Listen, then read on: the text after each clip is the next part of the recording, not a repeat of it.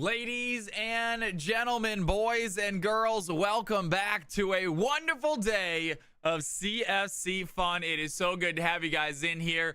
Verus Vivo, what is going on? Good to see you. Yar Baggins in the house. What is going on, you guys? Hopefully y'all are enjoying your night, enjoying your weekend, ready for a fun week of streaming. We got 4 streams ahead of us, you guys. I hope y'all are excited about it. Dorsono in the house. What's happening? Cherry, what's going on? Ghibli, good to see you. How are you guys doing? Ladies and gentlemen, welcome back. It's good to see you guys. My name is Cal, and we are going to have a wonderful Monday stream. It's going to be a little bit shorter. I do have family in town, you guys. I'm going to do my stream today. Going to do a little bit of, hopefully get one game going right now. Going to do our Risen casting, and then maybe a game after Risen, and that is going to be it. So a little bit of a shorter stream tonight, guys, but family comes first always. But tomorrow, we're going to have a full-length stream. Thursday, full-length stream, and then Friday, possibly CWL, possibly another Fearless Friday. No matter what, is going to be a lot of good old-fashioned CFC action this week, which I'm excited about. That is not correct, Yar Baggins. It is the other way around, man. It happens. Words are difficult sometimes. Exactly, Cherry. SARS, good to have you back in the house. How y'all doing? It's good to see you guys. We'll go ahead and get into a game right now. We're going to do a little CFC mix game. Let the folks that are in here right away get a game in if they want. We'll see how many people. Fearless Friday was fun. I enjoyed it a lot. Whether we do it every week or whether we do it bi-weekly, we'll see. But I did enjoy it for sure. I am logging on to my Cal from Cali account. We are going to go ahead and open up a mixed lobby and see if we can't get a little warm-up game in for you guys. It is going to be a CFC mix game. It's going to be a for fun game, so don't worry about ruining your rank. We're going to have a lot of season games tomorrow. Also, I did contact Captain Flowers, so possibly this Tuesday or this Thursday, maybe next Tuesday or next Thursday will be the VOD review. So we're going to be short one game on one of those days because we're going to do a Captain Flowers VOD review, which is really awesome. So hopefully you guys are here for that. You guys want to watch it, see what I can improve on, see if you can help me as well. So that's going to be super exciting. We're going to show them one of our tournament games. So we are going to have one less game that day, probably. I'm guessing I want to make sure that Captain Flowers gets as much time as he wants to give me reviews. As long as he wants to talk, I'm going to listen. So we'll see how that day goes. I agree, Yar Baggins. Absolutely worth it. And we'll do some sort of makeup game somehow. But let's go ahead and get ourselves into a CFC game right now. Ladies and gentlemen, gonna be Cal from Cali's game. Password is CFC. I'll actually show you guys what I'm looking at right now. You guys can see it a little bit better. Cal from Cali's game. A tournament draft. No delay. Capital CFC is the password. If you want to play, hop in now. As soon as the game fills up, we'll get it going. Leighton, what is going on, my man? It's good to see you as well. How you doing tonight? Filling up quick. I love to see it. You guys, what I'm talking about. I'll go ahead and get the balancer up and running as well.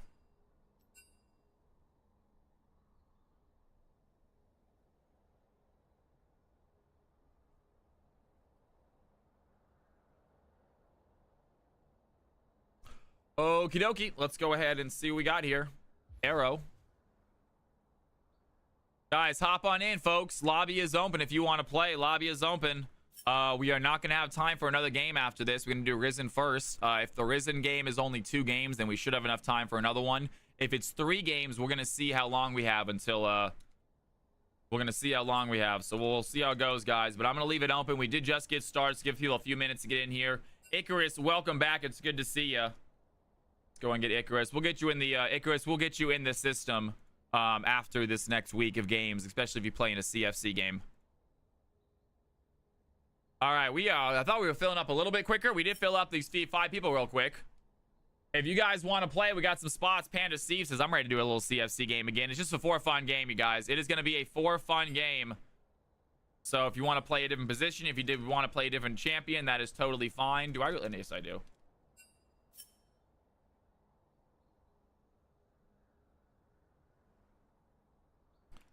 Laser King said maybe it's a little bit rich for my blood. Laser King's diamond too. Just kidding. Laser King can absolutely hold their own here. Just kidding.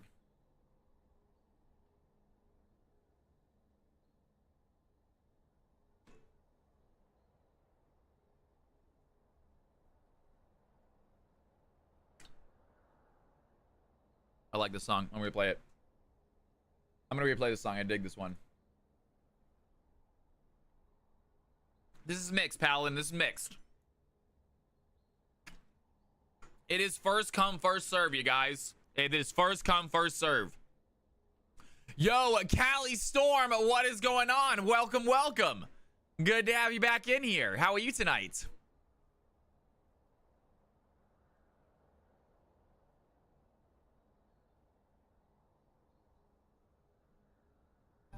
The red delicious is mildly sweet.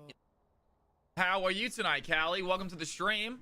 I am a League of Legends player. We're gonna be doing some good old-fashioned 5v5 games today. Just working and lurking. I appreciate that. I'm doing great. Just getting started for the week. Ready to have some fun. A little 5v5 viewer game before I do my casting for an organization, a small North American amateur league.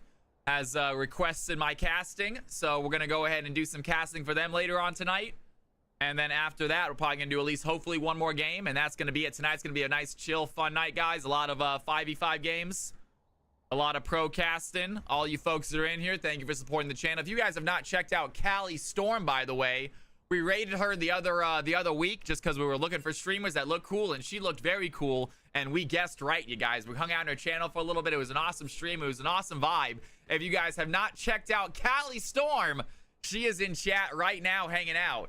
Make sure you do. Make sure you guys check her out. If I got a mod in chat, I'll get a little shout out. While we're doing that, let's go ahead and get this lobby filled up as well. If anyone get a little shout out for my girl Cali Storm, it is so good to have you in here. Thank you for stopping by the channel, girl. All right, let's see what we got, guys. Panda Steve is here. Laser King, did he leave? Laser King did leave, so we'll go ahead and get rid of Laser King and put Khalil back in there. Arrow's still here. Icarus, we got LRN on the field. Love seeing that. We got Leona looking for a fight. Do I not have Leona Pentakill in here? Leona Pentakill, welcome back to CFC. I feel like it's been a minute. We got Tundra, Paladin, and Fern. I am definitely have one too many people. Who left? And then Jerome and Volcanic just left.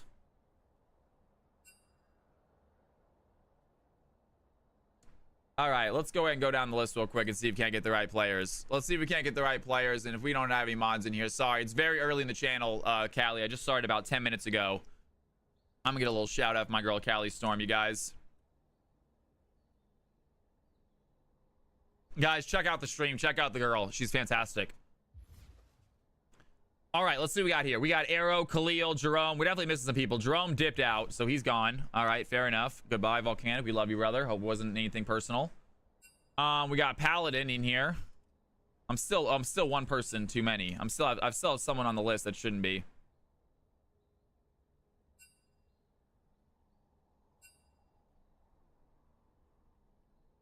And Paladin is going to be gold 4.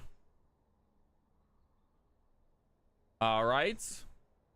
And let me see what we got here. All right. Arrow, check. Khalil, check. Paladin, check. Yar Baggins. Do we have Yar still here? Yar Baggins is still here. Check. Icarus, good. Panda Steve, good. LRN, good. Leona Pentakill, good. Tundra, good. How is that my right? Is that it? I guess we're good then. Never mind. We're good, looks like. All right. I guess I got confused for no reason. Looks like we're solid. All right, folks. Real quick, ladies and gentlemen, if you are playing in this game, we gotta get this game started. If you are playing in this game, please let me know if your ranks are not correct. Please let me know if you want to switch up your ranks. Let me know in league chat if you can. Makes it a little bit easier on me. Take a look at your roles, you guys. I mean your roles, not your ranks. If your roles are not correct, I'm sorry. Let me go ahead and get to the bigger screen too. I'm sorry. Yep, that's right. I apologize, Tundra. Tundra, I was saying hello to a pretty girl, man. I wanted to show my big face. I'm sorry. All right, Paladin says preference top support, top/support. There we go. Leona Pentakill says I'm a support main. Gotcha, Leona. Leona Pentakill, support, and then Phil. Gotcha. Tundra, hey, thank you, man. I appreciate you. You understand. Tundra gets it. He gets it, guys. Sometimes you gotta spit some game, folks. All right, LRN prefer Khalil. Prefer support. Prefer Khalil. You're an idiot, guys. Anyone else want to change? Paladin, I got you as top support. I switched you up. We're good. Anyone else want to switch? Icarus says bot support. Icarus, you want bot support. Got it. Heard. Fantastic. All right, you guys. I got Panda Steve as Phil. I got Khalil as Phil. Let's go ahead and create these teams. Ladies and gentlemen, here are the squads. Go ahead and hop on into your teams. Actually, give me 1 second. Give me 1 second. Let me see if we can't make this team a little nicer.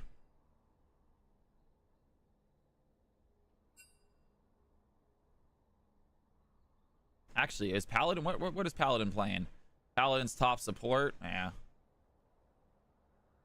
It's going to be a little bit difficult to... Leona's set as wood. Oh, is that what happened? That is true. You're right. Let me fix that. Emerald 1. Absolutely. That's going to adjust things. Thank you. That helps it. Try that this time then. There we go. There we go, folks. All right, take a look at these teams. These are the teams. These are the groups. Let's go ahead and hop on in.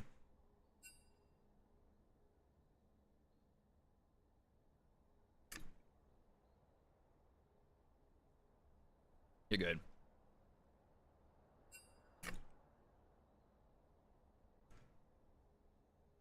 Ask to switch support. Arrow, what's Arrow playing? Arrow support mid. Fern is top middle. Paladin is top support. Maybe Panda Steve can jungle and someone can go ADC for you. I'm not sure, you guys. I'm not sure. This is a mixed game, guys. They're kind of sloppy sometimes. Get ready for them. Sometimes they're a little bit sloppy. Big Alex, how you doing? Triggs in the house. How you doing, y'all? It's good to see you back in here. Folks, happy Monday. It is good to be back streaming. We're going to get going for the nights. As you know, we took our weekend off, as always. Monday, Tuesday, Thursday, Friday are our stream days, though. 4 streams a week. Catch us usually live at 3 o'clock. I was spending some time with the family before stream. I'm going to spend some time with family after stream tonight. They are leaving tomorrow, I believe, though. So tomorrow is going to be a full-length stream. No delays. But you got to spend time with the family when you can, guys. Family comes first always. Are we getting Asian Pigeon variant in the Leona jungle? We might have it. We'll see if it happens. All right, guys, hop into your Discord as well. Please hop into your Discord as well. If you are not in the Discord already, the link is in chat right now. Let's go ahead and get Team 1 in a Team 1 chat, Team 2 in a Team 2 chat. And we are going to get this night started, ladies and gentlemen. Let's do this. Paladin, you are Team 1. Leona, Fern, Panda Steve, and Arrow. Everything looks good. Both teams are in the right order. I am ready to get started. Hopefully you guys are too. All right, guys. One quick game. After this, we are heading into Risen casting. So as soon as this game ends, we're not going to have time for another one before Risen. So we will get ready for the Risen casting. It's usually a little bit slow. It's behind the scenes, guys. I am an employee for them. So sometimes we're kind of sitting and chilling while waiting for the games to start. But if you guys want to hang out here, you can. And we should have a fun Monday. Tuesday and Thursday are much more just what we want to do. And it is non-stop games on Tuesday, Thursday. You know how you wanted me to get Emerald so there isn't any plat mid accounts? Did you get Emerald, BViz? Let's go, man. That's what I'm talking about, broski. Hell yeah. All right, hopping into Discord. Let me take a real quick look at how the CFC arena is doing. Both lobbies are filled up, you guys. CFC arena is already filled. Please drag you to Team 2. Count Carl, go and wait till after the champ select is finished, and I will, my man. Just stay where you're at, Carl, friends. I will drag you in a little bit. All right, Team 1, Team 2. Let me know when you guys are ready to go. I'm going to get this game started. Let me know when you guys are ready to play, and we will start this game. Fern says he is going to be jungling. Sounds good, Fern. Let me see if that adjusts anything too bad. Fern going to be in the jungle. Leona going to be mid. That's fine. Not a problem.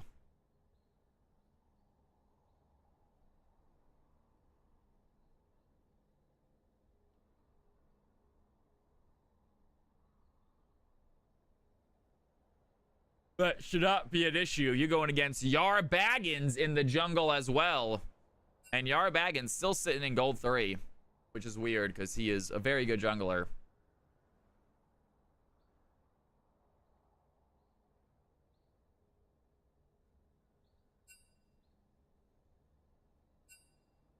We will see what happens. If you guys want to do a little gambling, we can get a little gambling going. Not a ton of people in here right now, so I'm not sure we're going to have a ton of points. But if you guys want to win some cow coins, might as well do a little bit of fun gambling on game number 1. Should be casting with my man Arrow tonight, which is always fun. He's a great color commenter.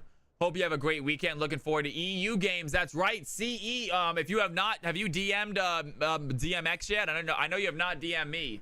Me and DMX are trying to get a rough estimate of how many European players we have. We do have the European tag now in the Discord. If you guys want to go ahead and add that for yourself, you're not already added it. I can actually take a look real quick. Let me take a look real fast. Server settings and roles. European role. We have 4 right now. We only have 4 at the moment. European roles.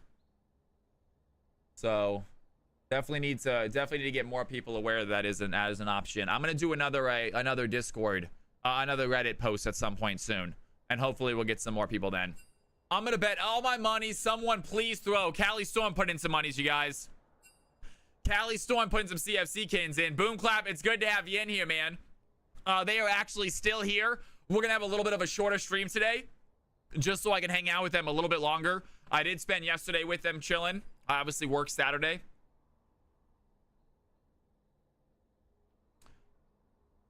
No worries, Volcanic. Absolutely, dude. Never apologize, man. I've honestly, Volcanic, you hopping out of the game, I didn't get a bad impression. I didn't think you hopped out because you were upset or you were mad about the lobby. Yeah, I just figured you had something to do, man. No big deal, dude. You come back when you can, brother. You know we love you in this channel, Volcanic. Tui, good to have you back in here. I got a really bad impression. Count Carl apparently did to Volcanic. Apparently you leaving rubbed Count Carl the wrong way, but if you guys want to take that up amongst yourselves, that's between you guys. I'm not going to get in the middle of that drama. Who is Count Carl? Hey now, Vogel. Hey now, Vogel. I know you guys are joking, but please be careful about it. I know you guys are joking, but please be careful about throwing out the F word, you guys. You know, I try to keep this stream somewhat PG-13, all right? I'm not going to ban anyone. I'm not going to yell at you, but do me a favor and just, yeah. Especially about other viewers, just in case people are new and don't realize you're joking. The PTSD from the Yarbaggins jungle. God, get out of here, guys. All right, Team 1 ready to go. Waiting on Team 2. We're going to get this game started. Team 1 ready. Waiting on Team 2. We're going to get this game going, guys. That's right. We do get 1, Paladin. But I want to keep it for myself. I like to use it. I don't want to give it to you guys. I'm selfish.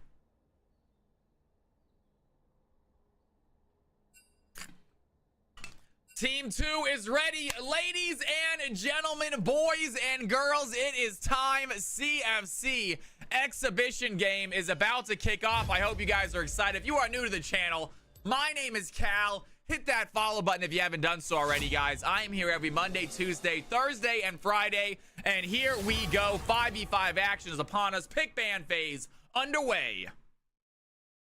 Simply Oak, good to have you back in the stream, my man. Hopefully you enjoyed the game. Gonna do some Risen casting after this, guys. Some professional casting after this for Risen. And then after that, if we have time, we'll do another 5v5 game or something. Maybe a little bit of a ARAM or something that we can do fast. And immediately off the board, down goes Vel'Koz. Team number 1 getting rid of Echo for some reason. So maybe they're worried about Panda Steve's Jungle Echo. Not sure what that's all about.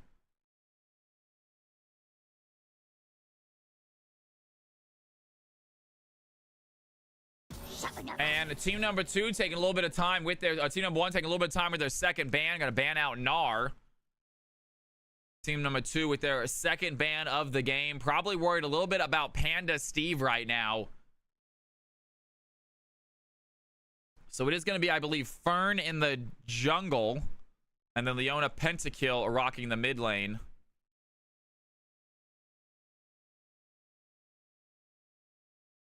That's right. Echo is also most played by me, you guys. That is my main champion as well. And also by economy. That also makes sense. I thought you meant most played by Cal. I thought you talked about me, but it is also most played by Economy. I agree with that. And it is gone. Vladimir off the board. Team number 1 getting rid of Renekton. The first 3 bans are done. Team number 2 with their final ban of phase 1. And then we are off to the picking stage, you guys. Taking a look at who these players are, who these comps are consisting of. Panda Steve, I don't believe, is a top laner this game. We got Fern in the jungle, Leona Pentakill in the mid. And then possibly Paladin top, Arrow Panda Steve bot lane. Absolutely. Yes. Yes, for sure. Yes, get more EU people in here. By all means, if you guys want to play a fun 5v5 games, yes. See, get as many people in the Discord and the stream as possible. We will get games going. I will even start earlier. I will start the stream earlier to get games going a little bit better for you guys. I would love to start the night with an EU game. And all right, Akshan is going to go ahead and be selected by team number 2. Leona grabs out team number 1, and Khalil is on team number 2, you guys. Khalil has once again gotten his Akshan in a CFC game. We are in for a treat. I am going to make myself some tea, folks. I am not realizing it in my throat. I am talking right now. I can already feel my throat starting to get scratchy. So we're going to go and make ourselves some quick honey lemon tea as well. Get going for Risen. And thank goodness team number 2 does have a chance. But we got Khalil on the Akshan. Lilia going to be taking as the jungler. Meanwhile, team number 1 picking up Leona and Ez as their bot lane.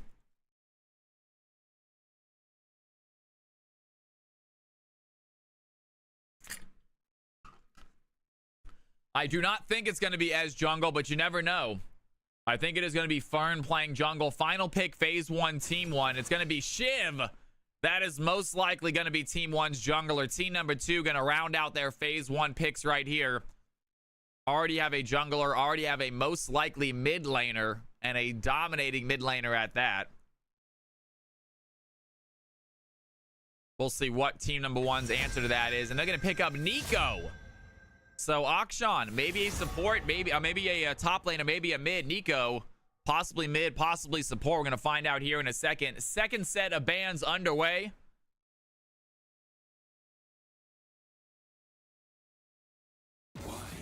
And Zaheen.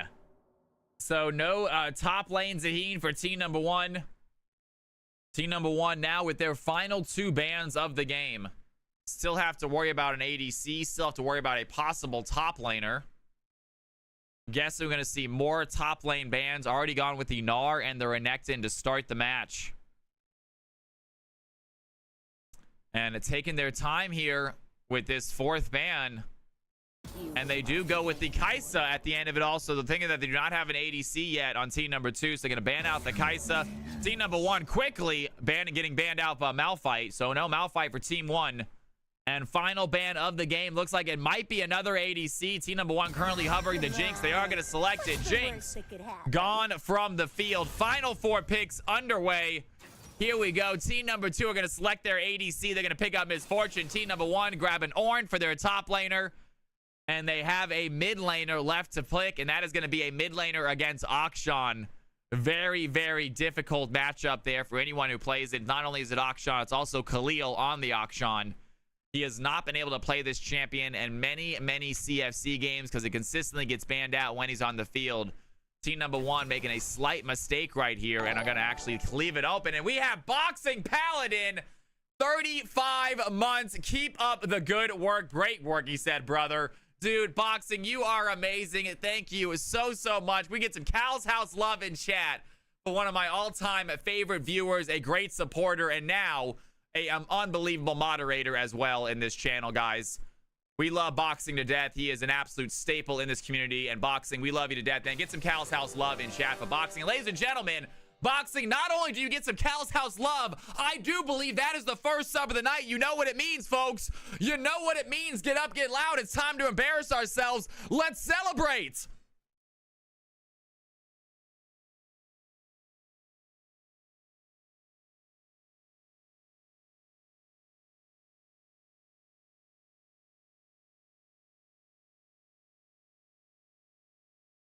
You guys are amazing. Thank you for the sub, Boxing. You are too kind. All right, ladies and gentlemen, I am going to get the champions put up here on the screen. I'm going to go put some water on the stove. I need to get some tea, you guys. I want to get my throat nice and ready for Risen tonight.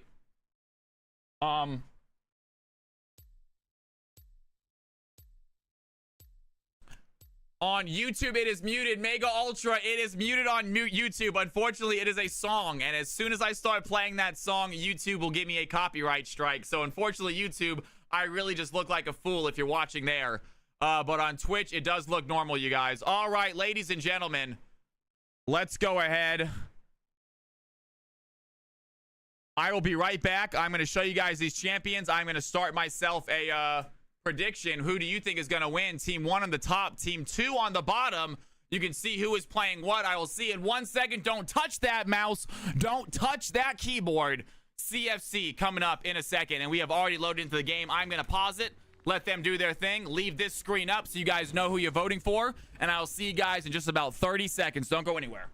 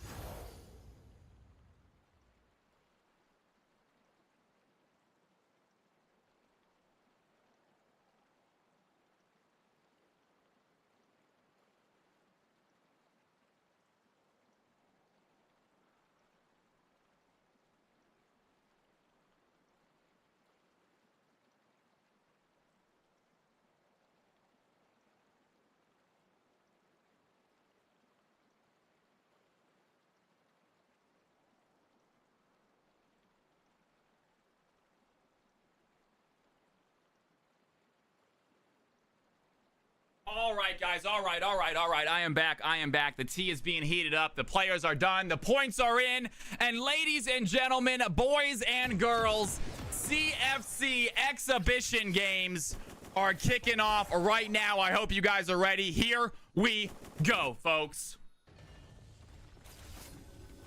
And they are out. Lobbies are ready. Players are out on their positions.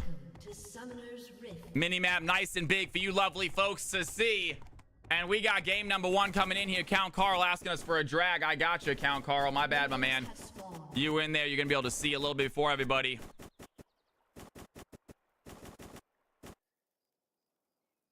And right away, we got 2 MFs there in the bot side. And Khalil is going to be topside on the auction going against Paladin. Rough matchup there for the Orange. Khalil on auction, either top or middle, is absolutely a nasty player. We got Tundra here in the mid lane going against Leona Pentakill on the Leona. So we got ourselves the Leona mid. A little bit of a fake dip there from the team. I do not have my water, guys. I'm going to be AFK for literally another 20 seconds as I go pour that hot water into the cup and grab my water bottle from the kitchen. I'm going to give it a few minutes to get hot, and I will go make my tea. I apologize. I didn't get that tea done, though. So you guys are going to be watching without color commenting just for a second. But don't you worry. I'll be back quickly. And now we have Khalil going to push Ornn out of lane very easily. Shev is bot side, so Ornn does have protection if he needs it. Meanwhile, Yone shoving Leona in as well. Bot side looking relatively even here between the Ez and the MF. And Arrow, a little bit of poke there onto the Nico. Nico's looking for the stun. Not going to land it. Panda, Steve, and Arrow well aware that level 2 is coming. And Pleo also at level 2 is going to dive on Paladin, get a few nice auto attacks in. And Leona dives on the Yone, gets the stun in. But Yone, unaffected by that, has his shield of the W. Lands the second Q, gets the knock-up. And a red team with some early aggression seems to be paying off. They have the CS leads. And Tundra continue to put pressure here on Leona. Miss Nora, it is so good to have you in here, gorgeous. How are you? And Paladin, he's going to be able to ignite the Khalil. Might have first blood, and Paladin barely gets out. Khalil unable to get that kill. He has flash, though, and Paladin needs to back. This is a disaster, and he's got to realize that Khalil has the damage. He's going to flash forward, and that's going to be it. First blood goes to Akshan. And Paladin stays way too long, down by 10 CS already. Needed to back and use TP. And unfortunately, Paladin, it is CFC, man. Everyone is trying their hardest, my dude.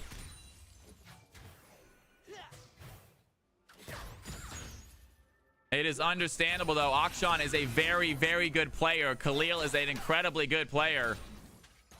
That is all right, my man. It can be frustrating. CFC mixed games are definitely frustrating. Don't get down on yourselves. And no, you're not, Khalil. Don't say that. Don't say that, dude. Don't try to make him feel worse. You know you're not silver. And Arrow gets hit by the stun. LRN on the poke right now. All right, guys. Come on, y'all. That is not what we want to see in CFC. And Tundra, he has the dive as well. Finds Leona, has the ignite. And we don't normally have to do this. We're going to turn chat off, guys. You hate to see it, y'all. I will have a talking to with those two. All good, I understand though. And Khalil once again is gonna dive in. He has Paladin on the fight. More damage in. Paladin going back under tower. The auto attacks are gonna be non-stop. I have a feeling there's gonna be some fresh frustration there in the top side. Remember, guys, it is just a game. It is just a game. Please be patient. And we got Lilia making her way top side as well.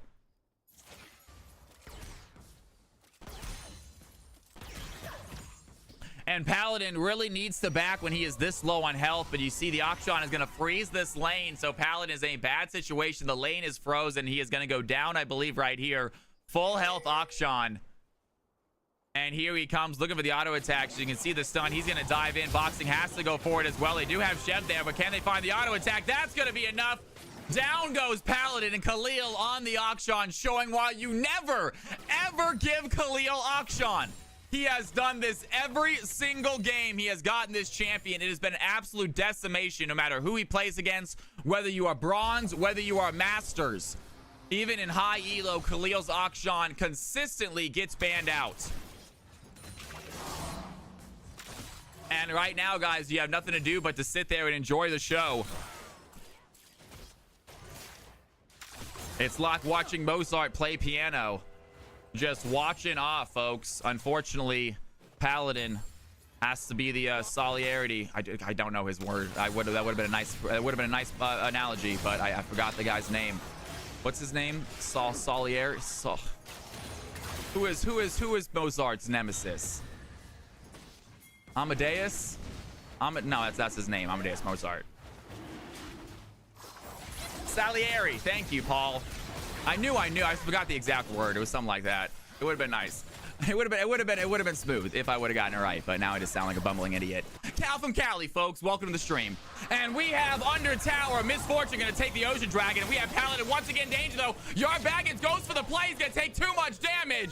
And Paladin walks away a hero as Lilia goes down. Blue team find their first kill. And they are not giving up that easy. Cleo still wants to fight. He has the ultimate come up. It might be activated. He does not need it. The auto attacks does the trick. And 3-0 now for the top lane, Akshan. And ladies and gentlemen, we have ourselves some tea to make real quick. I don't want to stop the action. I can pause it and come back, or I can let you guys watch without a little bit of Shoutcasting. I'm going to let you guys watch without Shoutcasting here for a second.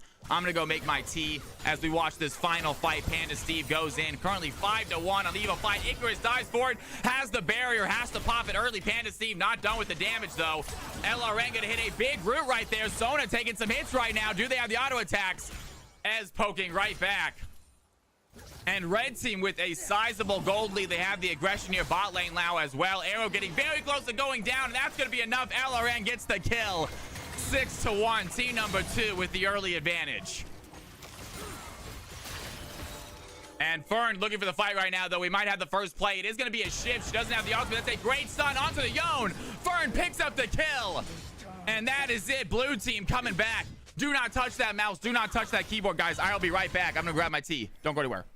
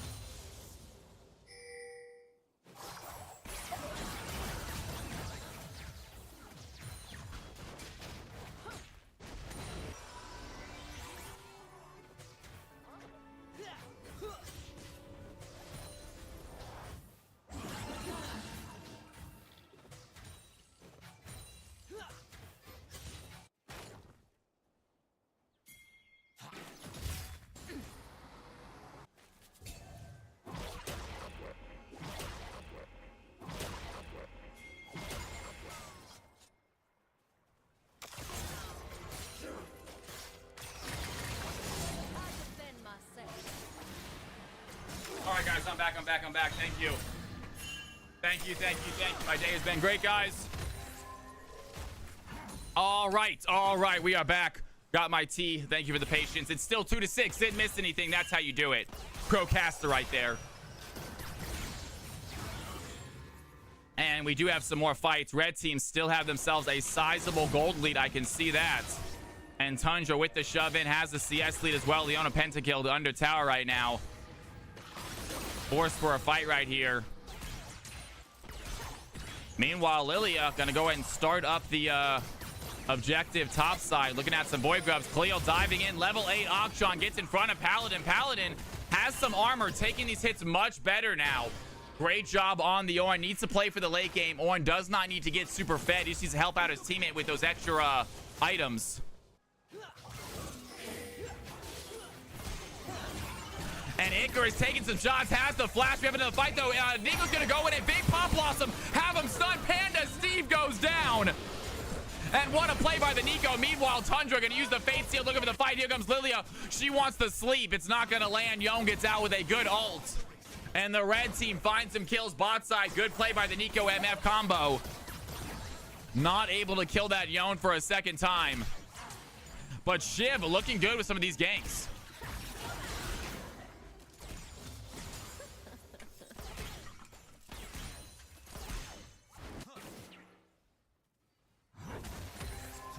And Paladin taking the auto attacks. Definitely tanking them much better now with these items. Still really far behind on the CS.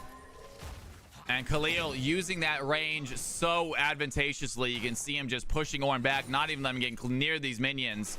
And already doubled his farm, 2 levels above. A little bit of a lopsided top lane. Blue team need to find an answer to this. It might be their jungler, I believe. Khalil's gonna go in. He has the ignite. He has the auto attacks. There's the comeuppance as well. It does finish the kill. And he lets the ignite do the rest. 4-0 now on the Akshan. I am telling you, this man is good. He knew exactly how much damage he needed with the play. And Yardbag is going to dive in. Has a looking lullaby as well. A big stun. A big crescendo by the Zone is going to get the stun, but it's not going to leave them alive. Panda Steve watches his support go down. And 9-2. Early game lead from the red side. KFC leader, he is well aware of the mistakes that were being made. He said, who gave Khalil Akshan? You guys know better.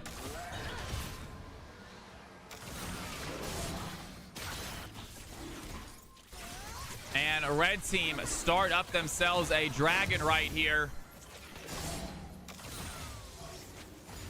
PTA Sheen ignite. It's so beautiful and so validating.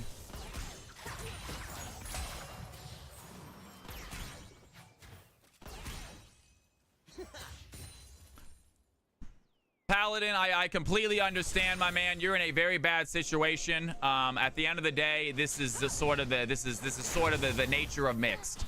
Yeah, it is an opportunity for players that are not high ranked to maybe play against a high ranked player. I highly suggest try to use it as a learning opportunity, man. You know what? Use it as a learning opportunity, brother. Yeah, when middle schoolers play against LeBron, they don't expect to win, but they can still enjoy the game and see what they do differently than what you do. And try to learn. That's all I can say.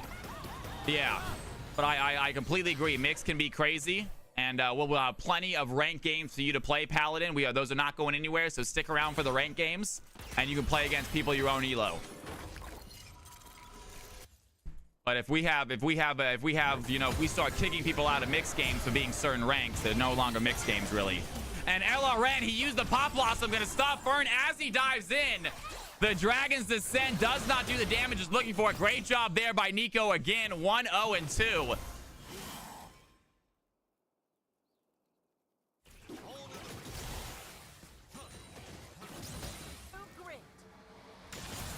And honestly, that is true. It does not matter if it was high elo or low elo. You guys give Khalil Akshan. He's going to kick ass, folks. Exactly, but you know what? I totally get it, you guys. Yep, I understand. But at the end of the day, we do much more mid and low games than high elo games. And Khalil dives in, has the play, has the kill. And you have to remember that we are a little bit behind the actual game, so I'm guessing that after Paladin died right there, that's when he came in and said, this is not a good time, and I get that, Paladin. But you stay patient, my man. You never know what happens. We've seen crazier comebacks. Meanwhile, this Yone is running away. 131 CS, 2-1, taking the tower right away. 6K gold lead for the red team.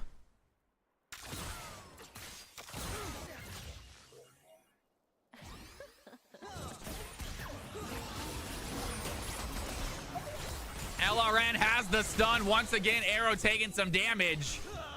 And Nico able to play very aggressively right here. I think it's also Panda Steve a little bit is one of the highest ranked people in CFC. But he's highest ranked for being a top laner. And Icarus is in trouble right now. Fern looking for the fight. He's going to dodge out the pop loss. And they have a stun on Nico. A big bullet time looking for the damage. It's not going to go through, but Sona gets the kill. And Shiv finds one as well. The blue team just found a clutch fight here bot lane. Like I said, guys, they can come back.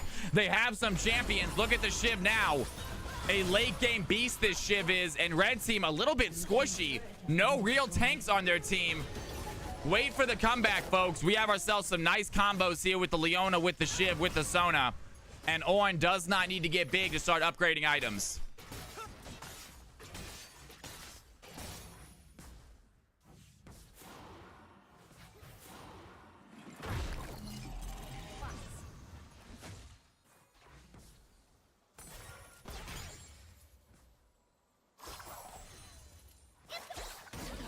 And LRN gonna take a little bit of poke there onto Leona.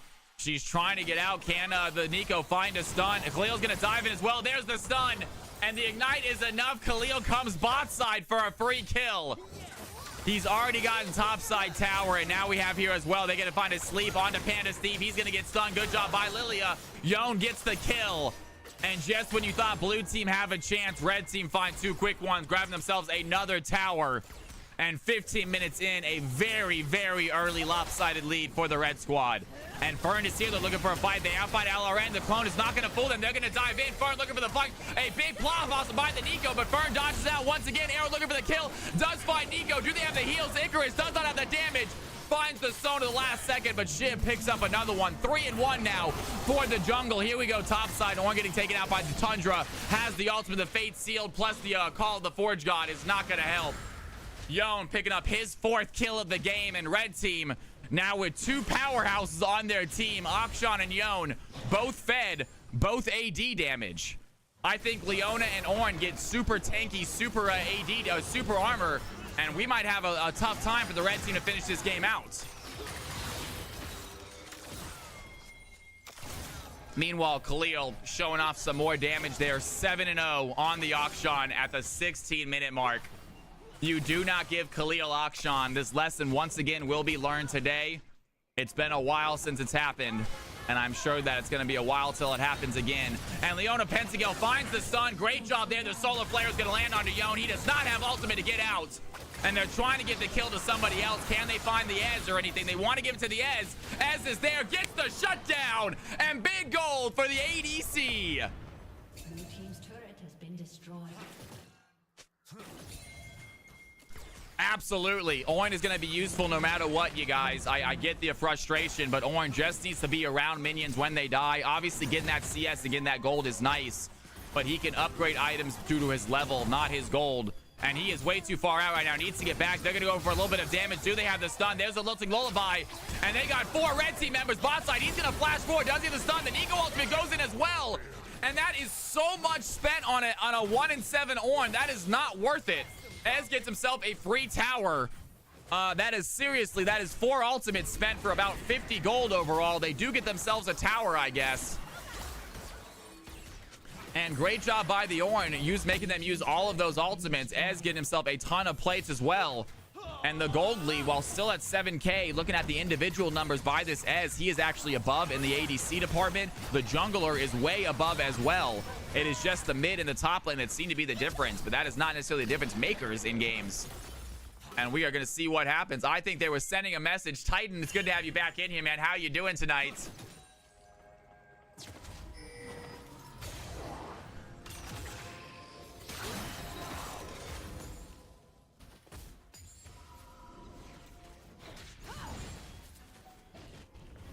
We will see what happens non-stop. There is no mental crash out. We are staying strong this game, you guys. I know it. Frustrating games happen, and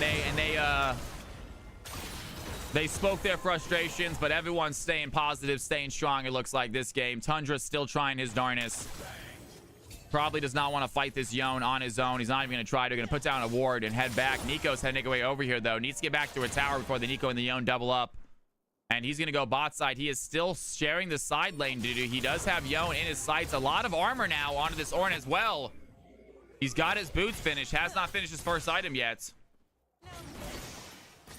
I love hearing it, Titan. Khalil's going to find Panda Steve, and there's the damage. The Lilting Lullaby is going to go in. Khalil gets the shutdown arrow, trying to help out his teammate. Massive crescendo is going to land on a 2, but Khalil dives in anyway, has the reset on his E, gets the kill, dives all the way around to Leona pentakill. And out of nowhere, the red team find 3. They're going to head topside. I think they get this Ornn one more time as well. And no objectives up, but towers are looking right for the taking. And 10k gold lead at the 20-minute mark. Sizable lead already. You hate to see it. Paladin has to call the 4th shot. Can he get the knockup? That's going to land, but the damage is not going in. Tundra taking some tower shots. Do they find the kill? Ornn goes down. Yone gets the tower. 21-7. And a little bit of a lopsided game here to start out the night of CFC. And Dusk and Dawn on the Leona. Absolutely. Leona pentakill going a little bit crazy with it, I see. And there goes the shift. She wants to fight. Can she find Khalil? It's a big shutdown if she can get it, but cannot find the damage. Khalil over the wall. Gets out with 0 deaths still. And Akshan 9-0, really putting on a clinic here on this Akshan. And we knew from the beginning what was going to happen when Khalil got it, folks. And he is not disappointed. And there it is. Fern's going to dive in, look for the fight. Akshan has the flash, though. Can he get out? He gets the kill. Panda Steve gets the shutdown.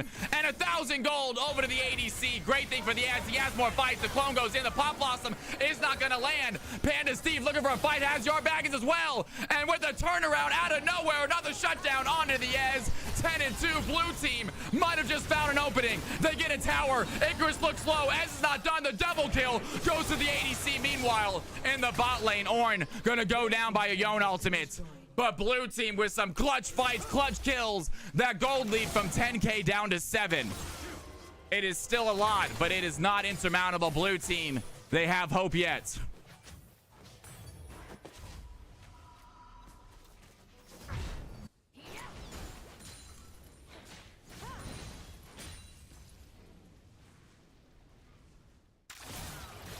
And level 15 Yone, 6-2, 225 CS. This Yone's farm is sitting at 12 a minute right now. Absolutely insane numbers. Ez doing well himself. But Tundra really putting on a show with this CS numbers. Kind of unbelievable. Almost 4k above the Leona. And you see topside, a 6k gold advantage topside. All of the gold is coming from that top and that middle. You can see the ADC Ez actually has quite a high lead over the MF. The Shiv has a decent lead over the Leona as well. And 3 dragons already on the red team side. 4th one has spawned. They're looking to get it. Blue team already here on top of it, though. Here comes the Akshan. He's going to teleport in. Blue team, they want to get the dragon fast. They do find a stun on their Tundra. They have Yard Baggins as well. And the call of the Forge God is going to come in. Can they find the play? A big Pop Blossom only lands on a 2. The stun on the backside. Arrow's going to use a fight. And down goes the Sona. Ez finds the MF, though. The Yone is going to be stunned. Here comes Akshan to clean up the play. The triple kill already has Fern in his sights as well. There's the quadra kill. Can he get a penta? He is chasing after Panda C, but Ez, I think, has him in his sights. One big auto attack from the Ez might find the play, but it is going to be Yone who finishes off the ace. Ez does take down the Akshan, but the red team have a winning fight. Akshan picking up 4 as he goes down at the end, and Tundra is there to secure the soul for his team.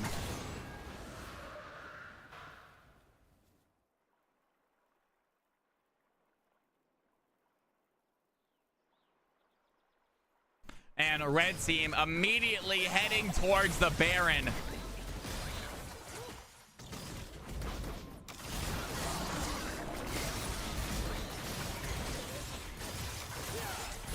And blue team unable to even contest this right now. Have nothing to get here. Shiv making her way over here as quick as possible. But Lilia is alive. She has smite. And there is very little chance of the blue team being able to steal this.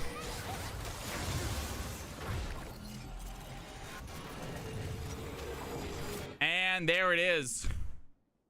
Red Squad with themselves Soul, Baron, and an 8K gold lead, looking to possibly end this game at the 24-minute mark.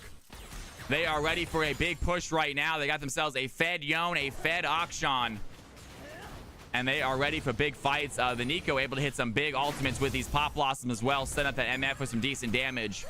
Ez still doing work here for team number 2, or team number 1. And Ornn starting to upgrade items, I believe, now. Level 13 should be getting his upgrades going pretty soon here.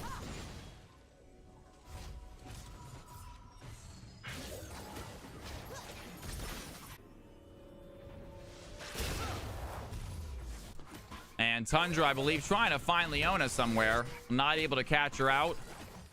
Red team happy with just farming right now, where the mid team is going to shove this wave in. LRN pretending to be a minion right now. We might go for a play. Panda Steve is in trouble. There's a big stun, though. LRN has the ultimate, the big Pop Blossom, but Shiv finds the shutdown. Down goes the Akshan, and I'm firm with a big double kill. The bullet time is going to come in, but Panda Steve just barely sidesteps it. And the double kill by the Shiv. They have themselves a fight now, chasing after Icarus. The Solar Flare is there. Arrow is fighting the back line against, it looks like, Tundra. Icarus goes low. Ez finds the kill. It is just the Yone left, but the Leona has enough CC to keep her there. And the blue team win themselves a huge fight. That Baron push is no longer, as Yarbaggins just barely keeping it alive. But Ez says, no way, Jose, coming over for the play.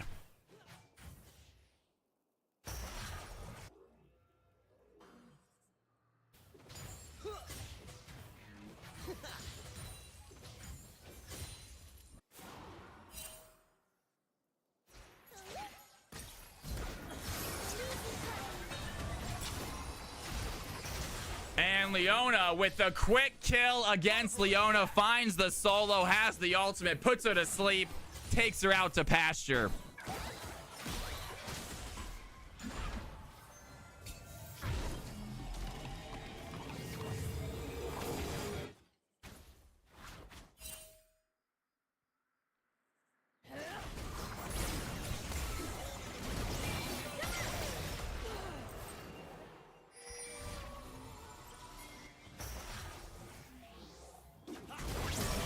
There it is. Great crescendo is going to land on Khalil. He is stunned. Ez gets the quick kill. And the blue team's starting to find the damage, starting to work together. Level 14 Ornn upgrading some items right now. Look like he's going for Ez's item first. Does not upgrade the Trinity Force. Instead, it looks like he's going to go ahead and upgrade the Endless Hunger. And we have Tundra fighting against Leona, starting to get shutdown gold. That gold lead, which was 10K a second ago, back at 7K. It looks like the blue team able to get a 3K jump really quickly over and over again. Let's see if they can hold on to it this time.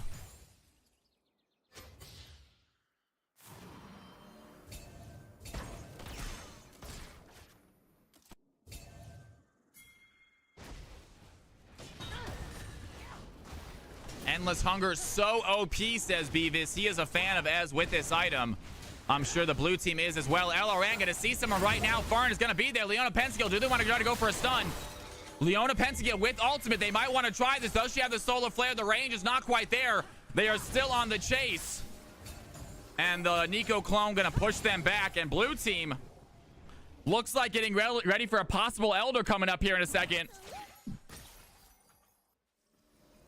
And they are looking for someone. Khalil is going to be caught out right now. He has to get out. Does go out of visibility. And enters right back into it. Meanwhile, shoving in bot side. He's going to pull a lot of blue team members this way. LRN is going to have vision right there. Gets a catch, but only onto Arrow. She's going to heal herself up. And we have Khalil still looking for the fight. Is he going to be seen right now? Good job by Yarbaggins. Lands a slow, but only onto one member by the red team. Still pushing in. That's the big play by Tundra. He's going to go in. Find the fade seal, but it's not going to land. The crescendo lands on the backside. Great job by Arrow. They get the Yone down quickly. The Akshan tries to dive in. A massive pop blossom by the Nico. Does have the damage. And look at the play. The blue team are still alive, but Khalil is there. And the Akshan out of nowhere gets a quadra. Wants himself a penta, I believe. Panda Steve goes down. Khalil remains. The quadra kill goes to the Akshan, and the red team won a fight they looked like they had no business winning. A massive pop blossom looked like it might have stopped the blue team dead in their tracks. The damage out of nowhere by the Akshan just blew through them.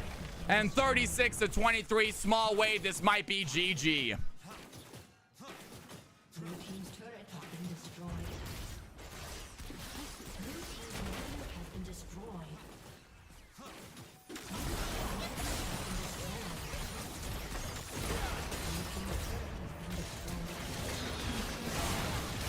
And that is going to be it. They're going to get the kills. The towers are gone. The blue team's still looking for the play. They have the Ornn as a front line, but the Nexus is not long for the world. And it was a darned attempt by the blue team to try to come back. They had some incredible fights at the end. Just could not pull it out. And what a play. What a game. Big round of applause to all of our players, guys.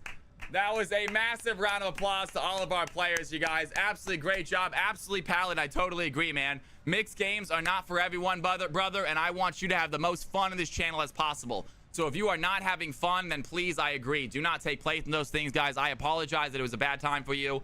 Very little control over that.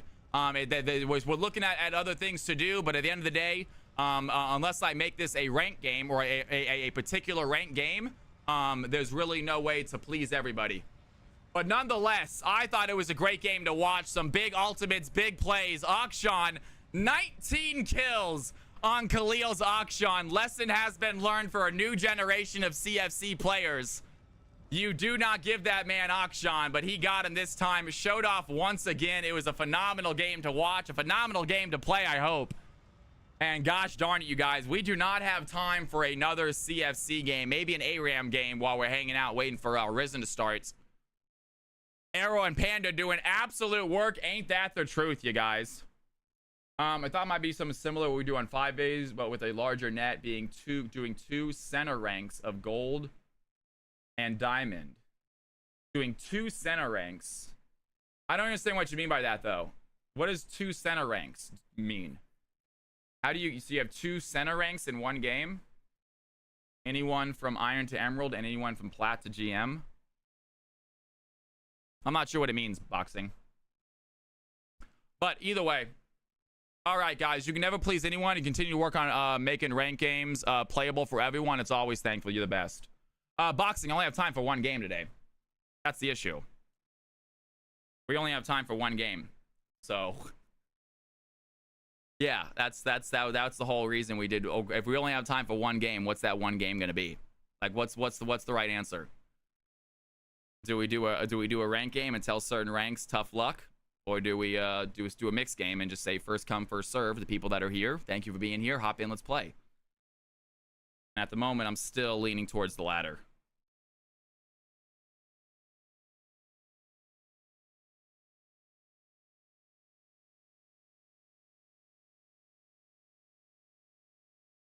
Khalil, you kicked butt, dude.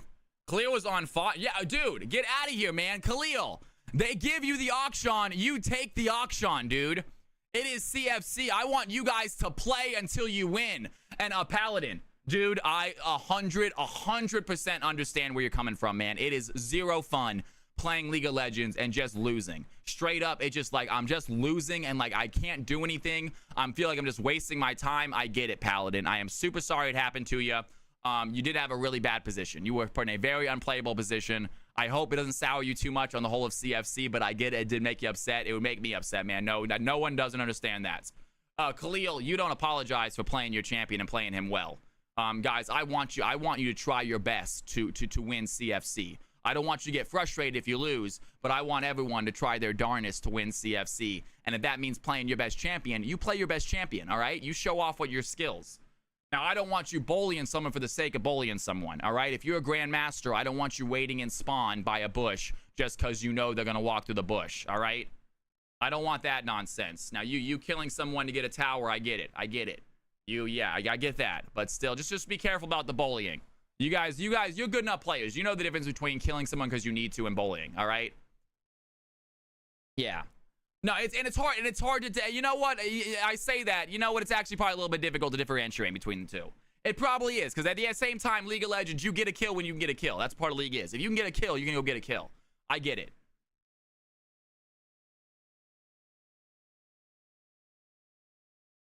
Absolutely. There you go, Paladin. I love it, man. What an attitude, brother. What a winning attitude at the end of it all. He says, hey, no big deal. It happens. I was unplayable. I get it. I was pissed off, but you're fine, man. You're totally cool. That's a way to go about it. All right, you guys. That is what I'm talking about. Good old-fashioned CFC action. At the end of it all, good old-fashioned CFC camaraderie, which what this stream is about. Just for you lovely folks, while we hang out and wait, we are going to do ourselves an ARAM mayhem. And there's a decent chance that I might have to leave this game. So if I have to get started, we'll see how it goes. I might be a little AFK while the game's going on. Let's go ahead and get it going, though. It is going to be it's going to be called CFC ARAM is the name of the game, ladies and gentlemen. CFC ARAM is the name of the game. Capital CFC is the thing. No delay. ARAM mayhem. Spectators are allowed. If you want to play in this, get your butts in here, folks. ARAM mayhem, little fun game for the hell of it. I might have to leave. Can I actually give someone... Can I make you party owner? I cannot. Whatever. We'll see how it works. Sent you DM with some big EU servers where you can self-promote your Discord. Okay. I'm a little hesitant about self-promoting, man.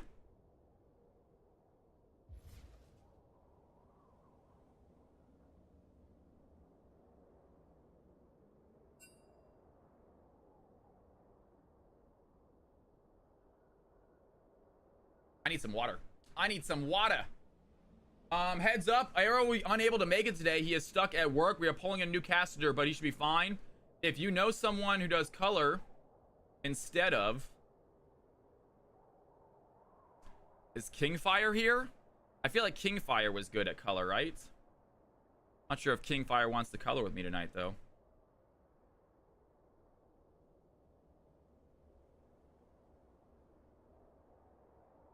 Oh, yeah, Titan, my man. Titan, I see ya. We're also willing... Okay, yes. So, Titan, yes. Titan, are you in stream right now? I see you in stream, by the way. I'm literally looking at it right now, Titan. I was looking at DMs right now while this is filling up. Yes. So, I figured, obviously, if you want me to, like, do a game, we will figure out a time that you guys can hop in and do a game with me. But if you want me to cast your entire event... It's probably going to need to be a scheduled paid-for thing. We will discuss pricing and stuff if you'd like. But I will be happy to be hired to cast your event. And that sounds like a lot of fun. And I promise you guys, I know that sometimes when I'm casting these games, I sit here and I talk to chat midway through and I ignore the game. Trust me, if I am being paid to cast, my attention is on the game, is on providing entertainment and excitement about what you guys are doing. I will not, my streaming is second nature. My casting is first nature, especially when I'm being paid for it. So just don't worry about that. I know a lot of times while I'm casting, I take a second off casting to talk about nonsense with you guys because I get distracted, but I'm good at not doing that when I need to. We need a tracker to see the bans versus each player versus per pick. That's a good one. Oh, yeah. Yeah, when Fearless plays, Hecarim is gone. You don't see Hecarim, Fearless get Hecarim ever. You don't see Khalil get Akshan ever. You used to. I did not, Pomegranate. I did not. We have chatted a little bit. I was thinking about maybe going out on Wednesday. We'll see. Yeah, I got some nonsense going on with the family. I have not gone out with her yet. We just had some very basic text messages. I gotta give her a call, actually. I'm gonna call her and be like, hey, texting sucks. Can we just go out this Wednesday and plan on that? Because if we keep texting these stupid questions to each other, it's just, we're gonna get disinterested. I'm fortify, ban, parole. That's exactly what it is, man. Boatman had to diversify his pool. That's exactly right. Ladies and gentlemen, if you want to play, and I'm gonna actually respond to this guy right now. Sounds good, my man.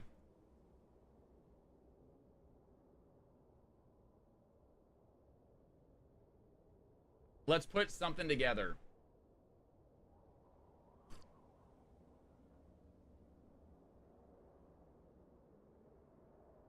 All right, I need to get some water, you guys. I'm going to leave this screen up. If you guys want to play, now is your chance, folks. If you guys are trying to play, hop on in. We're going to do ourselves an ARAM game. We got to do it quick, though. I got about 20 minutes. I got to go ahead and start my Risen casting. If you guys are trying to play a CFC ARAM game, hop on in.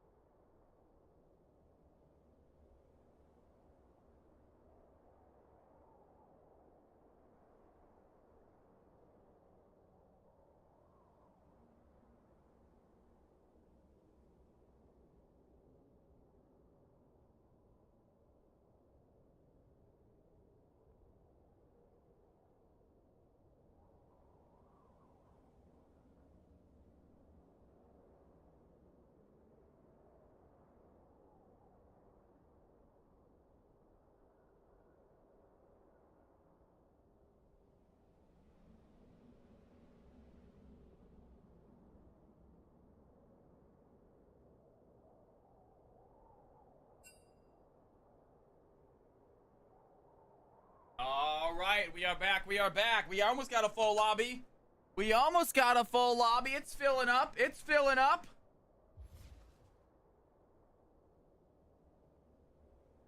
Let's go, let's go, let's go, let's go. All good, Soulwake. Hey, I appreciate you being here still. That's kind of you. Even though you're on bad internet, you decided to hang out in here with us still. You're the best. Thank you. Ladies and gentlemen, if you want to play,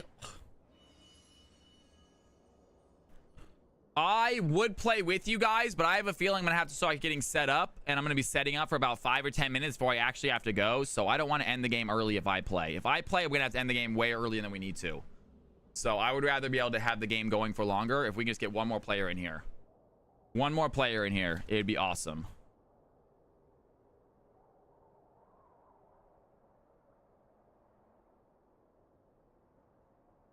We need to have a, you know what we should do also? I wonder if it's possible. I know it is. I wonder if we can get a balancer without, I'm going to ask my boy DMX maybe. I wonder if it's possible to get an ARAM balancer where it sets everyone to fill. It'll set everyone to fill or something, or it doesn't take roles into account. And it just balances based on just pure rank. Just for really quick stuff, you know, like this.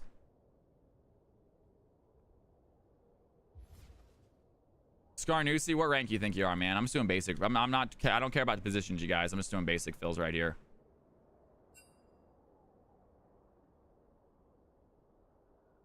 And Eject, what rank do you think you are? Eject says he's probably silver too. All right. Don't lie, guys. It's just ARAM. Don't lie. Paladin just played. Gonna be gold, you said. Gold 4. Can I duo with Lucky? I don't see why not. I don't see why not. Pomegranate, Laser King, and Aura. Pomegranate. Gosh darn it. Come on. Pomegranate. All right. We got to get you guys in the system. Pomegranates is going to be Platinum 2. Laser King, I believe, is in the system. And then Aura. Aura, welcome to the channel, Aura. I say, can you say hello in stream chat from me, please? I do not recognize the name. If you've been here before, I apologize. Good to have you in here. Can I get a hello in stream chat from you in Twitch chat? Hey, you're welcome to the stream. Aura, good to have you in here. My name is Cal. Thank you for joining us. All right. This is a for fun game, you guys. Pomegranate says E4. Pomegranate E4. Gotcha. It's not that important, guys. It's ARAM. It's ARAM. It's not that important. All right. Hey, thank you for the. Oh, dude, that is what I'm talking about. Blackout with the resub, man. Hell yeah. And Scarnusi, what rank did you say you were? Scarnusi, man. What rank do you think you are, brother? 65 months, man. Jesus. Scarnusi, please give me a response, big brother. Which rank do you think you are?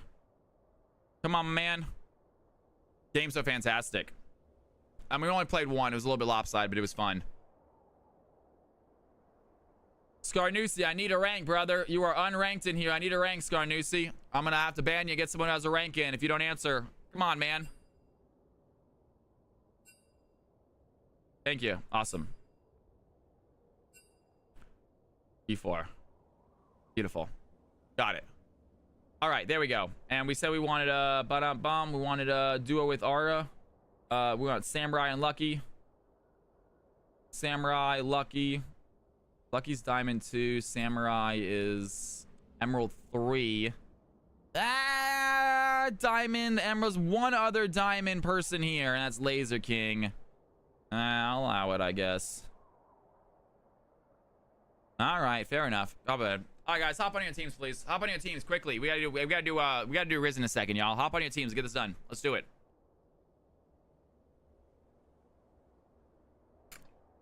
Let's go and get Team 1 and Team 1 chat, Team 2 and Team 2 chat.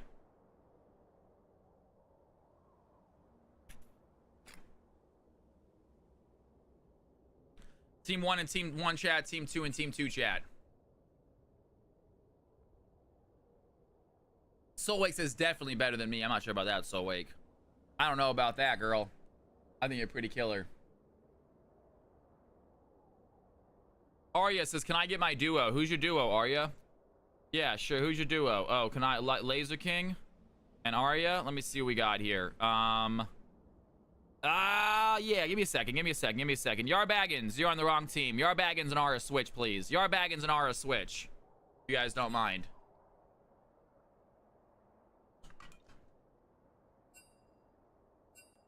Huge. There you go. Red team's like that. Red team wants Baggins anyway. Everyone wants Baggins on their team. Baggins, can you go team 2 for me, big dog? And Aria, go ahead and grab team 1. Baggins, if you can go team 2 for me, big bro. Thank you so much, man. You're the best. All right, ladies and gentlemen, a little CFC ARAM game. Let's go ahead and get it done. These teams are in the right groups, right? Paladin, check. Aura, check. Icarus, check. Scarnusi, check. Laser King, check.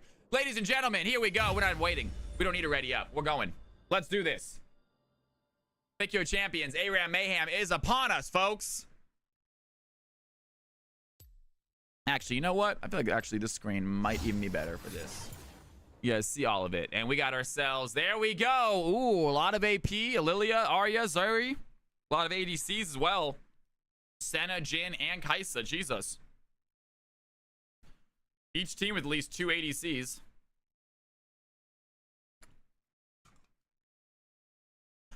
Triple support, 2 ADC. Interesting comp there for team number 1. Triple support, double ADC. Team number 2 with a double ADC, a mid, a jungle support. You put Zeri top lane. It's a full comp right there, team 2.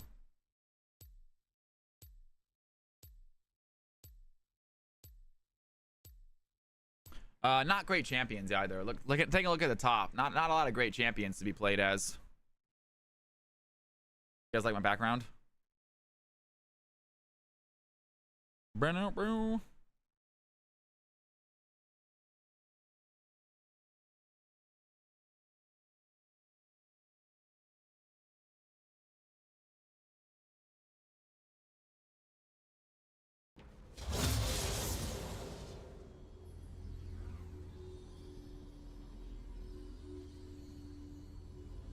Let's do it, ladies and gentlemen. Have ourselves a little CFC ARAM.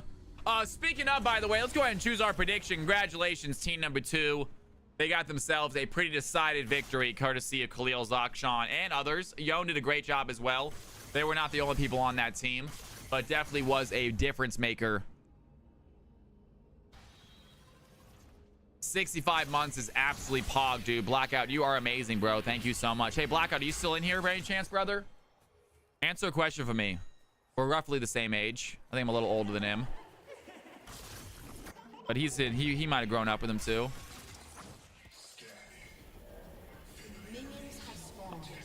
Would you think I was cool if I came to school as a sophomore, so 16, in like a bright yellow like Adidas jacket, some nice jeans, and some really bright orange bathing apes with yellow shooting stars and like neon blue on top? He says, I would never think you were cool. You can stop right now, man. You don't have to finish. The rest was the cherry on top, man. All right. That's it, man. Blackout would have said I was cool. And there it goes down. Immediately, Ari gets taken out. Samira has a double kill, though. Paladin looking like they're in trouble as well.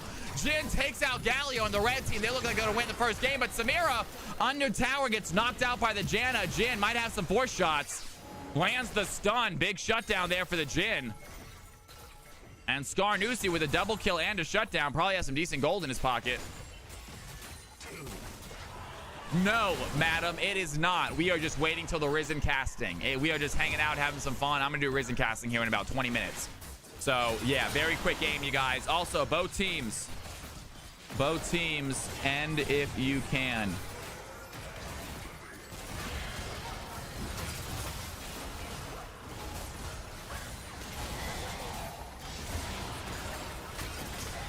I know that you have a hesitancy to delay in ARAM games. But go ahead to this game if you guys can end. If you want the stream to see a winner, then you guys got to win, because we do not have a bunch of time.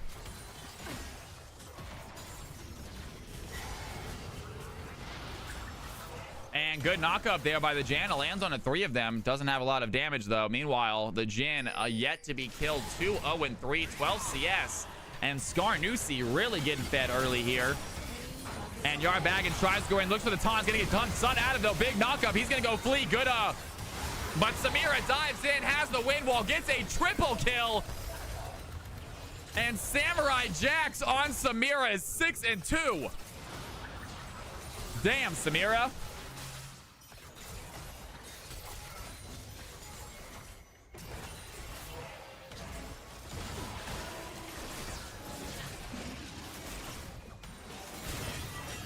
And meanwhile, Laser King looking for the fight as well. Jin has the curtain call. That's to be a good play to the end of the kill.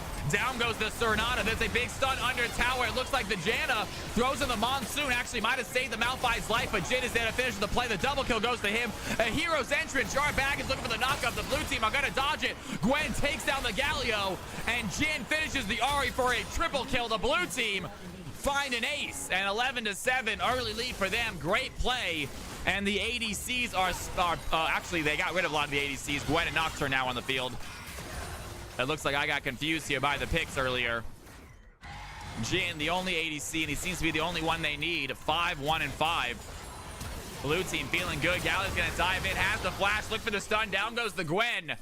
Great play by Yar setting that fight up. And blue team down a player as they get pushed back into their tower. Jin has Collector already, says Soulwake. So does the Nocturne. Teams starting to get their items. Both teams having their ultimates as well. Some players already have used theirs.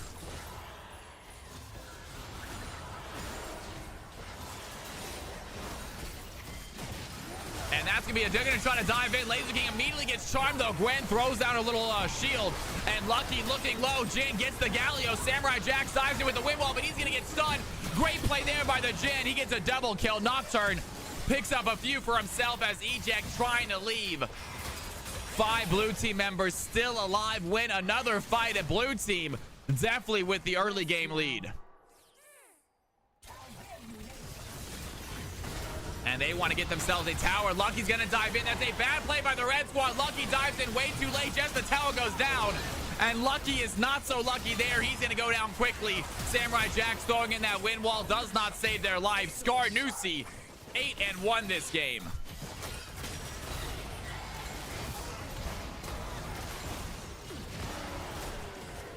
And Senna does find Malphite. Malphite able to kill Janna before the end. And red team need to find an opportunity to get some kills back. Yar Baggins wants to dive in, lands a snowball, but Boxing Paladin is there. Is going to have the flee. Skarnusi with the W gets the shield. Meanwhile, Eject lands a CC onto the Jin. He's trying to run away. He looks like he's slowed. Yar Baggins has the taunt, gets the shutdown. And the red team, now the aggressors, they chase after Icarus and Paladin.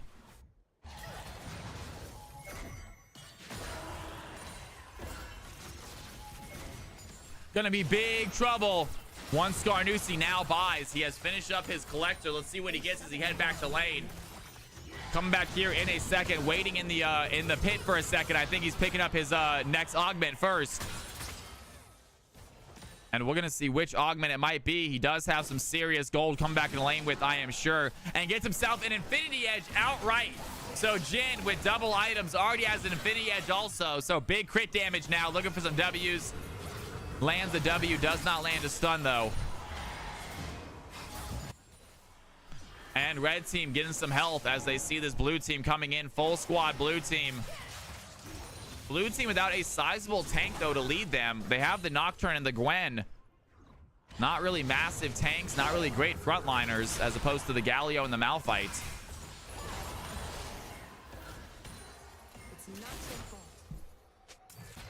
Malphite, however, going to go AP Malphite. So Pomegranate, I love that play. Very fun. Not sure the best idea as a comp, but still, who cares? It's ARAM. Have some fun with it. Yar Baggins dives in, lands the stun. There's a curtain call by Jin. He's going to have some damage. A big hostile takeover, though, is going to land on the blue team. Malphite dives in. They take down Jin quickly. The Samira finds the Gwen. Nocturne using the paranoia. Does not matter. The red team have the kills anyway. Samira sees through the darkness, gets the play. Ahri finds the Senna, and the red team almost have an ace. 5 members still alive as Aura has to run back to tower. Great job there by the red squad. Big ultimate by the Malphite. Jin goes down quickly, and the rest was history.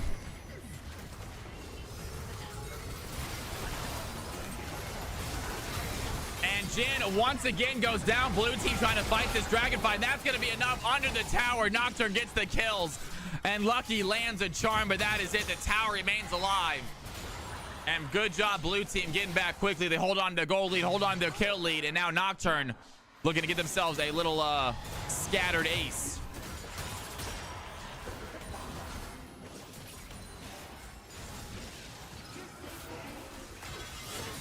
And Laser King wants to dive in right now, looking for Lucky. And does have some decent damage right now. That's a good play as well. Down goes the Gwen.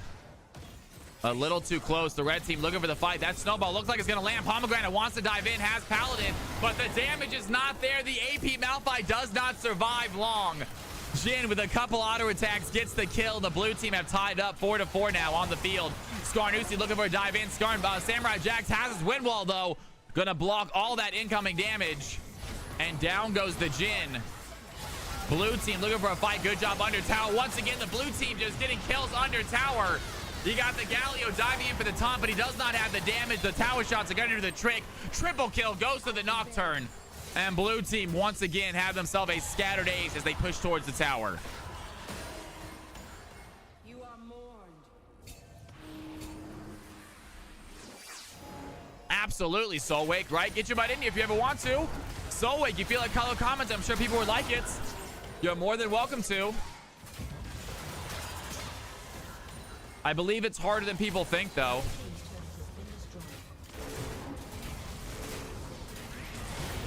But but you don't get better unless you practice. The only way to get better is by practicing, guys. And that's a big play. The hostile takeovers once again going to land on the three of them. And Renata with a big ultimate sets her team up. Samira has the shutdown. She has the Inferno trigger. Triple kill over to Samurai Jax. And Icarus, the last remaining player, has to try to survive. Lucky lands the charm. The Samira gets the quadra kill. And the red team win a clutch fight as they push towards tower.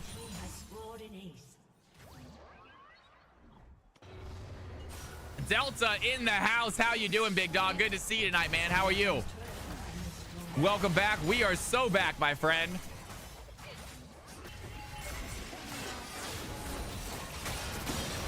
And Laser King looking for some damage right now. There it is. The Jin gonna activate the curtain call.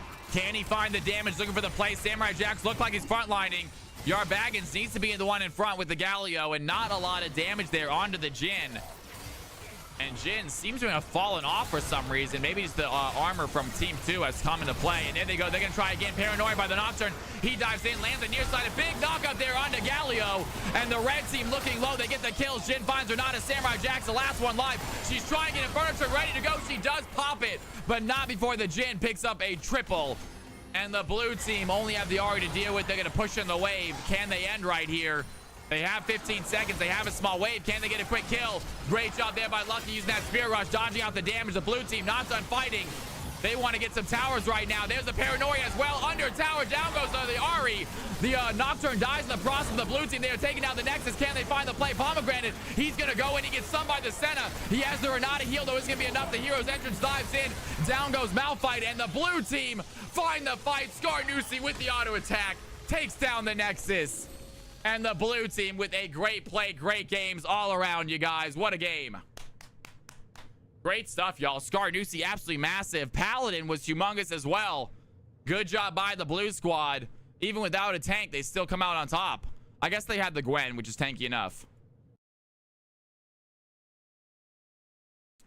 ARAM, guys. Always a crazy game. Always a weird one, folks. GG to all you guys. It is 5:17, ladies and gentlemen. I have to imagine that the next game is going to be starting very, very shortly. Give me a second. Let me see if I can find. Let's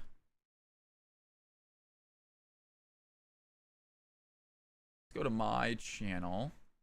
We need to find the VOD real quick.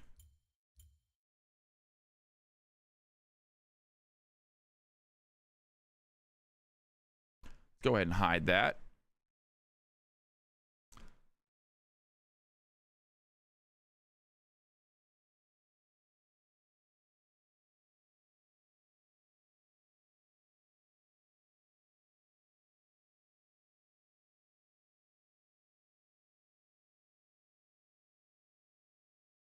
Is it the first day of playoffs? I think it was the quarterfinals.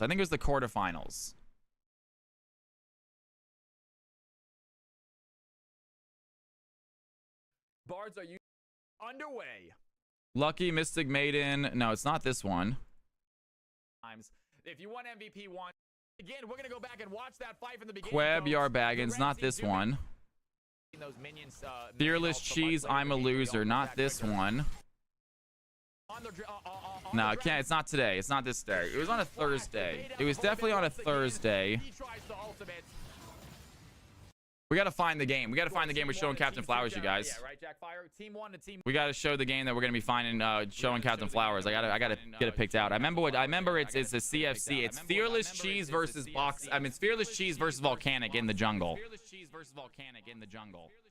Mute that nonsense. Let's mute that nonsense. I don't hear me down, but a double of me.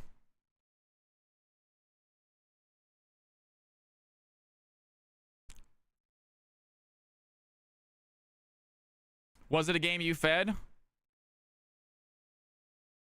CFC viewer games, bonus Friday stream. It was during the playoffs. Was it playoffs begin? I don't think so. I don't think it was your birthday game. I don't think it was playoffs begin either. Team number 2 end up going with a mouth. That's not going to be it, I don't think. That's Queb versus Ace in the Hole in the jungle. This is very cool and lives. That was funny. That was a great little. You guys did a great thing. Queb versus Stiggy, I believe, in the jungle right there. Tom Kench cannot land the pole. Queb versus Mbessa. No.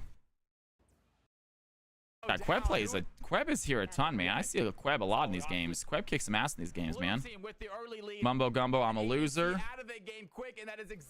We should do an ARAM more often. Maybe end the night on CFC nights. I'm down for more ARAM games. Absolutely, Samurai Jax. You kicked butt that game. I'm sure you had a good time with it, right? Fresh is in for a game. A lot of damage. I'm Fern. Wants to dive in onto the Chillawai.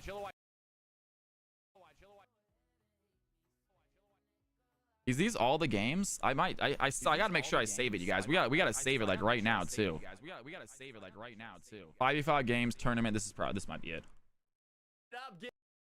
I don't have that. Playing games coming up today to find out who. On this, I think it's the second game today. I feel like this is it. This is it right here. Immediately. This is the game. This is versus Khalil. I thought it was. Oh, Fearless is in the game. I thought it was versus. Is it versus Khalil?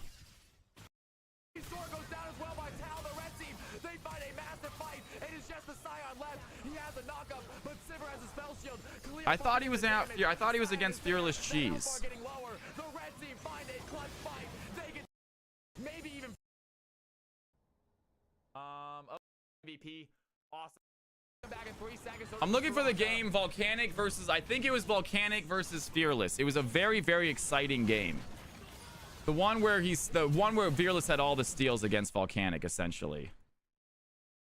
That's kind of the game we're looking for right now. It was Jax. It was a Jax versus Volcanics.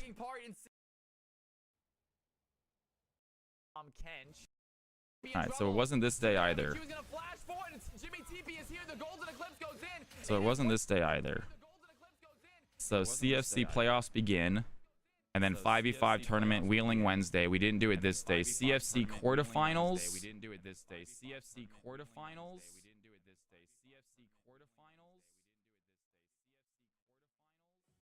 Minion ults, but much later in the game when the ult comes back. In the house, good to see you too. Why not? There we go, boys and point. We hopefully will do a relay that information. You're my wonder. Stick. Panel. He's really quick to the same.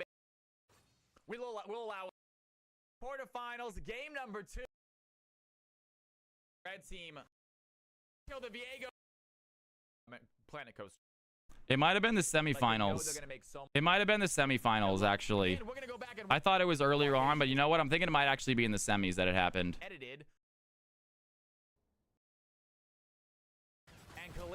Fearless, I'm a loser. No. I think it was in the semifinals. It was the semis? Okay. All right, it was the semis. It was the semis. Okay, that makes sense. It was. I thought it was early on in the tournament for some reason. Okay, so quarterfinals, CWL official casting, C1 tournament continues. This is it. This is the night. Does that sign up shorts? Side? This is it. This is it. Do so much damage. Memer, Volcanics on here. Very, very commonly This is played it, I support. believe. I think this is Leonardo it. making waves in the ADC game. Meanwhile, team number one going with much more classic combination, the Jinx, and thinking about Sona, thinking about Janna. Either way, I'm gonna which I see believe if they're staple texting me League about of Legends the upcoming champions thing right too. there. Sona and Jinx in the This bot is it. lane. All right, looks we're like gonna hold on Volcanic to this for a gonna go second and while take I advantage see of if my Lee Sin my and other not my getting banned out. my We have seen Volcanics, Risen Lee is getting Sin ready. time and time again, and we are in for a treat. So you guys, we're gonna Lee watch Sin this. picks I mean, we're once just gonna again keep it on for a Volcanic. second. This is Team an number two amazing answer game. right back Great, with great Jax. CFC game. And we are into our second phase of the draft board here. Bans coming out. Team number two going to start out with a ban of their own. Who are they going to get rid of off the field? Maybe you regret not getting rid of Lee Sin earlier. I need to highlight it. Ari I need to gonna go highlight in, so it. banning out Hello World. So double Hello World ban. Hold on the one Echo second. And the Ari ban. Double Hello World ban. Hold on the one Echo second. And the Ari ban. Double Hello World I don't want to ban. report the VOD. Absolutely not. I don't want to report the VOD. Absolutely not. I don't want to report the VOD. We don't need to hear double myself either. It's okay. It's okay. We'll get it. We'll get it. No big deal, guys. Double Hello World ban, the Echo and the Ari ban. Silas still available for team number one, and so is Syndra. You cannot ban both of them out. It's going to be tough to ban out Hello World's good champions. He's got 3 or 4 great champions left availably picked. And meanwhile, Wei is going to get picked out. I'm expecting to see a Syndra right here from Hello World. The Wei is a very common Syndra ban. And it looks like they are going to listen to me and ban out Syndra. They don't want to see it. That does leave Silas available for team number one's Hello World boom. I get a haircut. My hair's a little messy in this clip, but it's even messier right now. I'm sorry, Jinx already on the phone. I'm sorry. They banned out the Triss, so they picked up the Jinx. It looks like it's going to be a top laner left for team number one. Cal coins being put up. Boys and girls, quarterfinal match is underway. Here we Yeah, I probably go. do, Mega. I would say yes. That is not the right button. Here we go. Sorry about that. Summoner's Rift.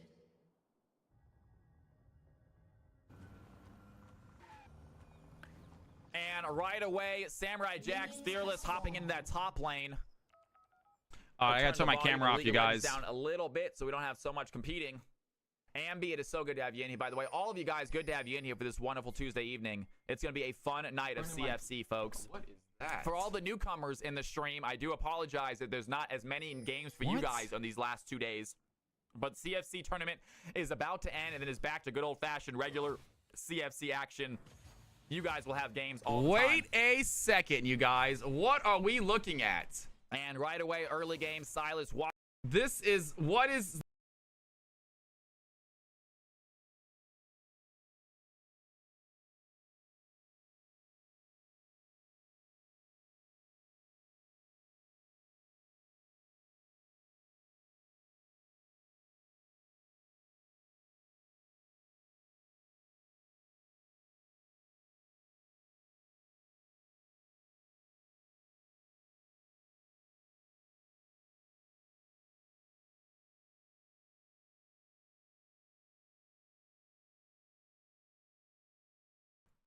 My bad, you guys. My bad. I apologize, guys. That's my fault. No, I was explaining. You couldn't hear me.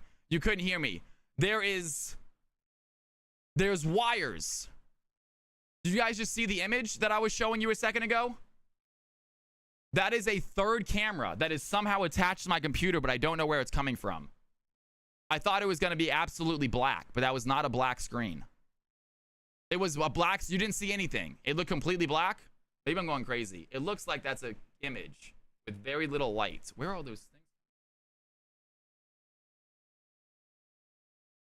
I'm so confused.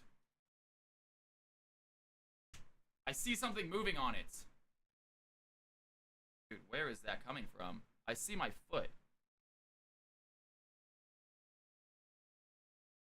I see my foot, man. Look, I'm here. I'm gonna add sound. I'm gonna switch back to that screen. You guys. I'm gonna add my microphone. All right. I'm gonna switch back and add my microphone. Don't worry. Here we go. Give me 1 second. He's gonna go quiet for a second. I'll add my mic.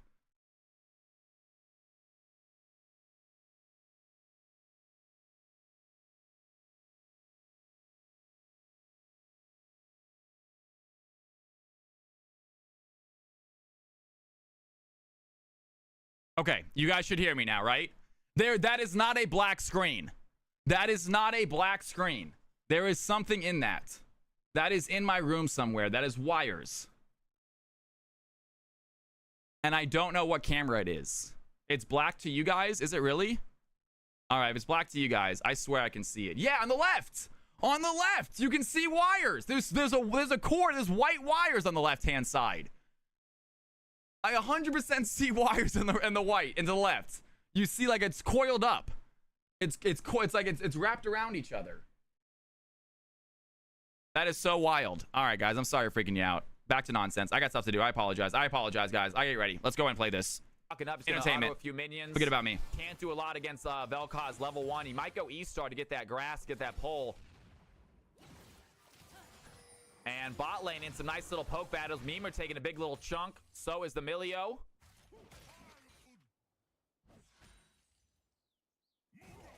And Samurai Jax able to hit this Gragas non-stop with these briefcases. Little business Mundo top lane. Give me a second, doing guys. his thing.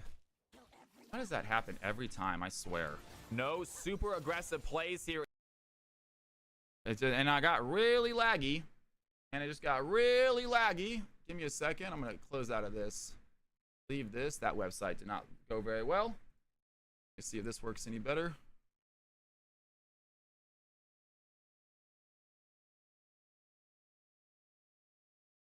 Go. No audio source, audio output destination system. Start. Check. There we go. That looks decent. All right, now we should be good. You're in the early game. We're good. Good CS from Boomclap to start. Not missing a lot of mana. Big Alex, good to have you in the stream, my man. Welcome back. And Gragas and Mundo still fighting each other. Just a little bit of punch face. Nothing too serious on either lane. Still waiting for that first jungle gank. I have to assume it's going to be the Lee Sin with that first gank. He is making his way topside right now. Currently red side pushed under tower. Not an easy gank for him. Now make his way towards the top side. Mundo also under tower, so no good opportunity for Volcanic in the early game. Jax might be able to make his way top. They might meet themselves at the Scuttle Crab. Meanwhile, Fern taking some good damage out of mana. Samurai Jax is going to push this Gragas out of lane. CS a little down, nothing crazy. And Hello World, Vel'Koz still battling each other in the mid lane. Great knock up there by Lucky. Some serious damage onto Silas. Some good poke as well. Vel'Koz having fun here in the mid lane with this melee mid laner he's going against. And just nailing these shots. Lucky on fire against this Silas. Vel'Koz not a bad champion against Silas. Has some good CS. The knock up very beneficial.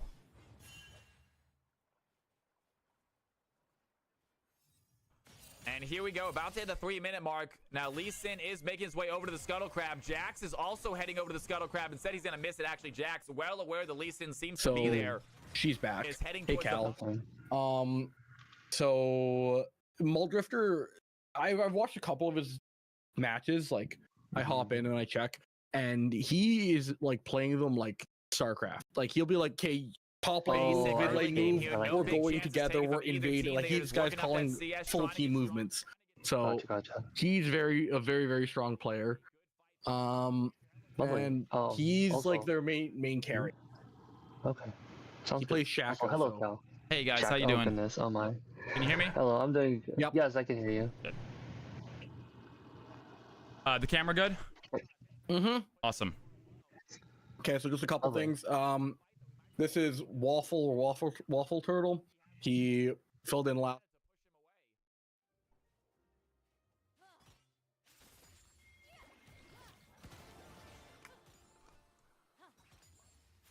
And Jax goes for an odd recall. They are saying in chat, Lee Sin already ahead of him in the CS game, about to pick up his Raptors for a second time.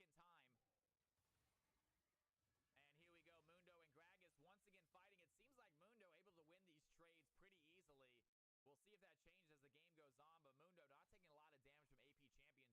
from AP champions usually. I don't think it's going to be the case. And some decent damage there onto the Sona, onto the Jinx. Going to push them away. Bot lane probably thinking about their first back here in a second. And blue team is going to go ahead and take it. Jinx and Sona grab their first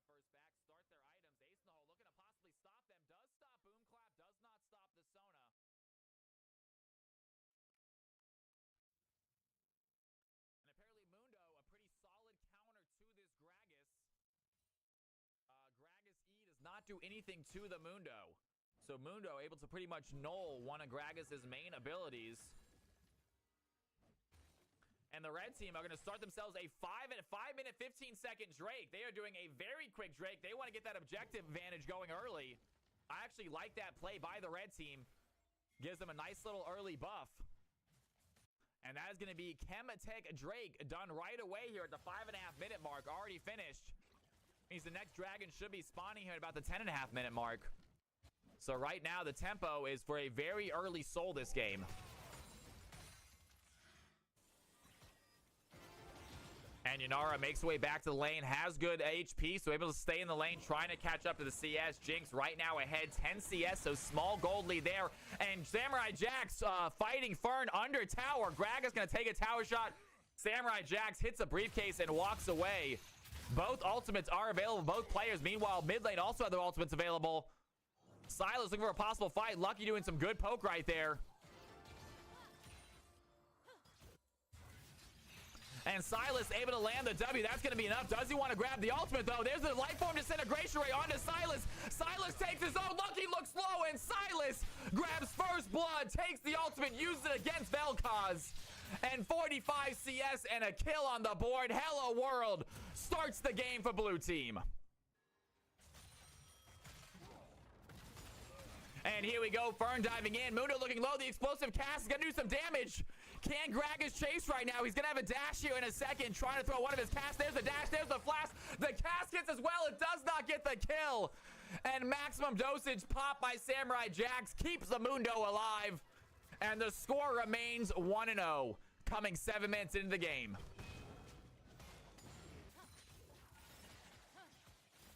Samurai never dies. Mundo survives. 55 CS, looking good. He's going to go in back, grab himself some Giants belts. Even more HP on this super tanky champion, and everyone is now level 6. Both teams with full ultimates, and here we go. A small pause, you guys. No big deal. These happens to the best of us.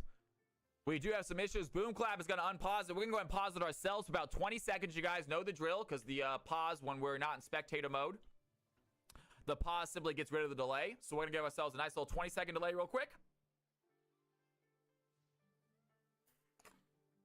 Take a quick look at the state of this game, folks. 12.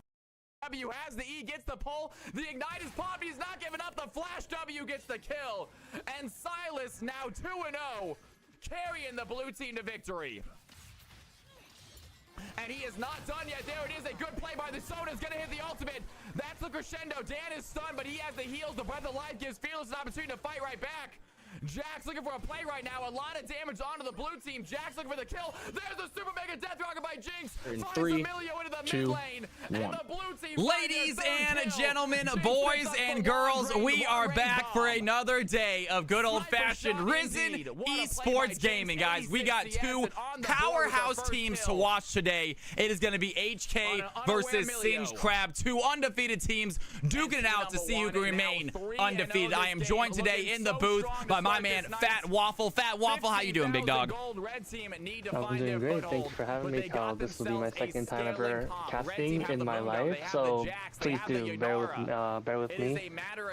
Oh, not at all, man. We're gonna have a great time. I think we're gonna have a great. It's gonna be a great game to watch. So, to make it easy for us. I'm sure some exciting things are about to happen here, and we have some predictions, I believe, live in the Discord, guys. But just in case you're just watching on Twitch, currently the most of the production team is currently saying HK gonna win this all. You can see myself and Fat Turtle along with them, or agreeing with them. HK, a dominating team in Risen so far, and we're going to see if they can't keep that going in this game as we head into the pick ban phase. Has his maximum dosage ready if he needs some health.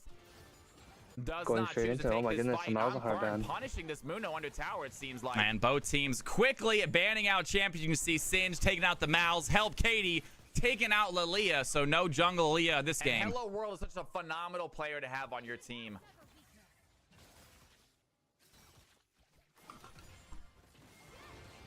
Oh, And they're let's gonna see. go in for a play. Memer does not get knocked Hail up right Katie there. is this team. Okay.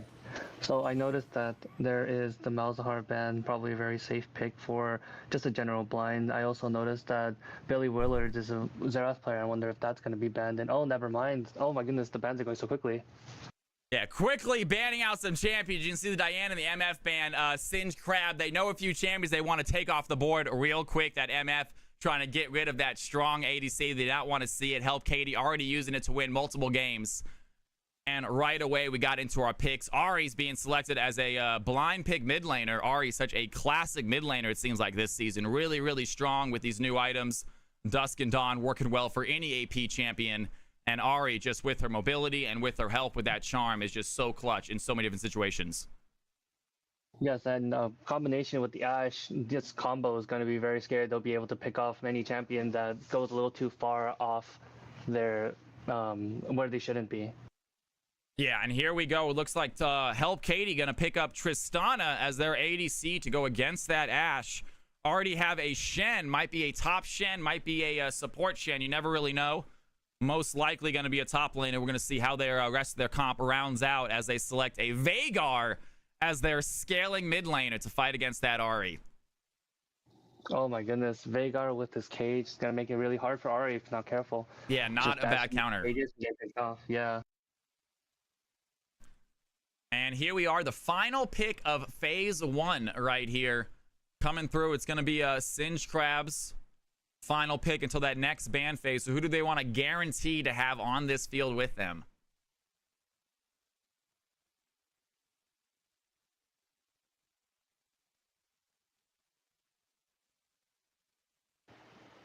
And it looks like Nocturne is going to be that pick. And here we go on to phase 2 of bans. It's going to be Singed Crab starting it out right here with their 4th ban of the game.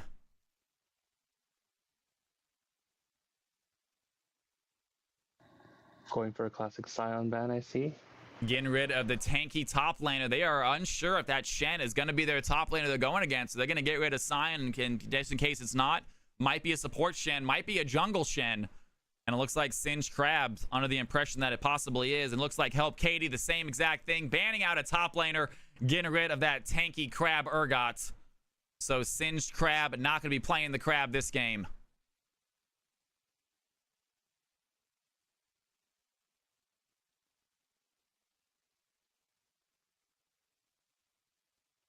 And Mundo. So it looks like Singed Crab banning out 2 very tanky champions right there at the final 2 picks. Mundo and Scion both off the field. You can see Help Katie already with the Shen. Not sure they need another super tank, but obviously Singed Crab Shack not wanting to pick one up. I would say with the comp as is for Singed Crab Shack, it seems to be a very pick comp if they can find somebody that can follow up with the Nocturne. And I guess they will have the Janet to maybe help peel for Ashe when it comes down to it. Absolutely. Just not jumping in. Yeah, for sure. You know, Singed Crab grabbing up that Janna, going to help out right there. A lot of decent CC. Obviously, Janna with her ultimate, Ashe with that arrow. Nocturne has ult as well, plus his Sphere. So, decent amount of CC already coming here from Singed Crab Shack's comp. And then looking back into, oh my goodness, it's a Vel'Koz support. Do you think there's a chance of Veigar support? No, I believe it is going to be a Vel'Koz support. Definitely a much more support-oriented champion, Vel'Koz. Now, Veigar, there is a good comp or good strategy going Veigar support, using that level 2 grabbing cage and really pushing back the enemy team with that cage. It's very difficult to deal with, especially for ADCs that don't have a lot of mobility. Cage is really, really strong against immobile champions, and I think Ashe should clarify it would be into that category. Definitely so, especially since Janet can only really stop them from engaging and maybe push them back with the ultimate and tornado, but can't really do much. And oh my goodness, these top picks though. And it is, and I love the way that Help Katie rounded out their comp with the Ornn. Incredible pick right there. It looks like Singe is going to be selected. I do love a good Singe. He's always played very differently than most top laners with the proxy farm, with the roaming. So we're going to see just how good Singed Crab Shack does with the Singe. Was not able to get the Crab Urgot, but they were able to pick up the first half of their name and grab themselves a Singed. And I'm happy that they got their, it seems, iconic champion based on their name. And I'm excited to see why they decided to go with Singed Crab Shack. Maybe Vino will show us some magic happen. Absolutely. It is going to be a great game. You guys have here on your screen who these players are playing, what team the comps these guys are going. Make your predictions in chat, guys. Who do you think is going to take game number 1? Is it going to be Help Katie continuing with their domination, or can they finally be unthroned by another undefeated team, Singe Crab Shack? It's going to be a wonderful game. Stick around for it, guys. Risen Esports coming up right after this. Here we go. Okay, you're off.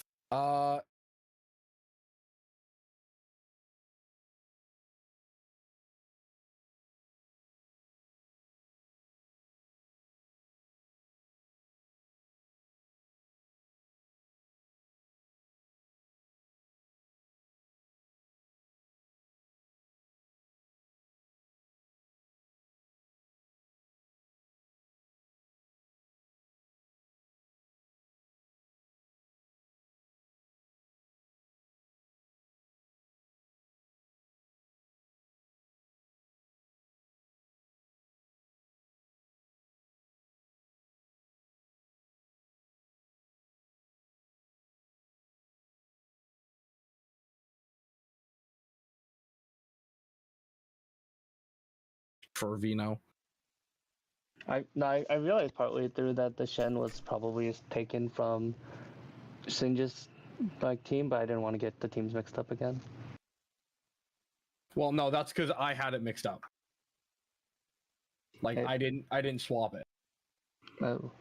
You can make mistakes. No one cares. It's fine. Okay. Like it's not a big deal. Like truly, it is no big deal if you miss a name, something like that. It's fine. This guy has not played Singe in a very long time. Uh-oh. Oh, so it wasn't just like a pocket pick. Yeah. Okay. 228k mastery points. His set is at 260k though, so doesn't seem like a main champion. I need to start the timer. Whoops. 6 minutes 7 seconds. Try to rejoin. My camera seems to be frozen. I'm gonna try to rejoin real quick. Yeah, you got time here because we're just waiting for them here. Camera. There we go. All right. Weird. Yeah, this guy like plays Singed, but not a lot. In 2020. Not recently, at least. Not recently. None this season. Oh, I see. Yeah, I see. Like, okay, the game maybe last month. Very interesting build. Could be hitting on a Smurf, honestly. Oh. Okay. Because Yeah, we still don't show all the Smurf accounts as well. We don't. No, not yet. I have access, but that's a pain in the butt. No, so. I get you. No, that's fine. I mean, that's part of the strats.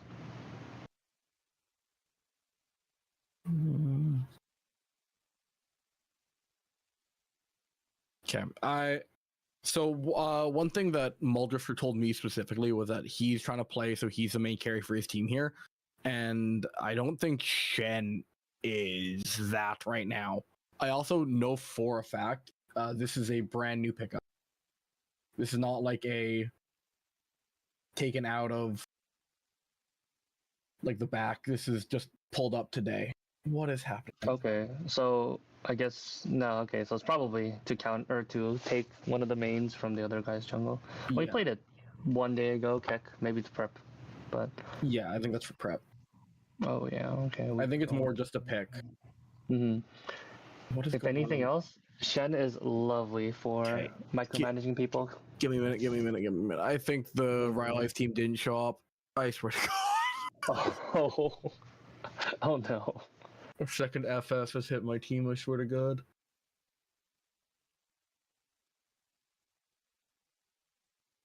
I assume they're good. Let me just double check.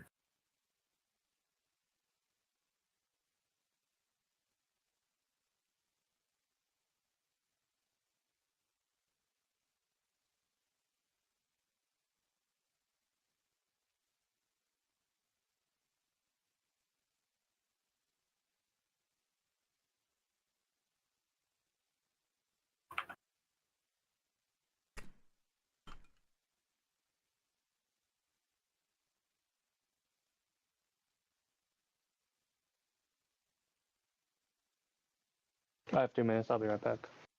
Okay, you have about 2 minutes here.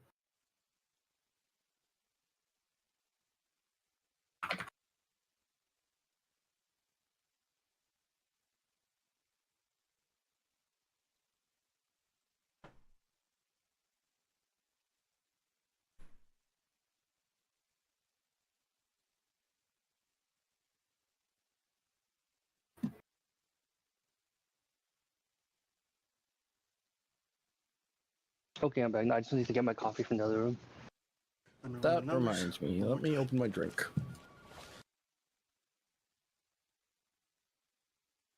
Bro, why can't I... Why did I cut my nails right before this? There we go. It's okay. Just go print the 3D print the can Thank opener you. thing. True. I'm not wrong. Okay, so in Muldrifter's own words, they have been cooking. They have been cooking. All right. They have sick. been cooking. Also, the what I- predictions, what they're I'm- like even. What the fuck? Yep. Damn, and all the predictions are saying fucking HK. Oof. Or at least the stream predictions. Yeah, well, I mean, that's because this Muldrifter guy's part of it, and he's on HK. Hell. I mean, So there's a little bit of bias. just a little. But there's like Miro and Dinosaur. That's like saying the other way around. So Yeah. But that's also because they've played or watched, and they don't think it's winnable. But I've watched wait. SCS, and I don't think it's winnable for SCS. If I'm honest, I think this team is not as good as they seem. I think they have a lot of issues in terms of playing together, Oof. but they'll be fine probably. I think this will probably go 3-game series if I'm honest, but I don't. No, I'm ready for a SCS 2.0 sleep to prove the streamers wrong. Thank you, bro. I'm kidding. Bro hates content. I didn't say this on stream, so there's no streamer curse or nothing. Yeah, there is. It's caster curse. If no, you say it, but if only- you say it, it happens. Only if Doesn't people matter. hear it, though. If chat No? hears it. No. No one will know about it. If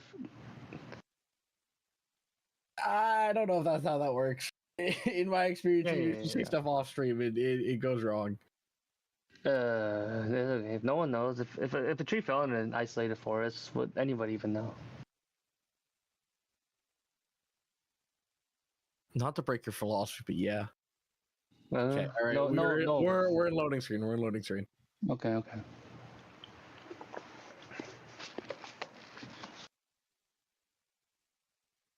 Also, let me guys know if you can hear my keyboard. I got a new one, so I finally retired the MX Blue keyboard. Okay, If all we right. couldn't hear the MX Blue, we were probably. You absolutely could. You're just deaf. All right. Hello? We're about to go in now. We're in game. I'm turning on objective timers and that. Okay. All right. So we're gonna go in game here in 3, 2, 1. Ladies and gentlemen, we are back. Risen Esports game number 1 has officially kicked off. We got ourselves some squads out here on the match. I am joined by my man Waffle, and we got an exciting game number 1 ahead of us. Thank you, Kel. Yes, I'm very excited to see how this Jungle Shen is going to work for Muldrifter, because looking through his history, he's maybe only had 2 games in the past month, and they are both fairly recent games. They were probably cooking for this series in particular, so I wonder how it's going to go. Yeah, it should be a fun one. We are all expecting an HK victory, but I'm excited to see if Singed Crabs can pull out an upset. They definitely have the comp to run away with it. If they get this Singed ahead, if they get this Nocturne ahead, it is hard to stop them from getting kills. For sure. I'm truly expecting SCS to do 4-man dives towards maybe even the bot side to catch people, or maybe even the Veigar off guard because it's more immobile than the Tristana, of course. But either way, I expect a lot of picks and catches coming out from SCS, and then maybe Singe just backdooring, just having a split push for the rest of the game. Yeah, I do love seeing that Veigar. I understand the Veigar pick, especially with the Ahri. It's actually going to work very well against the Singed as well. However, Nocturne, not super bothered by a Veigar because of his spell shield, able to get right through the cage anytime he ults anyway. So Vhagar, no real way of getting the Nocturne off them if he ends up deciding to ult him. So needs to be definitely close enough to so. tower for that. For sure. And Vhagar opted for a teleport instead of any sort of combat spell, maybe even like a barrier that could have helped them in any sort of hard engages that SCS might have done. So we'll see how the Vhagar's positioning will end up being. Yeah, and here it is. It is going to be a River Shen, guys. So surprising everyone, it looks like, except for Singe Crab. They were well aware their top lane had yet to be picked. They banned out 2 more top lanes that final phase, and looked like they were right there because Singe going to be in the river. We have ourselves a first gank going in. Kari has to use Flash to get away from the cage. Great job there. River Shen already making his presence known. And he's going to go over the wall, look for a possible fight. Does not have the range to get the Ahri taunt, though. And he is playing very dangerous in the red team jungle as Singe making his way over here as well. The Vhagar coming to help. It might be a 2v2 fight. Here comes the Singe early game. The charm is going to land. And Moldrifter, they're in trouble. The Singe going to put him right into the poison. And first blood goes to the Singed. Good roam here from the top lane. Vino being a hero. Oh my goodness. Oh my goodness. Vino the hero. I love it. I see that the Shen wanted to invade after maybe the scuffed mid gank, seeing that Nocturne still was on vision for bot side jungle. But oh my goodness, yeah, you're right. No, they were playing with fire. Ahri and Vino were able to catch the Shen immediately and stop him before he did any, illegal activities. Absolutely. Great job there by the Singe. He gets back topside to lose 0 CS as well. And he has a little fight here with the Malphite. Right. Or the Ornn, I'm sorry. Yeah. Malphite Ornn, so similar looking. They all both look like big old rocks to me. Yeah, they're very big, chunky characters that, and as my ADC will say, tanks are broken, and they will both destroy an ADC in a 1v1 somehow. Ain't that the truth? We had ourselves a little hustle, brawl going down here south of Vel'Koz without much mana. Can't do much more damage. And he might have to think about backing. Triss, though, full mana, full health. Definitely looking for a possible fight. Yeah, the SCS bot lane are in a very dangerous situation. They are 1/3, 1/4 HP, and all in from Triss could just be the difference. Yeah, and it's slowed down a little bit since that nice first blood. Neither team really going for much in ganks. Shen, not really a huge early game ganker. Nocturne, obviously, very reliant on that ultimate to get that first gank. So not expecting any early game fights here. Might have to wait for some ultimates to come online. And both teams getting very close to that point. I think it works out well for both junglers considering that fact, right? Since both of them are much more impactful at level 6, they probably want to, other than that early unfortunate failed gank from the Shen, both want to rush level 6 as soon as possible, and oh my goodness. And there we go. They're going to go in. Telmo on the Triss, has the bomb on top of Brigitte. It's not going to do enough damage. Ashe, without barrier, might have been in trouble. She gets away with a sliver of health. That was so close. And yeah, one more auto, maybe a flash auto from the Triss could have gotten that kill, but oh, what am I looking at? And there it is. Ornn in a bad situation. Sin's going to land the root. There the Nocturne as well, looking for the fear. He goes unstoppable. Great job by the Ornn, but the Singe has the flip. Ornn has to use the flash to get back to tower. And they did not get the kill, but they got the flash. Successful gank there by Singe Crab. Oh my goodness, game pause. But yes, I noticed the Nocturne ganking pre-6 was unexpected for me. I always thought that Nocturne would be much more useful and valued more towards getting its ultimate before ganking anywhere. Yeah, he is making something go. Great job there. Not level 6 yet, but was able to hide in the bush to get that range. Needs to hit that fear. That's a big part of his gank. And he was almost able to give it. Great job by Tempo Melon, though. Really good use of Unstoppable to get out of the way, not get feared. And he does have to use the flash, but walks away with his life. And we got ourselves a small tech issue, guys. Little pause happens to the best of us. And we come back. The action is going to continue. But right now, 1-0. Very close game. And in fact, we are going to go to a quick intermission.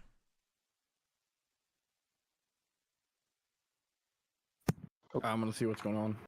Yeah, sorry about that. Thank you. Not see the message quick enough. Yeah.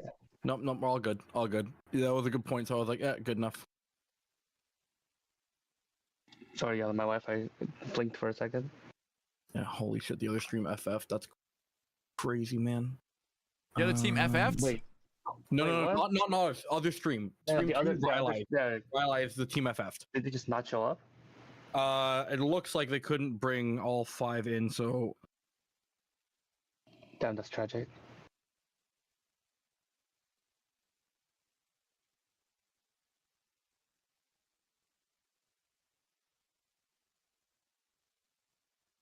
Turtle,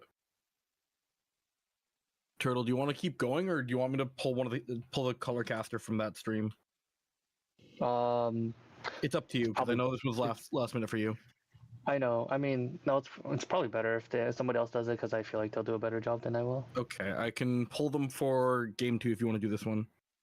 Okay, I'm okay with that. And thank you. Sorry, I know it sounds wishy-washy, but I think you're doing a great job, just so you know, man. Yeah, I think you're appreciate it, pal. fantastic, No. bro. Yeah.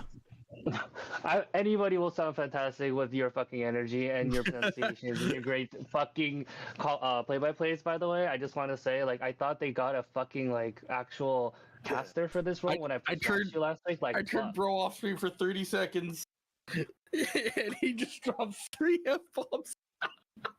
I do my best not to swear on stream. Thank Just you, letting you know. Well, that is very kind, man. Thank you. No, like your energy and like the crispness of like the way you're casting is like actually like next level. Just you need to know this. But anyway. I appreciate that, bro. That's very kind, man. Thank you. So yeah, no, anybody will sound good. That's why I'm extra nervous with you. Oh my god, no, when I did it with Mayo last week, it was way yeah, I was just more comfortable with it. Bro, I was gonna say, is bro about to flame me? Like, No. what We is- did the best we could, but we're both, new to Okay, it. So. where's multi? Oh yeah, by the way, do you know why they paused? Yep, DC. Unlucky. Happens. Who is Vino?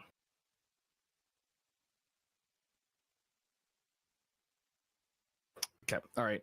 I think I'm having a issue here. Apparently, they've unpaused, and we should be back in shortly. Nice.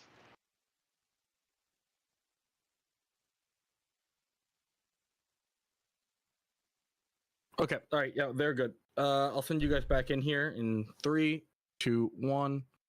And we are back, guys. We apologize about that quick pause, but the action has started right back up again. We are back where we left, and once again, these two teams are going at it, trying to remain undefeated, but only one is going to be successful. Yes, and the pause was due to a DC from a player. Now we're back. Now we're excited. I see that they've started the dragon and just a free dragon for the side of HK, and that brings them back a little bit compared to how it was before with the jungle having the failed gank and the aggressive invade, I will add. Yeah, Ari thought about taking a peek over at that dragon, but had no backup with her jungler still working on that blue buff himself. So no help there by the red team. HK picking up a first free objective here at the 6-minute mark. Still losing that gold lead, though, courtesy of that Singe kill. Definitely, and I don't know if you noticed, but the Singe was already doing Singe things and proxying and then just recalling into or at the blue side of the jungle while leaving a very deep ward for the Nocturne. Absolutely. We have Vhagar here a little bit low on mana and really wants to have mana in lane to stack up those Qs. Does not have teleport available, so probably going to see him try to shove that wave and get a back in here ASAP. While Billy is aware of this and looking for a play, not going to land the charm, but Spirit Rush ready to go if that trigger needs to be pulled. And Nocturne has ulti now, so yeah, anytime they can just pull the trigger and then probably get a pick anywhere, really. And River Shen doing what he can. Obviously, a little behind in CS. About 14 behind, about 3 camps from this Nocturne. Just does not farm as well as Nocturne does. Not a very usual jungle, but can work out here for HK. They see him something up their sleeve as Billy trying to get that first tower plating for himself. And Ari being ahead is just going to be a pain in Vhagar's butt until Vhagar is able to get all the stacks going and be able to just output the raw damage to, prevent the Ari from just dashing in and chunking them out. Yeah, absolutely. Stacking up those stacks for Vhagar, those phenomenal evil stacks, is absolutely so massive. And also having your E on a shorter cooldown. That cage very long in between each cage right now because he's so low level. As he starts to get to level 13, 14, you start to get much less 4 or 5 seconds in between cages. And it becomes a much better tool to use. And Nocturne and Singe almost catching the Ornn out. He has a little cheeky teleport and gets back to Nexus safely. And we are hitting the 8-minute mark. Still 1-0. Blue team with an objective. Red team with a kill. Both teams looking to keep their undefeated streak alive. And there I it wonder is. That's a how- big play. The Vel'Koz has the knockup, has the life from disintegration ray. Does not have the damage, though. Brigade has to use the flash and the barrier to keep themselves alive. And Janna stays safe without using any sums. Nice try by HK. Getting both sums out. Worthwhile alt there by the Vel'Koz. And oh my Ash goodness. very, very low. There it is. A lot of damage. Triss goes in with the buster shot. It's not going to land, but Vel'Koz has the auto attack. The knockup goes wide, and we have Shen with the Stand United coming to join the fight. It looks like Janna under tower alone. Can she survive the blue team without the minions? Cannot continue that dive. And they do get one. Tie up the game 1-1. HK and pick up their first blood. And the aggressive fight from the HK's bot lane just was able to destroy the immobile Ashe and force her to pop both sums. That was incredible, and Janna wasn't really able to help that much more than just shielding. Yeah, Janna couldn't do a whole lot right there. Did not have her ultimate available. And there we go. Ari's going to land the charm. Veigar with a clutch shield, but they're both going to flash over the wall. Do they have enough? A bunch of tower shots onto the Ari. She does not go down. Nocturne might not be so lucky. Veigar at least picks up one. Great play there by the HK mid laner. And Nocturne finally, first blood on the field for him. Yeah, and this is the kind of thing that I was mentioning earlier, how they can just start a pick on the press of a button, but that was a great Veigar shield, and it required the Nocturne to flash over to like secure the CC of the fear and then secure the kill. But yeah, like you mentioned, Nocturne wasn't so lucky, and that was a great play and great flash from Twinkie to make it happen, get a 1-for-1. Yeah, Singe grab barely holding on to this gold lead. The kill lead has evened out. The objective lead still in HK's hands. But you got Singe Crab right now trying to find a way to make this gold lead even bigger. Put it elsewhere on the map. We got ourselves other dragons spawning here shortly, along with Scud or Void Grubs should be coming up shortly for either jungler. We'll see which one grabs it. I'd say Dragon will be a little harder for SCS to contest, considering the bot lane you see Tristana with the BF sword and Ashe with the Retrix. I'd say the money gap will make it a little harder for them to fight over it, but hey, maybe they'll be able to get that pick going with the Ashe arrow and actually do a lot of damage before this Dragon spawns, or before they plan to fight for it. Absolutely, and also pointing out, even though both ADCs still without a kill, you can see the Tristana with a solid 25 CS lead. That is over a kill's worth of gold at least. So Telmo feeling good on the early game. Tristana already a very strong early game ADC, made even better right now by that CS lead that they seem to be picking up. And that gold lead very quickly starting to dwindle here for Singed Crab. And like you mentioned, yeah, Tristana is 750 gold up, and then you can even tell right now just from the items alone that she's going to do a ton of damage if a fight breaks out for it. And Singe continuing to shove these waves and has not proxy farmed this game. A little bit scared. Does find the knockup against Tempo Melon. Ornn has the tankiness to deal with that aggression, though. Easily walks away. Continues to CS. Top lane remains very even this game as we got Singed Crab starting up their first objective. And you got the HK maybe looking to go for the Drake, but we're a little bit too late to the party. And Nocturne picks up an objective for Singed Crab. And we got ourselves a very, very close game here. Enter the 12-minute mark. And I guess it's just SCS proving me wrong. They just played the macro better. They decided to pull the trigger right away and not wait and just sneak it under their nose. I noticed that the Shen was just getting ready for a lane gank in the bush closest to the blue side turret, but I guess no trigger was pulled, and they were able to take the dragon for free. Yeah, Shen's such an interesting jungler in the way that he ganks as well. Really needs that team to start the fight before he gets there. Maybe use that ultimate to dive in as well. But doesn't have a ton of gap close, the Shen. Has himself a nice dash, has the taunt. But unless he already has a relatively close distance, cannot really start the fight off himself. And as we say that, Vel'Koz and Triss going to shove that Ashe and Janna out of the lane, force them a reset. And that CS lead getting bigger for the Trist. Oh, goodness. Yeah. Oh, goodness. Is that a 1,100 gold lead I see? And it looks like it. Triss already with a 1,000 gold lead over her other ADC. So great job by HK trying to win this game off of attrition alone. Not playing the aggression play, just slowly whittling it down. And they're going to actually take that gold lead now, a 400 gold lead for them. So not flashy plays here by HK, but they are slowly getting the objectives, farming correctly, picking right fights. And you can see in the gold lead and their kills, it's looking good. And it's going to be somewhat devastating for SCS if they don't find an answer to this Tristana, because they're not playing a particularly tanky comp, and Tristana is just going to just out damage them really and then melt them in any 5v5. Absolutely. A nice little trade there from the mid laners. Ari's playing very well against this Veigar. Obviously has the early game advantage.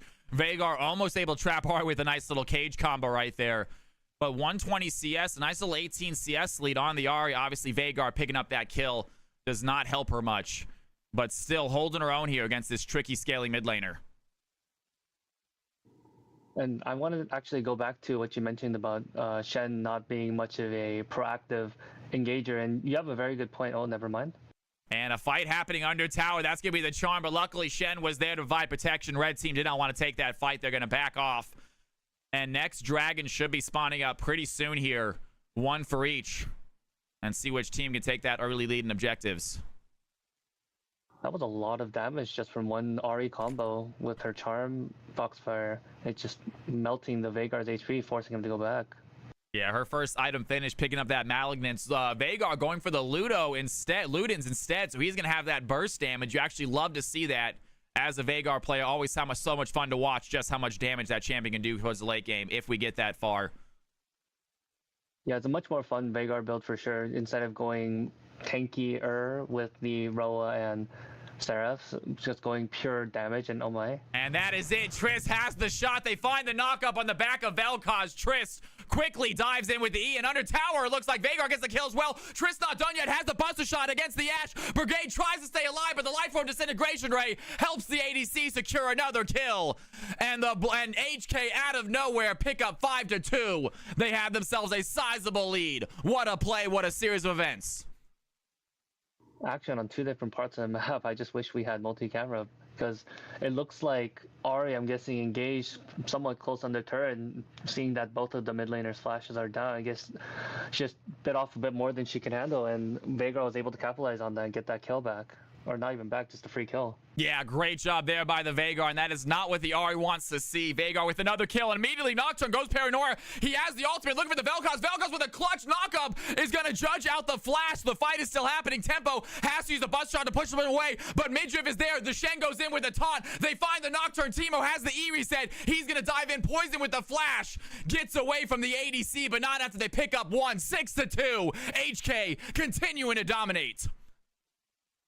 And that was a very interesting fight engage from the Nocturne. I did not, after stopping the Shen's back, I didn't expect him to just ult towards them and start a fight, just to pick right there. And then they ended up being, what, 2v3, and just, again, taking or biting off more than they can handle. SCS is a very aggressive, seems to be a very aggressive team, but they seem to be picking fights that don't ultimately end up in their favor. And here we go. The call of the Forge God. Ornn wants to start a fight, but it looks like Singe has some help. Janna coming topside. And Tempo, not trying to take a 2v1, is going to back off that fight. And you're absolutely right about that last play. That Nocturne, ultra aggressive right there with the ultimate. It looks like HK able to quickly turn the tables on him, get the kill themselves. And now they have themselves a good lead heading into this mid game, trying to take some towers. And yeah, SCS is just having, the Goldie is just going to get bigger and bigger, and especially with the scaling Veigar, it's going to be rough if they can't figure out a game plan to handle this team or get some picks with their comp. And here we go. You got HK working on their second Drake of the game. Without tower, hard to do. Good charm there by the Veigar. He's going to land the stun. That he gets charmed, so cannot get the damage in quickly. Ari able to get out of range. And Twinkie on the Veigar starting to get pretty strong here. 134 CS. Those cages, those W's starting to hit. You're right, yeah. He might be down a bit of CS, 20 CS or so, but he has the kills, he has damage, he has the stacks, and it's only just going to get scarier from here. And they really need to be able to stop this Veigar from farming more. Yeah, absolutely. And the production crew showing off 125 stacks already. So not bad stacks here on the Veigar at 17 minutes. Nothing out of this world, but still looking good. 2-1, obviously helping out his team. And he's only going to get bigger as the game goes on. The rest of his team, Tristana, not the highest scaling ADC, but obviously the Ornn really helps out with any fall-off champions with those extra item buffs. That's true. HK just has a magnificent late game, and the early game they're doing really well, getting closer and closer to probably a much unkillable state, really. Yeah, absolutely. And here we go. Ornn going to shove the Singed out of lane. He's starting to win these trades. Still even CS topside, and Singed, even with that one kill lead, but Ornn has that item and he has already upgraded it. So he finds himself a little bit stronger in these 1v1s as Triss quickly takes down a tower like it's nothing. Janna has to sit there and watch. And now a 4K gold lead for HK, starting to run away with it here heading into 20 minutes. And yeah, the upgraded Hollow Radiance is just so much value, considering that their money is mostly towards the top side from SCS, and people who do damage to Nocturne and Ashe aren't really that relevant at the moment. So Hollow Radiance is just going to be a big pain for Singe's Crab. And also, I noticed that the Singe isn't really doing much of the proxying that we were mentioning before, that we're worried about. It's bread and butter. Yeah, absolutely. As we go on, and Twinkie has the cage. Can he find the Ahri? There's a lot of damage, and Ahri lands the charm. Going to stop that play. Immediately throws in the Spirit Rush as well. And Veigar without ultimate, he has a little bit of trouble. Billy Ward trying to find the kill. Does not have any Spirit Rush left. Gets another charm, though. And it looks like Shen, I believe, is going to use the Stand United to join the fight just in time. And that's it. Shen comes in to save the day. Down goes the Ahri. Another fight topside. Ornn has the ball in the call of the Forge God. Looking for the knock-up. Nocturne and Singe are going to scatter to avoid the ultimate. And HK pick up another one as the Ornn survives topside, and they are looking great as they head over to objectives. What a series of events that happened in that bot lane. My goodness, the Ashe sniping from River, goodness, that is actually like pinpoint accuracy. And it was really unfortunate for Billy Ward because the Stand United came in fog of war, so they just assumed that a charm would be enough. They did not expect the full Shen with the full shield to be able to just coming through and saving the Veigar, and this is why I love Shen so much. Yeah, great play by the River Shen right there. Incredible play by the Ashe. So close to taking down that fed Veigar, but he lives to fight another day. And HK sitting on a 4K gold lead as they look at a possible Rift Herald. Or, I'm sorry, Baron has spawns. Possible Baron. And Nocturne grabs the Scuttle Crab, so a little bit bonus there for the red team. Extra vision, extra speed as Vel'Koz takes down the vision, and they are setting up for a Baron fight. Neither team want to go for a straight-up Baron play right here with the team members alive. No one can win a 5v5 battle that easily yet, so need to find some kills. Yeah, you make an excellent point. That Scuttle Crab was very crucial, so they can't sneak it under their noses, and they will have to be a bit more sneaky if they do want to get that Baron at the moment. But that it's getting scary and scarier for SCS. They almost had the Veigar, almost shut him down, but in fact ultimately just giving him another kill. And here we go. Nocturne going to use the Paranoia. They have themselves a fight. Immediately jump on the Vel'Koz. He's going to flash away, though. And the blue team, they want to turn the table. The charm is going to land on Vel'Koz. Shen's going to dive into Stand United. But Ahri has the Spirit Rush. She gets the kill. And it looks like Telmo in trouble as well. Big shutdown for the red team mid laner. She picks up 2, 7, and 4. Singe Crab with a great fight right there. May have some hope. And this is what I'm talking about. This is the type of plays that SCS must do in order to come back to this game. They tried the Ashe share of the Enchanted Crystal Arrow, missed, that's fine. They used the Nocturne's Paranoia, and they were able to go in and like start a fight, pick a fight, and then Tristana somehow just ending up in the middle of all of Singe's Crab Shack as a visitor, as a tenant, or as a patron to the restaurant, and I guess she was just at home. I love that, guys.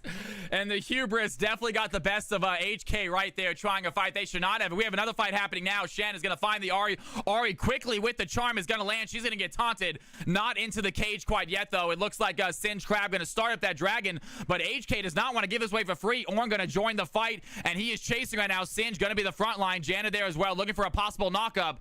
They do have ultimates available. You got Tempo Melon, though, as the front line for HK. That's going to be enough. And Shin picks up the Drake as the cage goes down, stops the Ashe from escaping, and they are not done with the fight. The call of the Forge God lands a knock-up onto Janna. She's now trying to run away. Shen has the flash plus the taunt. The life form disintegration ray helps secure the kill. And HK picks up a dragon, picks up some kills, and absolutely demolishes the 22-minute dragon fight. And oh my goodness, SCS valiant efforts. They definitely tried. They had to have tried for this dragon. It was a crucial dragon. Now that HK being on Soul Point, it's going to be very scary for them. Even more nerve-wracking and more pressure onto them to make sure that they don't get to this Hextech Soul. But the fight ended up being very unfortunate. It's just not towards SCS's strength to try in a 5v5 like that. They either had to get a pick and start Dragon, or perhaps get them lower, start a pick, turn the Dragon fight faster, because they did get it down to half HP and ultimately just ended up giving the Dragon to HK because they just ran. They weren't able to do much else. But I will say, Brinicus, a valiant effort. Flash didn't try to go for that 50-50, but Muldrifter was a little bit better on that side.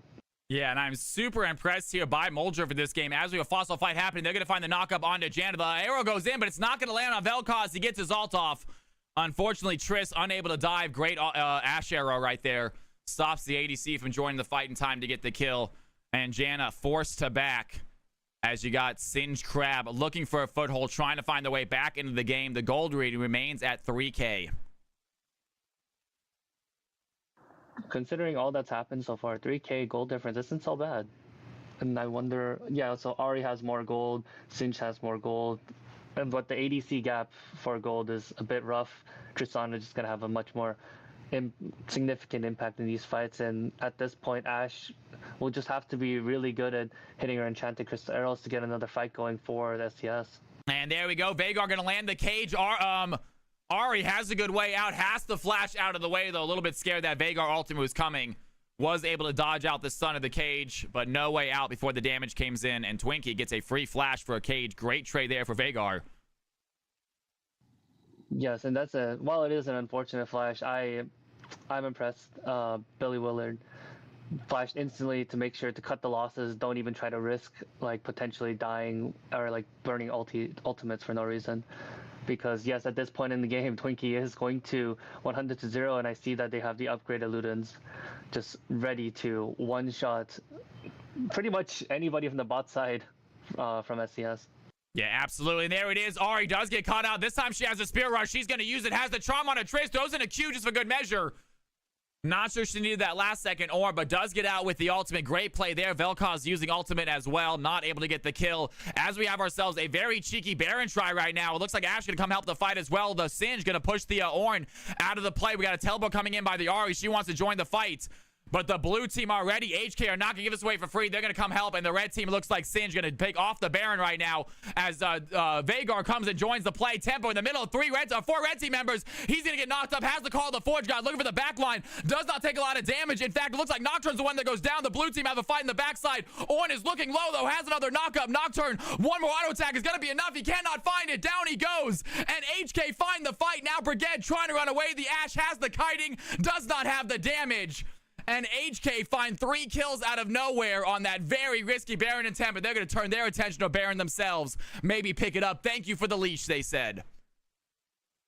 That was, again, so a little bit unfortunate for, a lot unfortunate for SCS, because they made the right move. They started the Baron when noticing that there was 2 members in the bot lane, and they were able to start it. They were able to zone the Ornn. They were able to chunk Shen, but ultimately, I think it boils down to team comp, and SCS just doesn't have a good enough comp, nor a strong enough ADC that can penetrate through this Ornn's upgraded Hollow Radiance to kill him. And correct me if I'm wrong, but I think I noticed a Stand United coming through towards the end, or at some point, to again save another member of HK's team and just change the fight. That Ornn being able to get his ultimate through I was surprised. I thought it was going to be CC to the end. And Billy going for a fight right now, looking for Vel'Koz, able to dodge it out. Spirit Rush is used. Has some players here to help out as well. Muldrifter maybe coming to join the fight.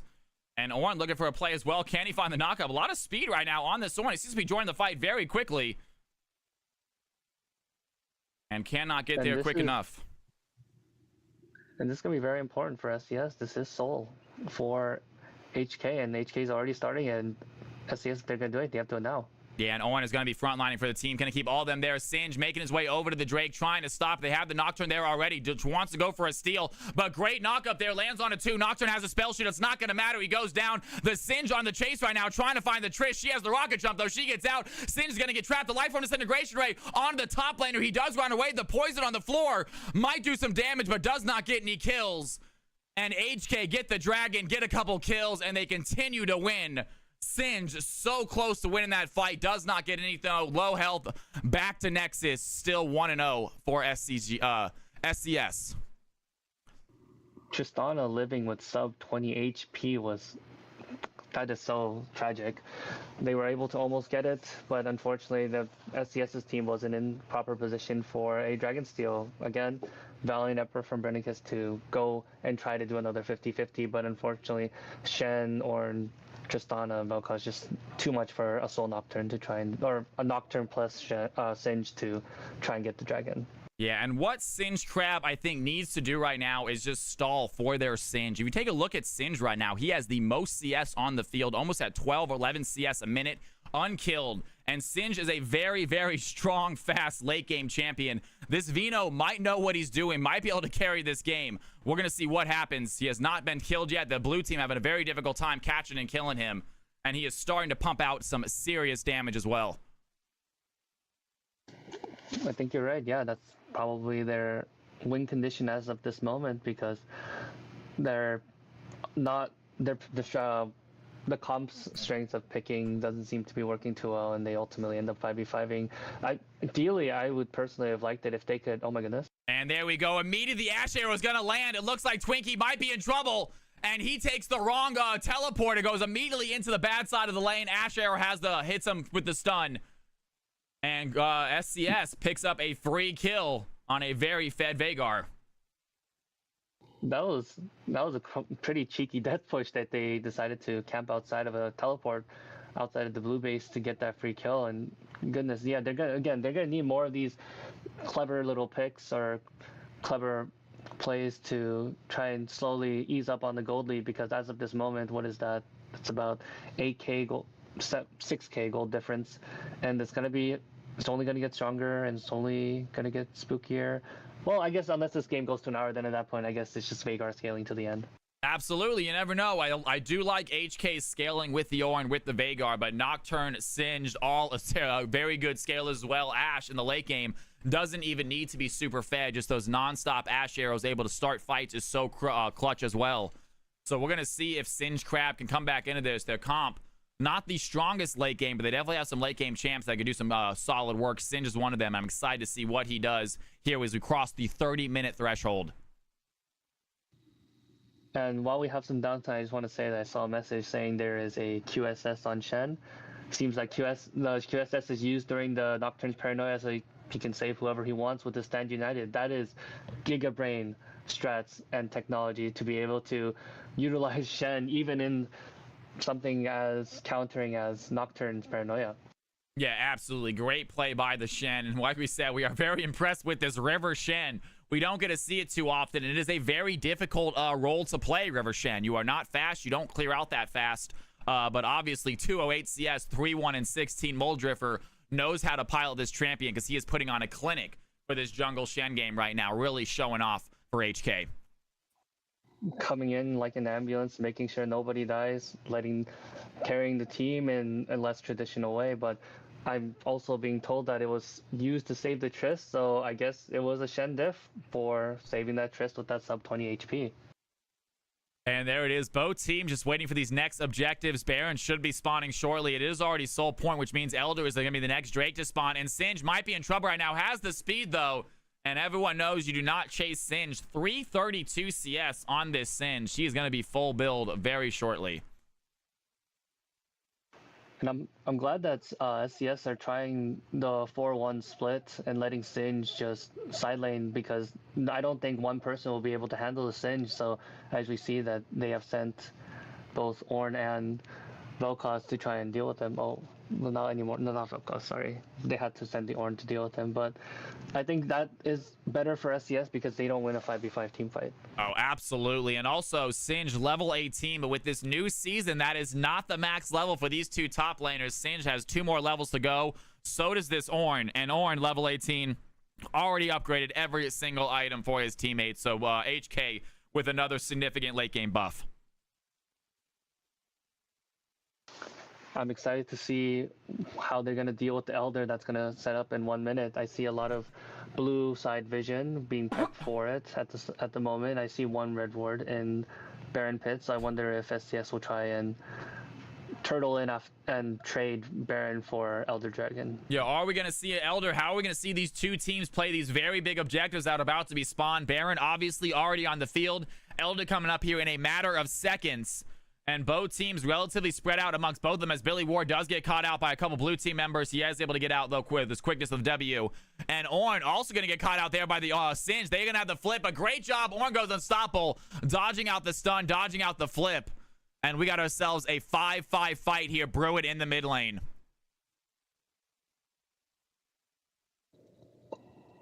I'm just anxious Man. to see who's going to pull the trigger and how the other side is going to react, or if they're both going to try and start a fight at the same time. I mean, the possibilities are kind of endless. We all assume it is coming. Here comes the Elder, has just spawned. I do believe the Elder is about to be here in the pit in a second. It is there, and Billy Ward going to use his TP to join the fight again. Does not want to see that Elder be taken without him there.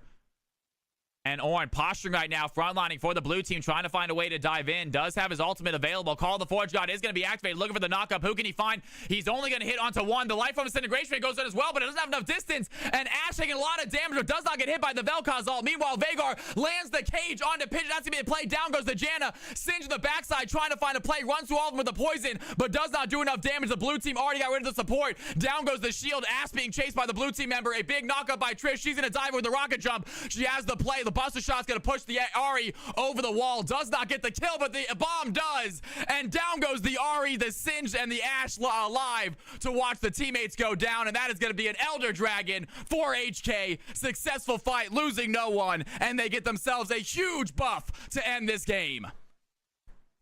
And that was an incredible engage coming from Tempo Mela and using Called Forge God and just dashing into the blue camp's wall to capture the Ash for sure, and just starting the fight magnificently. I'm in awe. That was a wonderful engage. I mean, they did get some poked down, but now that was like the trigger that needed to be pulled, and SCS wasn't ready for it, and they weren't able to capitalize any sort of fight on their own. And I guess they're rewarded for such effort by getting the Elder and the Baron. Yeah, Ornn just able to dive into 4 of them, even without much backup, was able to survive that entire fight. Blue team almost getting themselves an ace, but getting themselves 2 massive objectives, a Baron and an Elder at the same time at the 35-minute mark. HK most likely looking to end the game right here in the next 4 minutes. Let's see what they can do. SCS is just going to have to hunker down and effectively not be able to leave their base. If any of them gets picked, like you said, they're just going to push for the end. They're walking a very thin line, trying to pushing out these waves and making sure they just don't get caught and lose the game.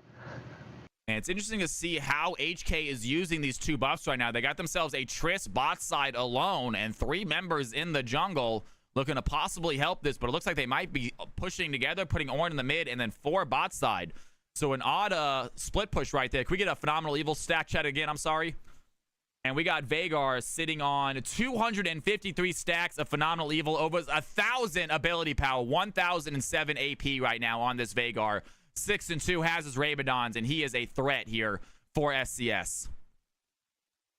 An Enchanted Crystal Arrow going out to see if they can get a pick, but unfortunately not hitting a valuable target, and even if they did, it's be pretty hard to just engage on them right there. Yeah, very difficult. You can see that Elder coming into play, and there Ornn is. He's going to go in for the fight. Has the call of the Forge guys looking for Ash, and he's going to take a one-on-one with the ADC under tower. And he's going to continue to take tower shots as he finishes that play. And here we go. HK looking to end right now with the Baron. They're going to suffocate this red team. They have 2 full waves with them. Inhibitors are going down quickly. Meanwhile, Singe actually is going to grab that mid wave, stop that from going in, but he cannot be with his team, that means. And they get themselves a tower. Singe is going to TP to the fight. Can he make a difference? The Nocturne's going to use the paranoia as well. Maybe help out. Singe gets knocked up, has a little bit of a trouble. The Veigar's going to throw in the cage, though. Big cage by the Veigar's going to stop the red team. And they're going to try to find a way to dive in. The Singe does not go down, but neither do the blue team. They still have a wave. They still have the damage. The towers are no more. And the Nexus is soon to follow. HK picks up game number 1.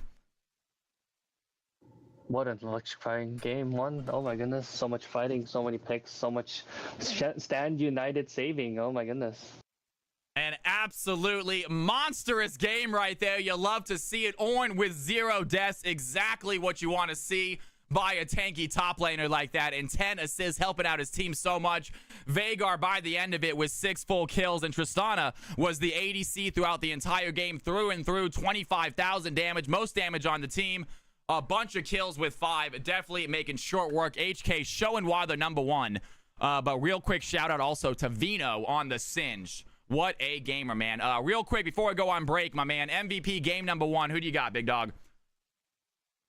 For me, I mean, I'm biased. I want to give it to Shen, but actually towards the more and more I watch, I want to give it to Tempo Melon for being able to start the engages, follow through, and that 1v1 at the end with the Ashe. Tanks are so broken, if I'm quoting my ADC. That Shen is not a bad pick. It was so much fun to watch. I absolutely love it. I was a big fan of Ornn myself. We will have full match MVPs coming up after this. And ladies and gentlemen, incredible game number 1. Stick around. We got game number 2 coming up. HK trying to close it out. SCS trying to force that game 3. Be right back.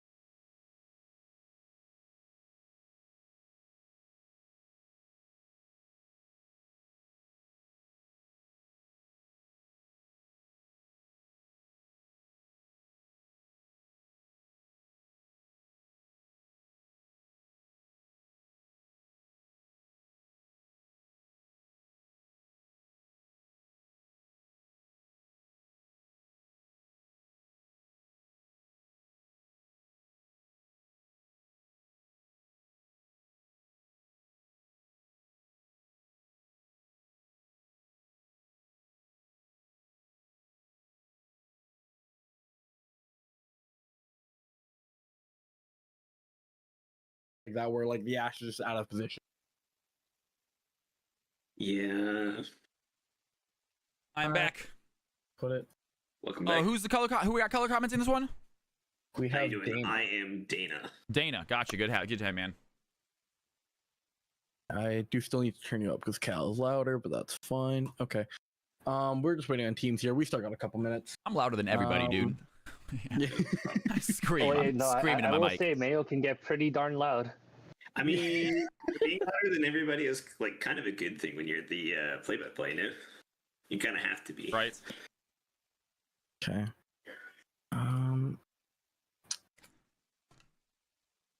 That's weird. Yeah, we got a couple minutes here. If you guys need water or anything like Cool. that, because yeah, we're still waiting. Can you get me into the lobby? Because I like having the game up. Absolutely. Can you just add MAYAOTAK NA1, Sure. and I will just invite you.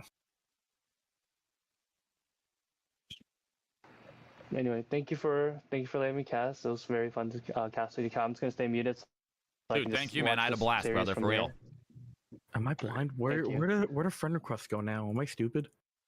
It should come up with a thing just above the like social tab. Since your Just since I'm in there,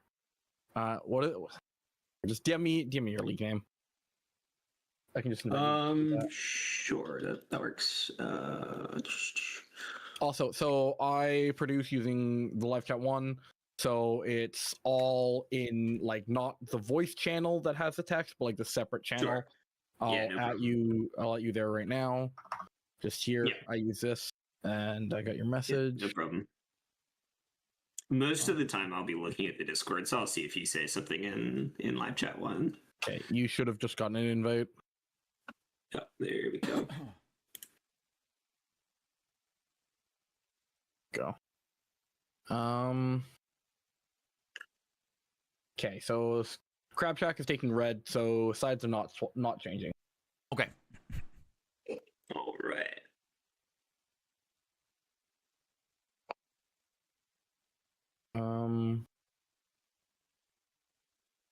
With a minute or two here, and then we should be back in.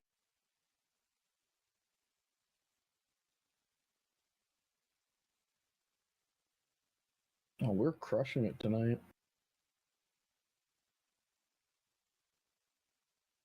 Yeah, Riley's had an unfortunate happenstance. I think this is the third Riley's FF this week or something. Yeah, it's especially tragic because we like had the stream up. We were prepping for production and everything, Yeah. and then we got all the way to the point where they're like, "Okay, time to start drafting." They're like, "Yeah, one of our players isn't coming." Oh, That is well, so do you want sad. to try to find like an e-sub? And they were like, "No." Yeah. I was like, "Okay, All right. all right." Yeah, I suddenly have access to every channel, and I'm just seeing FF. We can't make it this week, guys. FF, and I'm like, oh no. Yeah, that's tough. Yeah. I mean, it wouldn't be so bad if they said so, like in advance. So we did all the prep and everything, and had the stream running. It's like so awkward to have like 20 people sitting in the Twitch chat and to be like, "Yeah, guys, it's not happening tonight." What Sorry, team gotta what team play was it? TRH versus CIH? No, that was a mistake. It was Scam Forever versus No Quarter Pounder. It was the streams match Really? for today. So yeah. like And No the Quarter Pounder FF'd. yeah, I are they out of the playoffs anyway? I think they are now.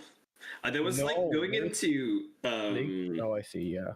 going into today, there was like a huge tie. Or like going Yeah. into this week, there was a huge tie for like second place. Or third place, I guess. Yeah, because I was gonna say if it's TRH versus CIH, I understand because they are locked out of playoffs. Both Yeah. 9 and 10th. I was like, yeah, okay. That is an unfortunate. Like at the start of the season, you pick people to stream, and then you're playing for last place. Yeah. So-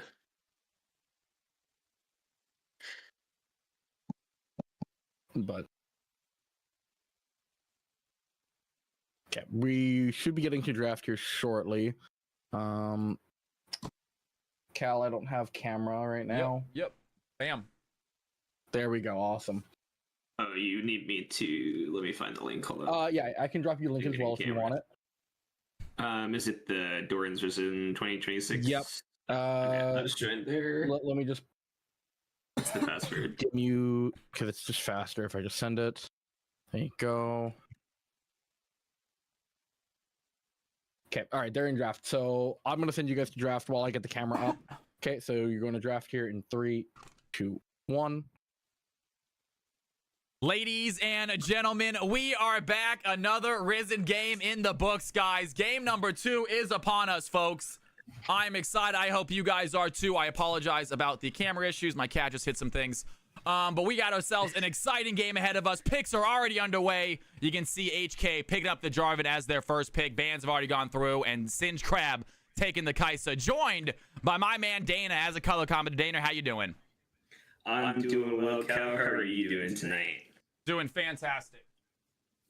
All right, it looks like we got another exciting one. We had an exciting game 1. I did only join watching halfway through for that one, but it was a pretty exciting game. I do like we started off here already. J4 first pick. I like first picking our jungler on blue side, just going for one of the really powerful picks on the current patch. And on the other side, we've gone for Kai'Sa's and Zhao. I like how together these characters go forwards. Absolutely, and here we got Sivir and Victor being selected here by team number 1. We're getting the camera issues fixed out right now, guys. And Singe Crab taking the Kaisa and the Shin. Yeah, we're moving all over the stream. Oh, I'm in the box partially. There we go. All right. Okay, so I like where Help Katie has gone with this already. We've got some more scaling, kind of like last game. We've gone for scaling, and team fight power, right, is the name of the game for this one, right? Sivir, Victor, big team fight ability. We've got Hui in the mid lane here for Singe Crab Shack.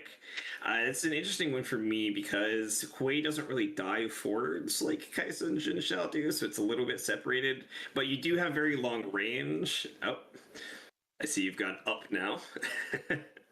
Yeah, what's up? They're going to get it worked out by. So I am very, very excited to see this Wei versus Victor matchup. I think it's going to be a good one. Wei is one of my all-time favorite mid laners. Victor, a tough matchup for him with that really fast Victor's E. Very, very quick ability, very difficult ability to dodge. So we're going to see how he deals with that. But it is going to be an exciting one to watch. Always fun to watch Wei with his 10 different abilities. See what they can do. Okay, we've got the Pike. That's an exciting pick, I would say. Well, that's throwing down the gauntlet, I would say. And Botlane, you said, we are going to kill you. We want your blood. So it looks like Singe Crab picking up the Pike and Kaisa combo as the bot lane. Very aggressive. We'll see what they can do with it. I like it. The other side looks like we're considering Camille. Yeah. Okay, yeah. Yeah, it's more lockdown. Oh, and we've gone for Malphite. That's interesting. I assume if that's not a mislock, that's actually Camille support. I'll be interested to see how that one plays out, as that's a little bit of a surprising collection of picks to me personally. Yeah, it's going to be interesting. Camille and the Malphite. So it looks like it's going to be a Malphite as a support, I'm guessing, unless they decide to put the Jarvan as support, which I have seen before. Yeah, that's also possible. I mean, the most likely answer I would say is that Camille's support. It was very strong in the previous season. I haven't seen it so much these days, but I don't know. It looks like we've got Cho'Gath for the top lane to round out Singe Crab Shack's composition. So predictions I'm not a on huge predictions. fan of that either. Who do you guys think Camille is going to play? Yeah. Camille, a possible mid lane, a possible support, possible top laner. We're going to see what she ends up being. Yeah, see, that's the thing. I think that there are 4 characters that could be support this game. Is kind of the interesting way. You could see Malphite, maybe you could see Camille, you could even see Victor. I mean, I've seen it. It's not my favorite pick in the world, but people do play it sometimes. And, you know, like you mentioned, the J4, that definitely could be support still. So, yeah, I don't know. Really hard to say for sure who actually is going where. We'll have to see. Absolutely. And ladies and gentlemen, we got an exciting game number 2 in the books. Take a look at your screen, see what champions these teams are playing. Let us know who you think is going to win game number 2. Is Singe Crab going to force that infamous game 3, or is HK going to secure their undefeated victory right here, right now? Coming back after this.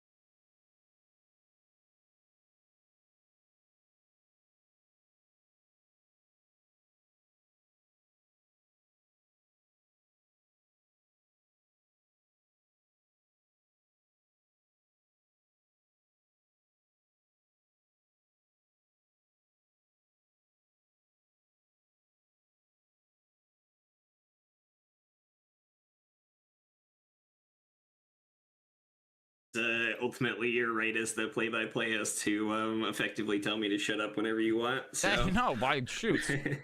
Speaking of, by like when I am doing my play-by-play, there's a pretty obvious like ending. So I told the other guy too. It's like, and blue team takes the lead. You know, there's a pretty obvious ending to when I'm done, and you can like cut in as soon as the fight's over. Sure, I got you. Yeah, and if ever I'm talking about something and a fight is coming up, the lead up is I'll say, oh, and XYZ is happening here, something like that. If I'm trying to pass it off to you. And it's all good, man. It's all for fun. I haven't had a problem yet with any color comments, or I'm sure we're gonna have a good time. Yeah, I'm sure. Yeah, I like the energy. Your highs are very high, I feel. Yeah, yeah, It's definitely awesome. scream and shout, man.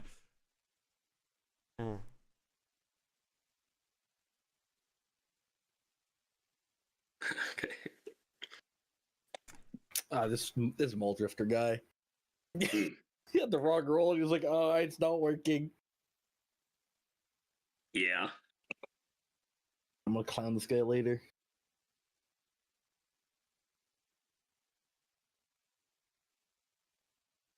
Okay, got about 2 minutes here. Love it. Probably closer to 3 if I'm honest. All good. But yeah, they're now in-game pick, lobby pick ban. I'll let you guys know where these are going. But Iska is generally speaking a top laner, so likely Camille or Malphite. Yeah, I know Muldrifter's his like most played champion is J4, so I would assume that that's him playing. J4. Yeah, he told me that like that is his competitive like A1. That's his. Yeah, it's mine too. Yeah, And so you can't really go wrong with J4. it is Camille support. It is Camille support. Yes, you're right, man. Good for you. Shoot. Yeah, no, Nice. I felt like the most likely thing to me, but you never know. Like I said, really any of those characters could have been support, so who knows?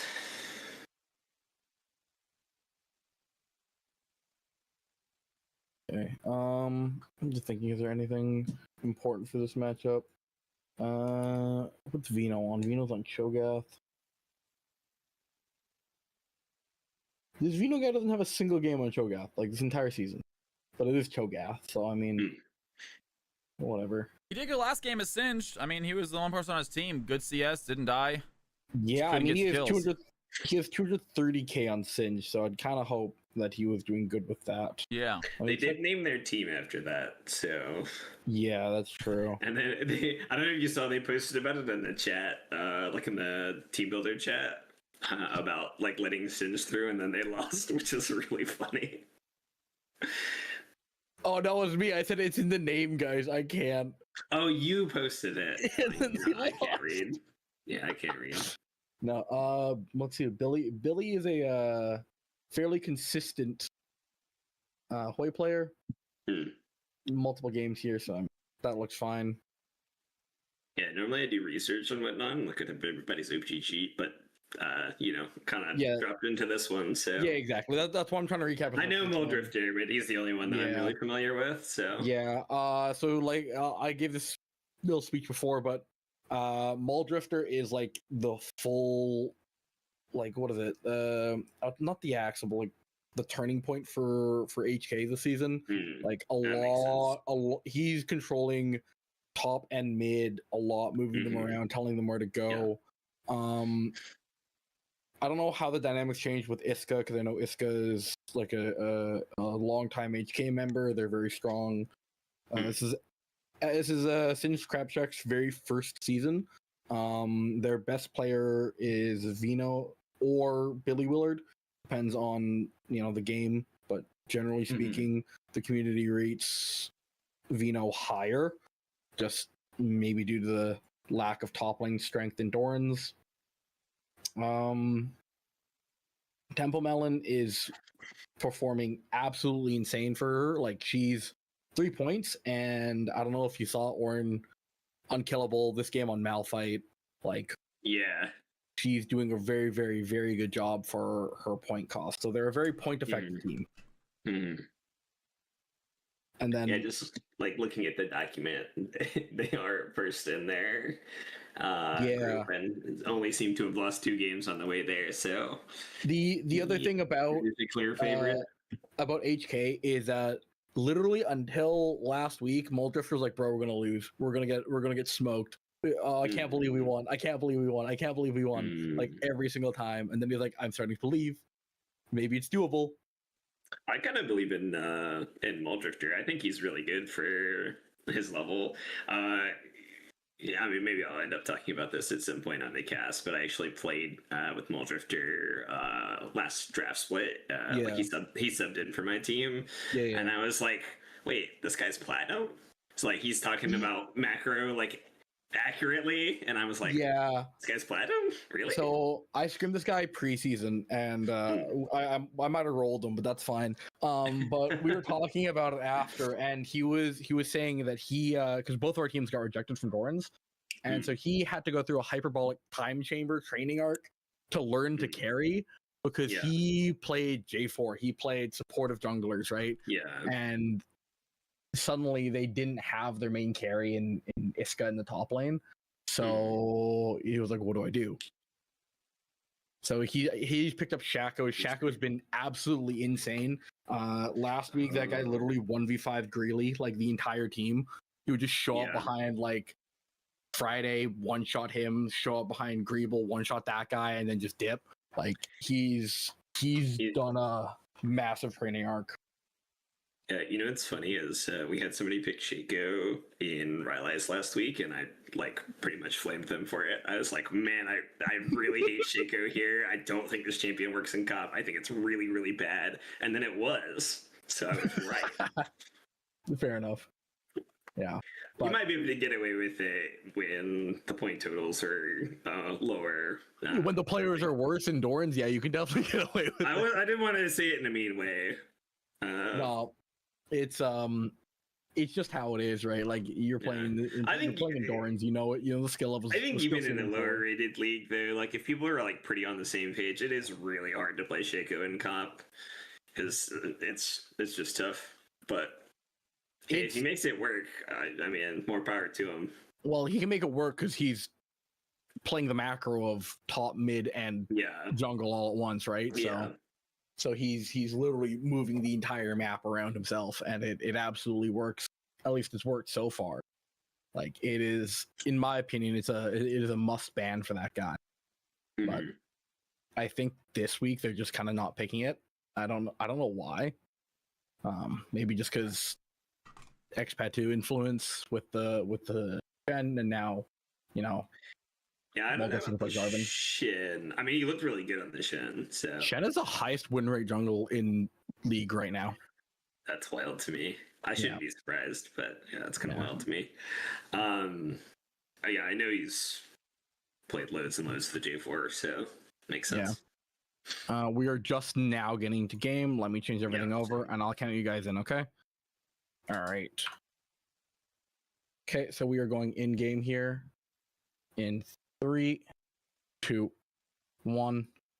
Ladies and gentlemen, we are back. Game number 2 of this epic matchup is upon us. HK versus SCS, trying to battle it out, trying to remain undefeated. HK able to walk away with game number 1. SCS want their revenge. Joined today by Dana as a color commenter. Dana, you ready for this wonderful game? I'm excited for it. I'm really interested to see how this plays out. There's a really strong level 1. And as we say that right away, going to use the Ignite on Pyke. He has to go back to the tower. Quick reset for the Pyke. And Sivir and Camille making this unorthodox bot lane work early. Yeah, so this is exactly what you're looking for when you're playing Camille support. Your level 1 and your level 2 are so strong that you outtrade most characters in the game, and you saw it there. This is actually kind of a disaster because of the changes for the new season. You'll see Pyke's going to miss half at least of this full first wave, so he's going to be down on experience, and I'm honestly a little surprised that they didn't play harder to zone the Kai'Sa off of that wave more. Might be a missed opportunity for them. Yeah, Kai'Sa being able to stay in lane, kind of a double-edged sword, because they do stop Pyke from getting that XP, but Kai'Sa getting double XP without her support there. Has that earlier level 2 now. Yeah, ultimately, I don't think that will make a huge difference. We'll see if that plays out. I think they'll definitely be happy pushing the Pyke out of lane, but we'll see whether or not that can lead to anything. Now, as I say that, you can see the Camille and the Sivir just have that CS advantage to grab level 2 first. Kai'Sa does get her advantage over Pyke, but still behind in lane to this very aggressive early game Sivir.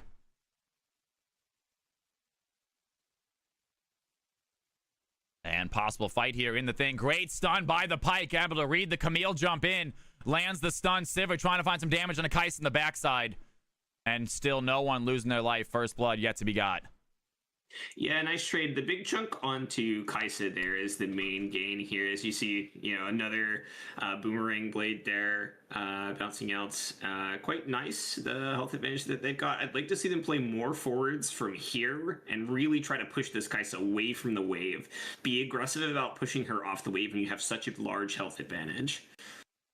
Yeah, and obviously Kai'Sa has to play very safe right now. Playing the Ashe last game also had to play a little bit safe. Had that early game advantage aggression by HK, and they seem to be continuing that trend. Nice little CS lead also early game from the Sivir, about a wave up right now.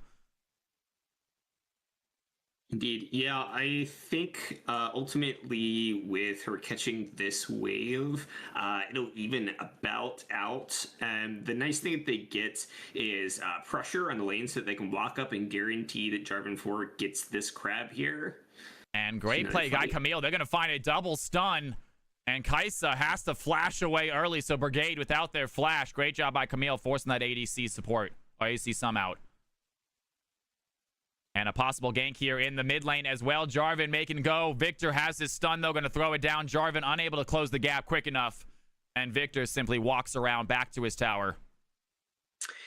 Yeah, we did see them secure the Skittle Crab in the bottom lane. I'm a little surprised we didn't see J4 immediately cross over to try to get the Skittle Crab on top lane. It was we just saw Zinshell on the red side secure it. And a little bit late, a little bit of punch face here. Top side, Malphite looking low. Cho'Gath wants to get the kill. I think he's going to die himself. He knows him, and Jarvan comes at the right time, finishes off the Cho'Gath. Malphite survives, and first blood goes to HK.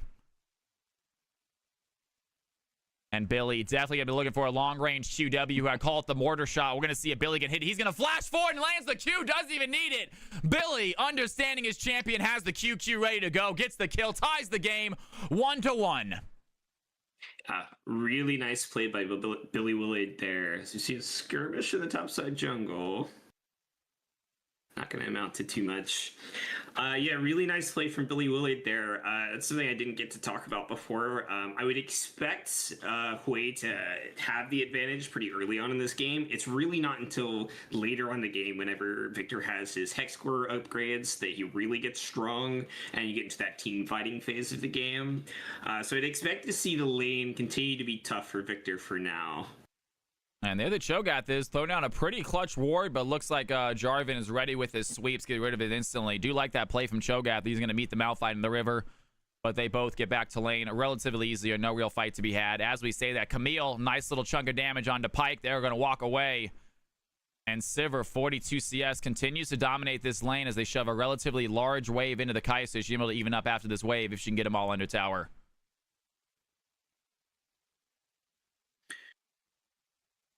Yeah, and ultimately, I would say, Brigade doing a pretty nice job. Brigade doing a pretty nice job of getting the CS under the tower here, not actually being that far down in CS, despite multiple times when they chunked her pretty hard out of lane. So I would say that's going pretty well for SES on that front, for sure. Yeah, definitely. I love the fact that Brigade's playing Kai'Sa this game as well. I do love a good Ashe. I just have a feeling that Kai'Sa can possibly be a little bit more impactful, can be a little bit more of a carry than Ashe is. So excited to see her playing the Kai'Sa this game. Excited to see her doing well in the CS as well. Very even with the Sivir. No real advantage to be had yet amongst these teams. Yeah, I would say the HK bot lane consistently has the push here, so this is what I want to see. I want to see them look for an early dragon. If you have these health advantages, it should be possible to push the red side out. And it's going to be a 3v3. Immediately go for the Ignite and Cataclysm by the Jarvan. Does he have the play? And an early ultimate by Jarvan comes in clutch. The Cataclysm kills the Pyke. He is not done yet. Diving under tower. He does get Ignite. He's going to go down. Finds the Pyke first. And here comes the way as the Spiraling Despair lands a good grasp onto the player. The Spiraling Despair hits as well. And now Jarvan tries to run away. He does have the flag. They are not done chasing. He has the speed to get away. And great fight by both teams right there. 3-3. Score remains tied. Wow. Yeah, J4 living on very low HP there. I do think that HK kind of overplayed their hand a little bit there. They got the first pick initially, and I think that they could have played back and out after that. They should have known that Hui was coming. Oh, we see an aggressive TP by Hui here. Do you see that? Yeah, he goes really deep in, maybe looking for the victor. And as we say that, Malphite has the ultimate, but the Unstoppable Force lands onto the Cho'Gath. Cho'Gath not tanky enough to survive that yet.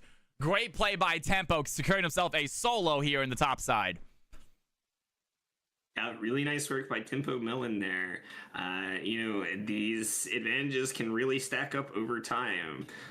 It was a fairly even trade before, but ultimately HK does still have the advantage here. We'll see what they can do with it. Finally getting themselves that kill advantage. As we say that, Camille's going to dive in once again. Bot lane without their ultimates. Kai'Sa lands a little bit of poke. Sivir does have her ultimate ready to go. And they are going to shove down SC House out of that lane. Sivir continues to dominate this shove at least. The kill lead actually going to the Kai'Sa after that play. And as we say that, Camille once again diving in. A lot of aggression here by the support. She's going to go under the tower and take some shots. Kai'Sa has the fight. Do they want to take it? There goes the Hextech ultimatum. Pyke looking low. Kai'Sa gets the kill though. Pyke remains alive. And looks like the aggression came back to bite him. Now Sivir left alone here in the bot side. Tries to find a kill. Kai'Sa throws in the killer instinct, though. And Sivir has a little bit of a spell shield. Will it survive? The auto attack's going in. It's not going to be enough damage. Kai'Sa picking up 4-0 for the ADC for SCS. And what a gamer. Yeah, well, what a really, really nice play ultimately to punish the over-aggression there of HK by SES. And great play. By the way, he lands a Spiraling Despair. Does he have the long-range mortar? Maybe going to look for it as he runs away. And Wei able to get those long-range kills, but does not try it on Victor. And we have Jarvan making his way. He has a fight, though. Instantly has a flash, has the Cataclysm. Doesn't even want to take the chance. Moldriffer picks up the easy kill, tying the lead. 5-5. We got ourselves a game. Wow. Okay. Well, more action. It doesn't stop. I was going to call out on that bot lane play, Pyke's invisibility there, actually, the W, because we see a pause, so I'll have time to explain.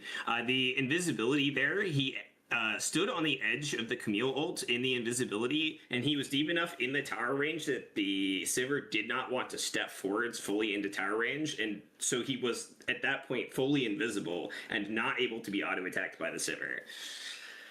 Yeah, great play there by the Pyke. Super close to dying, just well played. Knows the Pyke's tech. Obviously able to use those abilities to his benefit. And we actually go back and watch it right there. Right here. And great job by the production crew. We're going to watch this play from the start. So you can see the aggression here. They say, well, we've got level 6. We can lock Pyke down. But you see, she's outside of the range of the invisibility, so she can't hit. She doesn't actually know for sure where he is. Absolutely. Incredible play by the Pyke right there. Able to survive even without ultimate. And Kaisa using her own ultimate to join the fight. Sivir with the barrier does not survive. And then just in a second, you got the Jarvan heading mid lane to kill this Wei. I would like to see this Wei throw down a mortar after the Spiraling Despair, but I don't know if he had enough mana for it. Looks like he did. He may not have had the cooldown, though. He just missed it right there. He tried right there, was unable to get it, though. It's a difficult ability hit, especially if you're looking out for it. It's not a very quick ability. It is dodgeable, even by champions without dashes. Yeah, absolutely. Well, ultimately, really nice play by Moldrifter here, doing really great job of being very proactive in the early game. But we see, the HK bot lane has been punished for their over-aggression. Yeah, and very punished. Kaisa already 4-0. That is something that HK has to watch out for. A fed Kaisa can absolutely take over the game, especially with the supporting cast she has. This Shin going to keep her alive. This Cho'Gath going to get very, very tanky.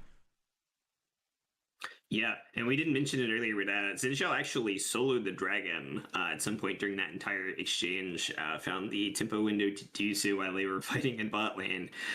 So, a nice dragon lead also for SES. Ultimately, I think that they're going to be pretty happy with the start of this game state, but we'll see how that continues as we move forwards. Yeah, I'm sure they're a little bit upset by the top lane Cho'Gath being 0-2. Not what they want to see, but Cho'Gath is going to get big as CS is not looking behind at all. So keeping even with the Malphite. He has died the once. Malphite able to pick up a kill and an assist there topside. And Jarvan having a field day here in the jungle, but at least Shin able to even that out with the first objective.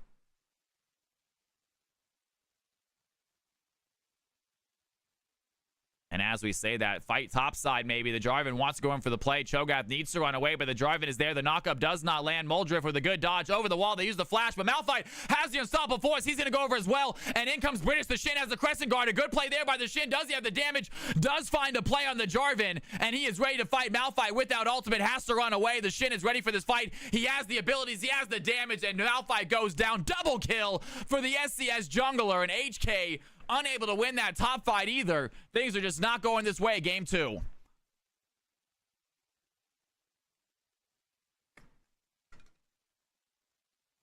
And meanwhile, topside, you got Shin taking that tower now. He has some plates. And you got Wei gonna shove in the wave against the Victor as well. Can he find a play right here? Unable to find any QQs. No big long range damage. Does have some CC in his kit if Victor walks up too much though. And it looks like Shin going to start up the Void Grubs, I believe. That has been begun. 3 red team members on this objective. Jarvan on the blue side thinking about going into fights. But maybe thinking twice. Does not have the backup while Victor remains mid. And Wei coming back to join mid. Still looking for that long range kill. Hey, Cal. Stream can't hear me. Dana. For a minute, okay? And Cho'Gath waiting topside, let this wave come crashing in. Currently 0-3 on the Cho'Gath. Not exactly what SCS want to see from their top laner, but the 79 CS is comforting. He will start to get some feast stacks as well coming up. So he will get big as the game goes on. Tempo Melon trying to keep him out of the game for as long as possible, but a Cho'Gath, just like Thanos, is inevitable, my friends. And bot side, Kaisa still under tower. Top side just playing their game right now, looking for the next battle of punch face. No objectives on the field, so both these teams playing it a little bit slow. Looking for the next opportunity for a fight. As we say that, Cho'Gath wants to dive in, hits a silence on a Malphite. And Moldrifter, the Jarvan, having a little cheeky play here. Bot side in the river without the red team knowing. Maybe looking for a gank. The Shin is coming down with the Pyke as well. And Camille wants to dive in. They're going to find the Kai'Sa. Big play there under the Kai'Sa. The Camille's front side. But wait a second. Here comes the Shin. They did not realize they were immediately activates the Crescent Guard. They take down the aggression once again, and Camille goes down. And we have ourselves a teleport here, but it's not going to be a good one. Down goes the Victory. TP'd way too late. He goes into a trap, and the red team secure 2 quick kills, and they take themselves a sizable lead as they head over to the mid lane. And 13 minutes in, 9-6, SCS winning game number 2. Yeah, a really nice gold lead here generated now about 2K after all of these kills end up. And importantly, most of that money is on Kai'Sa. This is the best possible person for your gold lead to be on, as this character will output so much damage given the resources. Yeah, Kai'Sa now 5-0, looking so strong for SEC. They seem to be relying on this bot lane to do the damage, and it's working out so far. And meanwhile, Cho'Gath feeling very aggressive as well, wants to go get a plate right in front of this orange Malphite's face. And like we said, Cho'Gath eventually is going to be able to fight this Malphite easily, and maybe not this day though, as Jarvan coming to help out the fight has the Cataclysm, and Cho'Gath has the knockup. Does he have a way out right now? A lot of damage going on to the Jarvan, not quite enough. Jarvan picks up the kill as Shin gets a dragon for the red team. 2 Drakes now for SCS. Yeah, a nice use of the cross map there, actually. Muldrifter realizing, yes, they're on Dragon right now. There's nothing I can do about it. Okay, what can I get elsewhere on the map? Okay, top lane's pushed up. That's a gank. Yeah, he did use his flash there. I'm not a huge fan of that. They should have known that Cho'Gath did not have flash if they were tracking the summoner spells. And so they should have known that there was no way he was getting out there. He could have just flag and dragged onto him, and they would have been able to do enough damage there. But ultimately, still a money positive play for them, which they sorely need right now. And here the Pike is, goes invisible early, looking for the hook, does find Camille, has the stun. Kai'Sa lands a little bit of abilities as well. And Kai'Sa with her Kraken Slayer looking very strong in these fights already. Pike trying to set up another kill for their ADC, trying to increase this gold lead, already up by 1,000, plus 2 Drakes. SCS feeling good, trying to force that game 3. Yeah, and I think what SCS need to do from here is make sure you don't give away your shutdowns, keep stacking Drakes, right? This is your game plan from here. You're going to have a gold lead for the foreseeable future. Utilize that gold lead to make sure that you can get these objectives. Yeah, and Cho'Gath, the aggression continues. You can see the CS lead now going Cho'Gath's way, even though he's 0-4, able to shove this Malphite out of lane, a level behind as well. And still seems to be fine in these fights. Malphite looks to be going a little bit of an AP Malphite with his first item. Yeah, you'll see this fairly commonly to build Malignant's first item for mostly for the ultimate cooldown reduction, and then often going tank after that. You see he's got a ruby crystal. Does have in that his ruby inventory, crystal. so we'll see. And we see Victor collapsing goes into the bot topside lane. too. Wrong place, wrong time. Immediately gets stunned, though. And Kai'Sa gets another free one. And 10-7 as we got an HK fight here topside. Hino with a great flash out of danger, but not quite fast enough. Camille gets the kill. Meanwhile, Shin dives in with the Crescent Guard. Going to protect himself for a little bit. Tends the blue team having a fight, though. Lands a little bit of ton. There's the way as well. A massive E is going to pull him in. The Spider Spader's not hit, though. Malphite might be in danger. The Shin dives right back in. They get the kill. It goes to the way burn. And it is a 1-for-1 fight topside as Victor goes down. Yeah, I mean, ultimately, I think SES are going to be really happy about that. Again, they got the entire turret bot lane onto Kai'Sa, extending the gold lead even further, got another kill, and went for 1-for-1. Absolutely crazy topside right there. Malphite is going to go down. On great job there by SCS, getting rid of that Fed top laner, as you have Wei now going to take that top tower by himself, even more gold in his pocket, and taking a look at those bounties. They are starting to stack up here for SCS. 350 on the Shin, 100 on the way, another one on the ADC, as another fight is taken here on the Rift Herald. Brigitte looking very, very low. Brachidus the Shin maybe not be able to join this fight, though. The Cho'Gath gets stunned instantly, trying to find the knockup. Is going to land on it, too. Do they have the damage, though? No, the Jarvan is there, gets the Rift Herald, and a shutdown onto the Shin. Great job there by the Victor. Camille looking for the fight as well. Timo flashes over the wall. Telmo with the Sivir gets the shutdown onto the way, and a disaster for SCS, exactly what they did not lead to lose their shutdowns, all of them gone onto the Sivir, onto the Jarvan, and 11-11, that gold lead is pretty much gone. HK coming back quickly. Yeah, and ultimately you're gonna be really unhappy about that. About if you're SCS. Let's just see another charge here. I think they'll back off after this. Oh, maybe. And Pike, does he have the hook? She's got spell shield. She's fine. She's fine. Okay, so ultimately, as HK, you're gonna be really happy, and SCS, you're gonna be really upset about that one. You had such a lead. Oh, an aggressive TP again. Cho'Gath gets behind this. Malphite gonna be surrounded by 3 members right here. Can they find a way out? Malphite does have ultimate, looking for an angle to get out, but Pike is gonna be there. And he instead goes on the Pike, though. Maybe wants to get a kill before he dies. And close to the play, Pike does survive. Malphite goes down.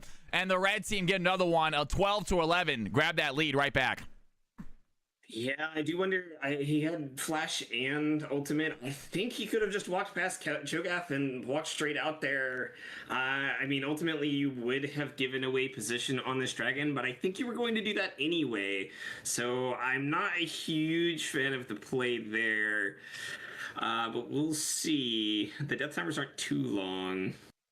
And Wei, with a little bit of a play, does not have any sort of CC, though. Already uses Fear. Camille has the Hextech ultimatum. Quick kill there onto the way, while Shin dives in with the Crescent Guard. They're right in front of the Cho'Gath. Does he have a feed stack? Wants to get a kill onto Sivir. And there's the Cataclysm as well, but that's not going to go. He's going to flash out of his own Cataclysm. Meanwhile, the Cho'Gath chasing down the jungle and getting fought down by the Victor. Can he find the kill before he goes down? Looks like Jarvan has the speed. Victor has the CC. Kai'Sa coming to join the fight now. And the blue team are in trouble. Moldriv health bar looking low. A big stun onto Victor. Pulls him back into the fight. They get both of them down, and 4 members of HK sent back to the Nexus. SCS grab themselves a Drake, 3rd one of the game.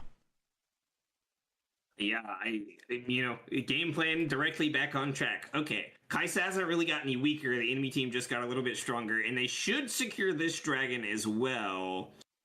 Now, Malphite does have ultimate. Does he want to go for a cheeky play? It looks like he has some vision on this as well. Can he go for a play? Does not want to try it. Would have loved to see a flash alt ignite there. Yeah, ultimately secured with the Cho'Gath feast. So I think they were always going to get Dragon there. It's only a matter of whether or not he was able to get any kills off the back. And I think it's the correct play not to go for it there. There's no real need. The Dragon's definitely gone. So we see SES now on Soul Point. So this is what I was looking for, ultimately. We had a little bit of a detour, but that's fine. This is what I was looking for. Okay, try to make sure not to give away any of the shutdowns again. And keep stacking these objectives. And Camille does find the support there, a little support battle, but Pike has the invisibility to get away. It's still a collapse here, though. And good knockup by Cho'Gath. They're going to find Camille. Teleport coming in as well. Can they find a silence? And looks like the teleport's going to push SCC out of this fight. They're worried about who's coming. It's going to be the Malphite coming in. And SCC do not want to continue that fight. Great job by the Cho'Gath starting it. And Baron is up. Both teams looking for a play here.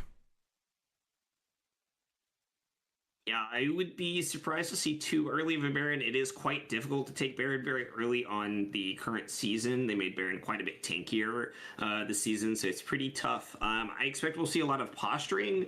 The real thing that I have my eyes on, unless a really large fight happens in a surprising manner, is the next Dragon. I think that's when the game will really be decided, unless somebody does something particularly out of pocket. We'll see. Yeah, absolutely. Hextech Soul coming up here in 3.5 minutes for SCS. They definitely want to grab it. As we say that, Camille has the Hextech ultimatum, and Cho'Gath lands the knockup, but he is surrounded by a sea of blue, and that is going to be enough. Malphite gets the kill. Wei is there, lands a Spiring Despair. Moldriven taking a lot of damage right now. The Wei ultimate by the huge unstoppable force is going to get the kill on the Wei, and the tables have turned. Here comes the Shin, immediately activates the Crescent Guard to keep himself alive. Looking for the fight, a big noggin by Kai'Sa. She's going to use the Killer Instinct to join the play, quickly get the kill. Pike has the death from above. He gets the fight as well. Double kill for the Kai'Sa, and HK had a clean looking fight, but the tables were turned for them once again. Sent back to the Nexus. Malphite, the lone survivor, and SCS win another one. That gold lead getting bigger for them.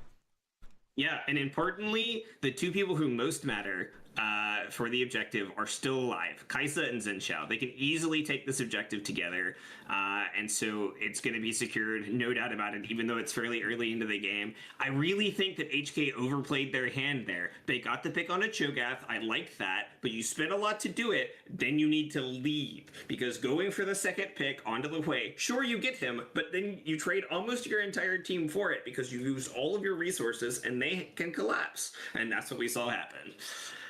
Yeah, absolutely. And this Kaisa now 10-0 this game. SCS absolutely relying on their ADC to carry them, and she is stepping up to the plate and doing the job.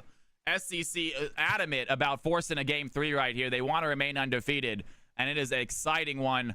Drake coming up here in just 2 minutes. Sole point for SCC. Can they get it? I think if HK has any way back into this game, I do not think that this gold lead is insurmountable. I think what they'll be looking for is a fight over this Drake. But the Baron complicates things. SCS should be able to extend their lead here. Yeah, SCS going to use that Baron to get themselves a mid tower. Very important tower to give. Gives them so much more room to work here on this field. And tier 2 tower probably going to take a few hits as well. Wei lands a little bit of a stun right there. Can he find the long-range mortar? Civ remains alive. A really nice poke by Hui here. I like what SCS is doing here. I think that this is the correct play. Push in 2 lanes, get as much gold as you can before this dragon fight happens, extend the lead as much as possible, back before dragon, and spend your money. Oh. And a possible fight happening. Jarvan, he's going to go in, has the Cataclysm, and Shin under tower. The Crescent Guard is not going to save you from the tower shots. And Jarvan gets a quick kill as Wei lands Aspiring Despair onto Malphite in the backside, but does not have enough damage to get the kill. Kaisa, meanwhile, does pick up a tier 2 tower. So SCS losing 1, getting a tower, and they are not done pushing. Pyke lands a pull as well. A lot of damage there, but the ultimate is not there from the Wei. That would have been clutch. The Cho'Gath lands a huge 3-person silence, and down goes Camille. The blue team trying to dive into the fight, but a quick kill by Kaisa takes down the Jarvan. Triple kill on the ADC. The red team are not done chasing. The Sivir looking low. The knockup does not land. She has a spell shield, but a fight still going the way of SCS once again. And 23-16, they are looking to end it. Yeah, I don't think that they'll quite get that far, but they have extended the gold lead even further. I would say that it is going to be very difficult to get back from this position for HK. So I like, again, SCS, get as much money as possible while the Baron is on. Back, spend your gold, go for the dragon fight. Now with the gold lead extended so much, it's going to be much more difficult for HK to fight back in this game. But if it's going to happen, it's going to happen around this dragon soul. Yeah, and taking a real quick look at these ADCs and their difference, not only with items, but sure, their gold difference very, very high as well. 700 bounty onto Kaisa right here. 4 full items compared to Sivir's only 2. And red team secured themselves a quick soul, and game is really going in their way. And as we say that, here it is. Victor going to get hooked by the Pyke there. There's the E by the Wei as well. The CC is going to be enough. Pyke gets the kill, and the red team domination continues. I was gonna say they might have gotten a look on a Cho'Gath. And I thought he was gonna get out, but Camille dives in immediately. Cho'Gath tries to find the knockup. It's not gonna be enough. A lot of damage onto Izoka. And great job there by HK. They do pick up a kill. They're going to meet some red players here in the jungle. Huge ult by the Malphite. Lands on the 2 of them. The Shun picks up the Crescent Guard right away. Doesn't get him survive, though. The 5 blue team members still alive. Now chasing after the Kaisa. While Shin fights down 3 of them. Is able to take down the Sivir. And a lot of damage. The Hextech Ultimatum is going to go down. He is still alive. Finally, Malphite takes him down. But the red team able to come out alive. The Shin diving out of the backside. Looking for the Kaisa kill. Does she have the damage, though? A good peel by the Pyke. Tries to keep him alive for a little bit. Malphite eventually gets the shutdown, and big shutdowns for HK. Relatively even fight. 4 members of SCS back in the Nexus. I think HK will be ecstatic about the results of that fight. Ultimately, a 4-for-4 is going to be a huge favor for you whenever you're down this much gold. Look at how much the gold lead shrunk over that. It was almost, I think, a 10k gold lead, and now we're looking at 7 or so. Sorry, 6 or so. That's a much smaller gold lead. That's almost half. It's still going to be a difficult game. Yes, they still got Hextech Dragon Soul, which is very strong. Yes, they still have a gold lead, but you just got a lot of money, and you got it onto a very important character. So we'll see whether or not that can help them get back into this game. Yeah, great fight there by HK. I'm sure they were feeling out of that to put some hope in their sails. And here we go. They're going to put down a ward, catch them out after they get a blue buff. And no big fights, no big objectives up at the moment. Yeah, ultimately, we will be in waiting room for this Baron. I do think that SES is still strong enough that they can simply force Baron when it does happen if they can protect Kaisa. Yeah, 13-1 Kaisa looking so strong right now. Gonna land the W as well. Not going nice full AP. Steal away, though. No. A nice steal away, though, here from Muldrifter. He did get the Scuttle Crab, so now they have that permanent vision over the Baron Pit. And Malphite going to get hooked, but you can see absolutely right. Color commenters making a comment how they usually just get the Malignants first, and then they go tanky, and Malphite definitely has the tanky items now. Hollow Radiance, Thornmail finished.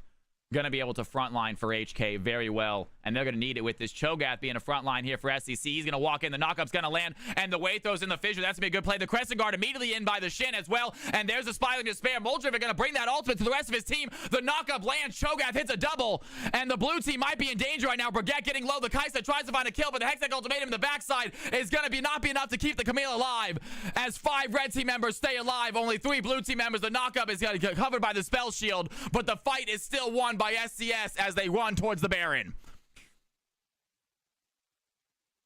Yeah, ultimately, I think that's going to end up with SES getting the Baron, which is what I would have expected to happen in any case. Not the end of the world, but you're definitely not going to be too happy about that one.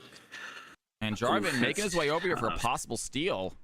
And are they going to find anything there? The way is they're going to find the Cataclysm on the way. Billy's going to go down, I believe, but an ultimate by Pyke is going to take down Victor.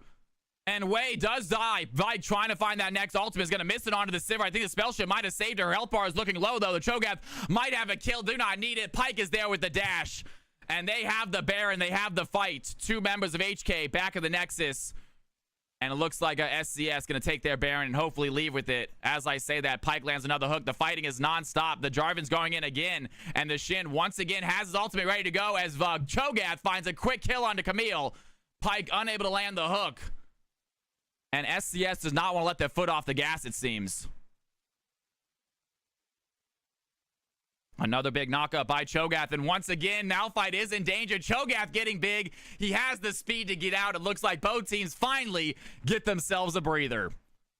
All right, and we'll give you a breather too, because that I think was almost 3 minutes of extended fighting. So I think you see there a lot the power of the Hextech Soul in these extended fights. It's so annoying to deal with. It hits your entire team, gives a really big slow, does a lot of damage to everybody. It's so frustrating to play against, and it makes it really difficult to do your job, especially as these carries, you know, as Victor, as Sivir, as we see SCS taking an aggressive stance in the jungle. They are going to catch out. Camille instantly gets pulled away. She tries to find a way out. The knockup does not land. Camille very low on health, but the Cho'Gath on the chase might have a feat stack with her name on it. She has to flash away. They're going to turn the attention to Malphite instead. Tempo Melon in the thick of it all does get hit by the Jarvan. Knockup is going to land. Cho'Gath does have the feat stack onto Malphite instead. And Cho'Gath gets a little bit bigger as the red team find other winning fights. Maybe waiting for the Elder here in 40 seconds. Yeah, well, and without that front line, I think that they're going to have the ability to really get into the base here, as it's going to be really difficult to hold any of these turrets without your top laner. As indeed, we do see the inhibitor turret going down here. I would like to see them take both of the inhibitors and then back up through the Elder Dragon. Exposed inhibitor mid as well, but they do not go for it, it looks like. Instead, they're just going to head towards the Elder, which is never a bad call if you can secure Elder. Yeah, ultimately, I think that this is fine. I do think that you could have forced that mid lane inhibitor there. Oh, so it looks like they're looking for a Fnatic brush here. I love this play, but they're in the wrong bush. They are going to guess the wrong bush. Jarvan and Camille able to get behind him, but it's still not going to be a bad thing. But Jarvan and Camille instantly walk into danger. The red team are there to set a trap. Camille puts down the Hextech Ultimatum. It's not going to matter.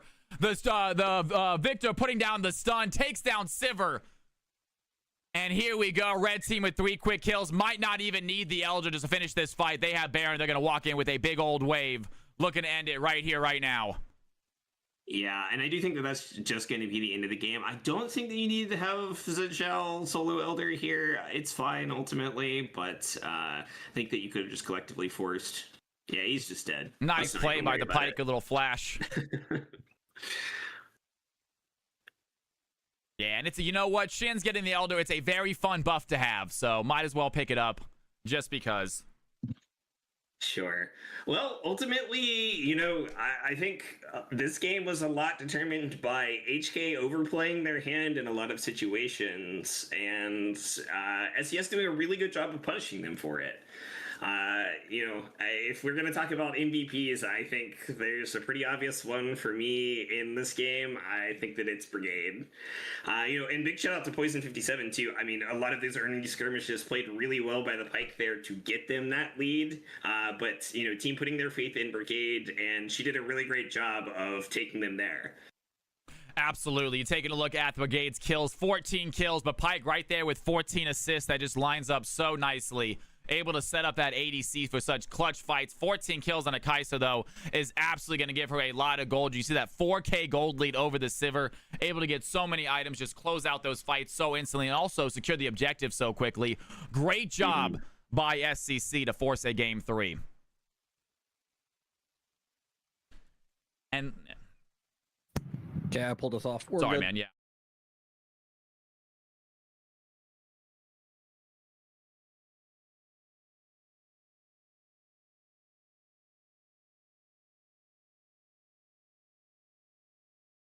Dana. No, I think it's fine. Okay. The league might have been what crashed my computer. I'll have to take a Okay. look later, so I'm just not gonna risk it. I could make you fine with the stream, All right, especially if you're pretty proactive about pulling up things that I'd like to see. So Yeah, if you say something, I'll pull it up. Instantly, it feels like, yeah. Can you rejoin video here while we're on intermission? So I can get I this. will do that. Good point. And if you guys need to get water here, it's going to take them just a minute or two. Sounds good. I'm actually be going back myself. to do exactly that after I do the video. Okay. I'm gonna run to the washroom. I'll be like a minute if you just want to get that back in.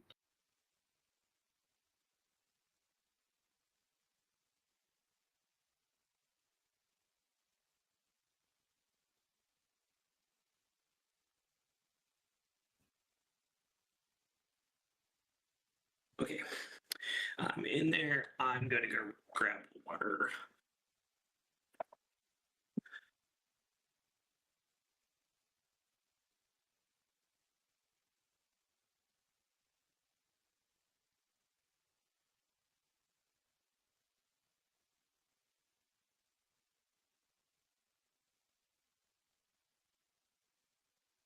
Okay, I am back.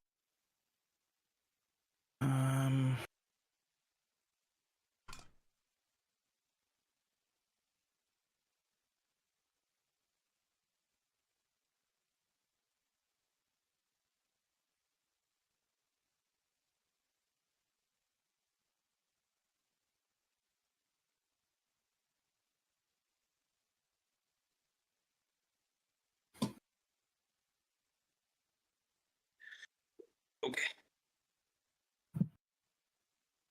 I am back. Welcome back. Welcome back. 3. Let me get all this loaded up. 2.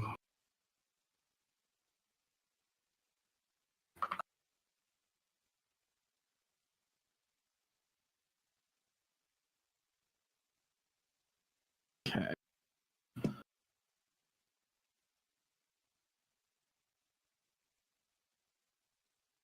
Yeah, so you see what I mean? It just doesn't stop. They just go. I know. That's what I was saying. I have huge respect for the play-by-play in these games because that was legitimately like 3 straight minutes of just fighting. Yeah, It's that last crazy. fight I felt bad, right? I was like, shoot, Just man, these guys can't just, we another fist fight. I was like, oh, okay, they're gonna turn around now. I'm gonna have a chance to talk about the fight. Recap some of that. Nope. What happened? Nope. Pike keeps it going, man. Straight Yep, back it's like, into all it. right. Yeah. Like, all right. Well, okay. I can take a rest for a little bit longer. It's fine. It's exciting though. It's a good spectator sport for sure. Yeah. Yeah. Okay, that's all updated. Now we're just running on teams. I need to update the score.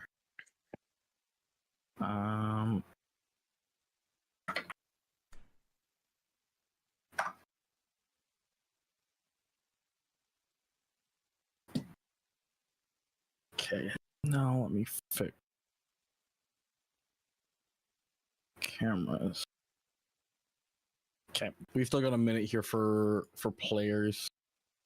All good. All good.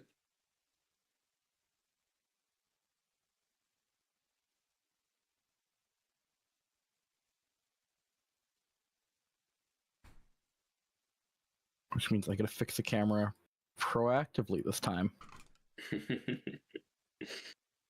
It was fun to be moving around during draft while not physically moving. They just like, "Ooh, I'm over here. Oh, I'm over here now. Whee! I was split in half for a while. It's like, oh, magic trick. I'm trying my best to not split my casters in half. I appreciate that. Cal, I think. Oh, it might be video actually. No, my video's on. Never mind. Should be on. Is Yeah, I it see frozen? Let me just okay, all right. It was just my scene grab. We're all good because you both froze, and I was moving Cal at times. So like, oh, but no. Okay, we're good. We're good. All right. Okay, so we're just waiting on players here now for this.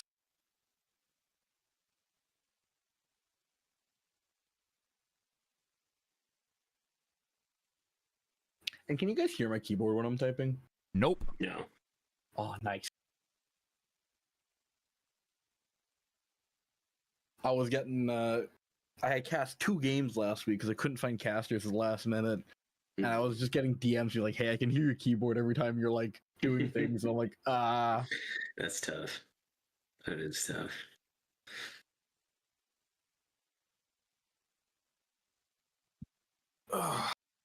yeah, I don't.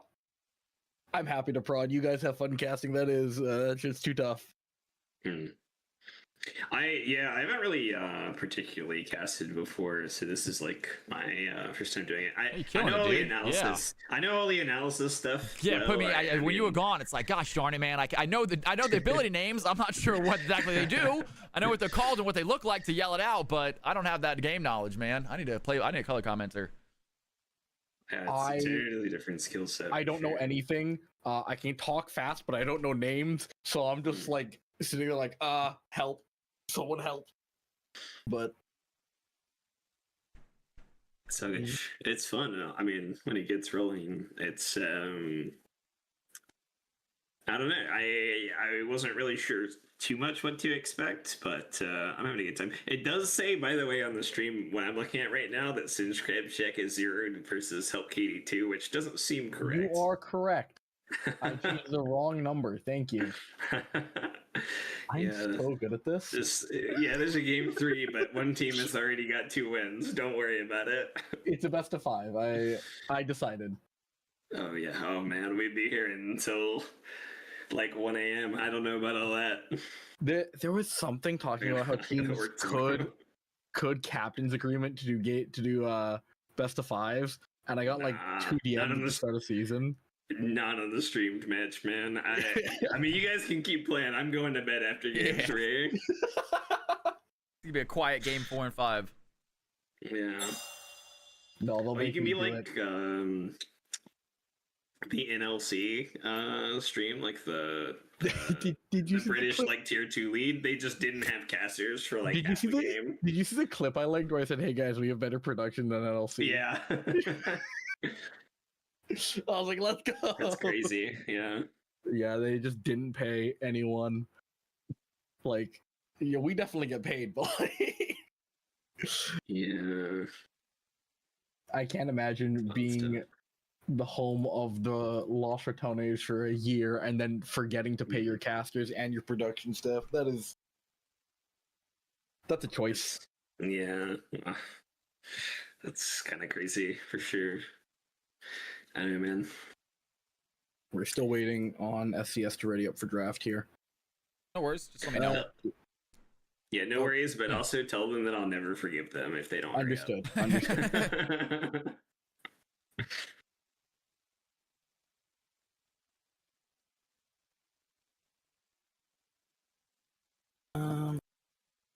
They're trying to fix the button. The button's broken again.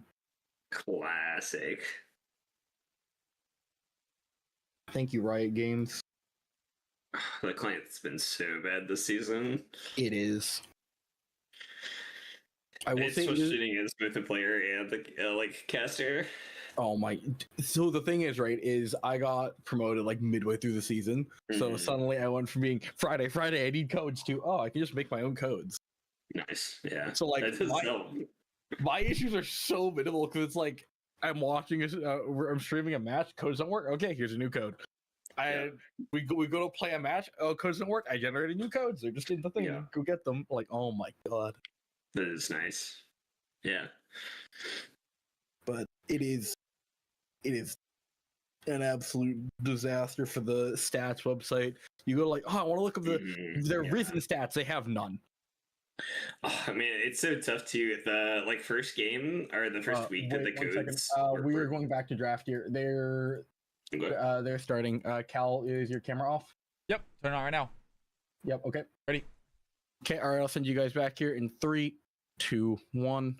Ladies and gentlemen, it is time. Game number 3, Risen Esports, is upon us. Singe Crab Shack able to force the win in game 2, force an epic championship game number 3. Both these teams competing to remain undefeated. We are about to get in with picks and bans, joined by Dana. Dana, you ready for game number 3, my man?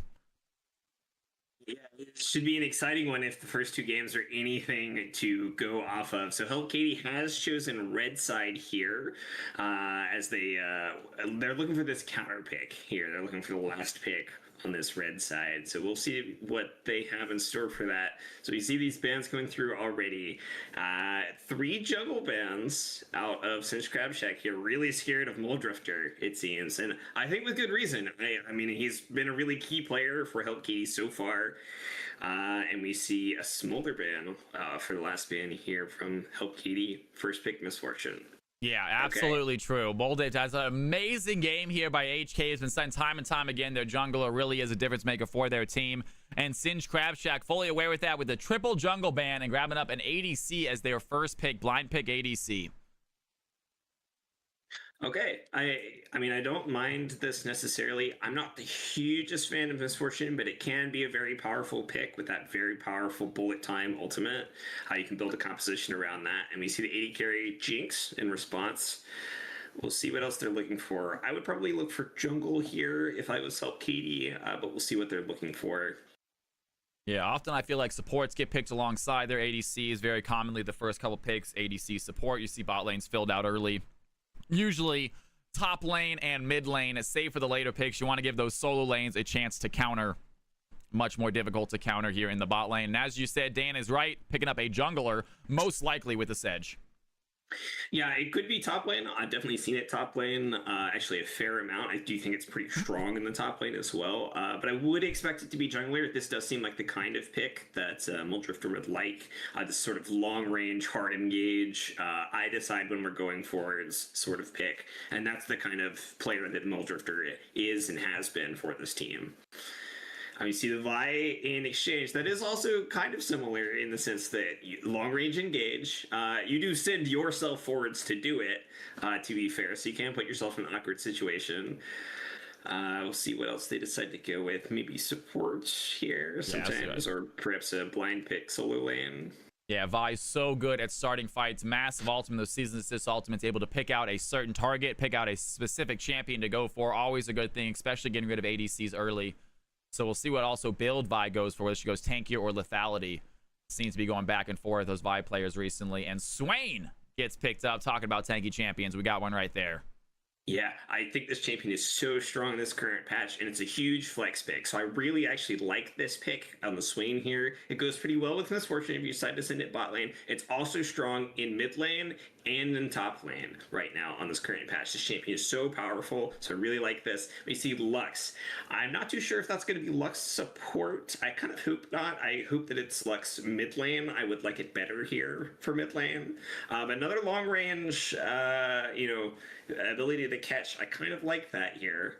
Yeah, I do like it. The only thing about Lux, not that guaranteed peel. It's a skill shot CC, so sometimes be a little bit difficult, especially against Vi, who flies in so fast. If that is a support Lux, to really get champions off of Jinx, you got to be super skilled with that Q.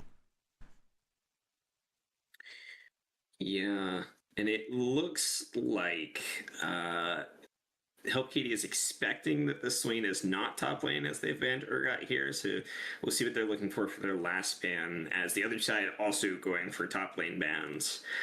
So it looks like both teams think that no top laner has been picked so far.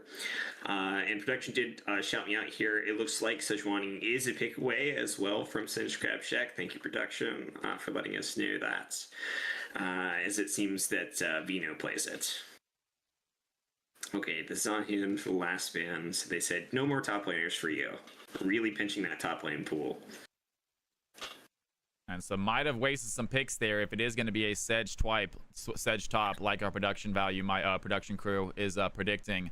But you never know. Help Katie might be throwing a wrench in it, might be changing up here. We'll see what happens with these final 2 picks and give a little more clearance or clarence what they're going for.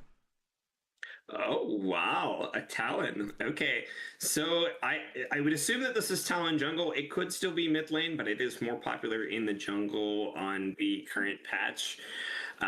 So that is sort of a risky pick to me. It is a sort of feast or famine type, as these assassins typically tend to be. So we'll really have to watch to see whether or not Help Katie can get this Talon rolling. If it is mid lane, I don't super love it. As we see a set considered and locked in for the top lane, I assume. Yeah, absolutely right. I am not a big fan of the assassin junglers, Talon and Zed. Never been a big fan of them as junglers. Really prefer them both as mid laners. But still very much an option. They could be putting Lux as a support, could have been Talon as the mid, and then Sedge could be the top or jungle. So we got Help Katie still with either a top or a jungler, I believe, left to pick. We're going to see in a second. Maybe a mid laner. So they got a very versatile comp, Help Katie does right now, as far as where they can put their champions. Yeah, it could be a support. I was thinking about that Leona possibly being a support. I think it would have been a pretty good pick for Help Katie here. Leona's very strong into Misfortune. You have a good heart engage onto her. So it's a pick away here from Singe Crab Shack. I like that awareness. We'll see what they're going for ultimately with Help Katie here. What will it be, guys? This will give us a better idea of what HK is trying to run with, and it's going to be a Renekton. So most likely, I'm guessing it is going to be Sedge in the jungle with Renekton as a top laner and Lux as a support. So unfortunately, not the mid laner like we were hoping for. So that really instant or confident CC is not quite there to protect the Jinx, but we'll see if the skill is there that Lux knows what she's doing, so it keeps the enemy team off her ADC. And we got ourselves our picks right here, guys. If you have a prediction, say it in chat right now. Which one of these teams do you think is going to remain undefeated? Only one has it in them. You guys let us know, and we'll be right back. Game time coming up after this.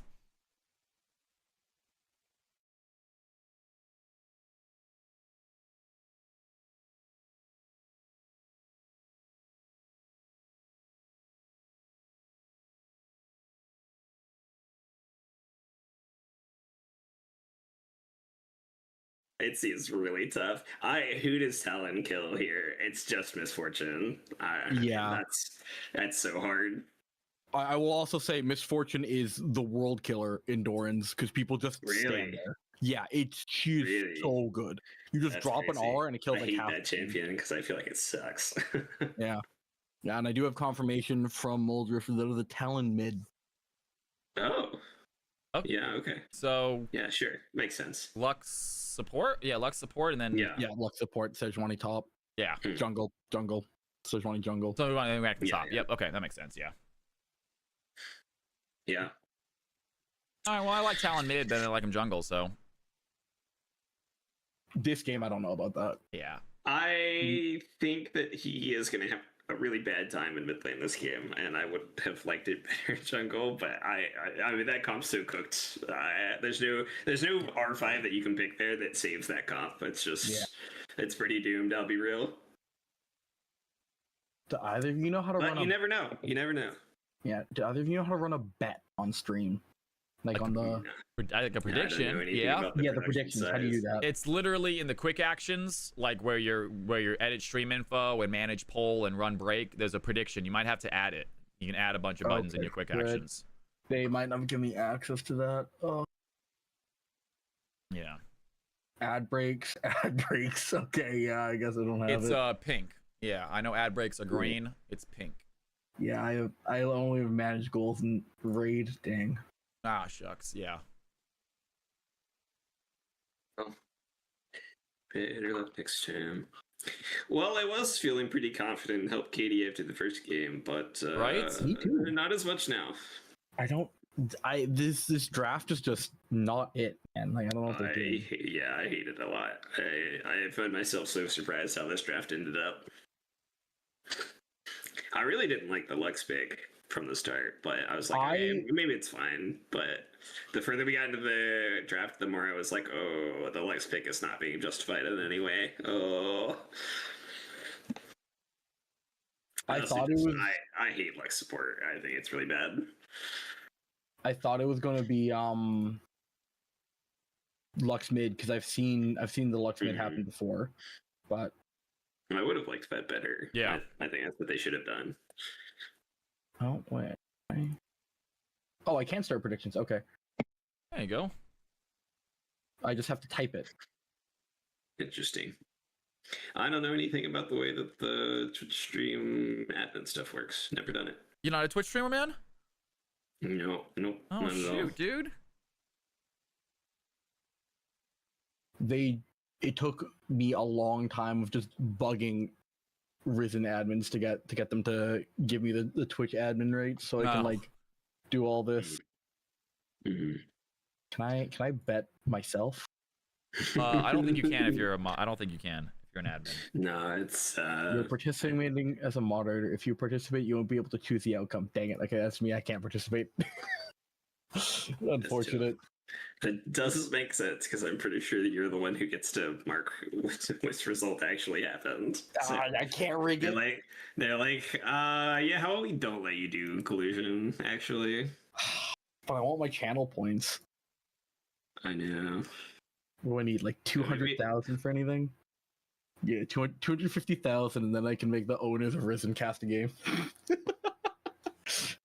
Really? Is that how that works?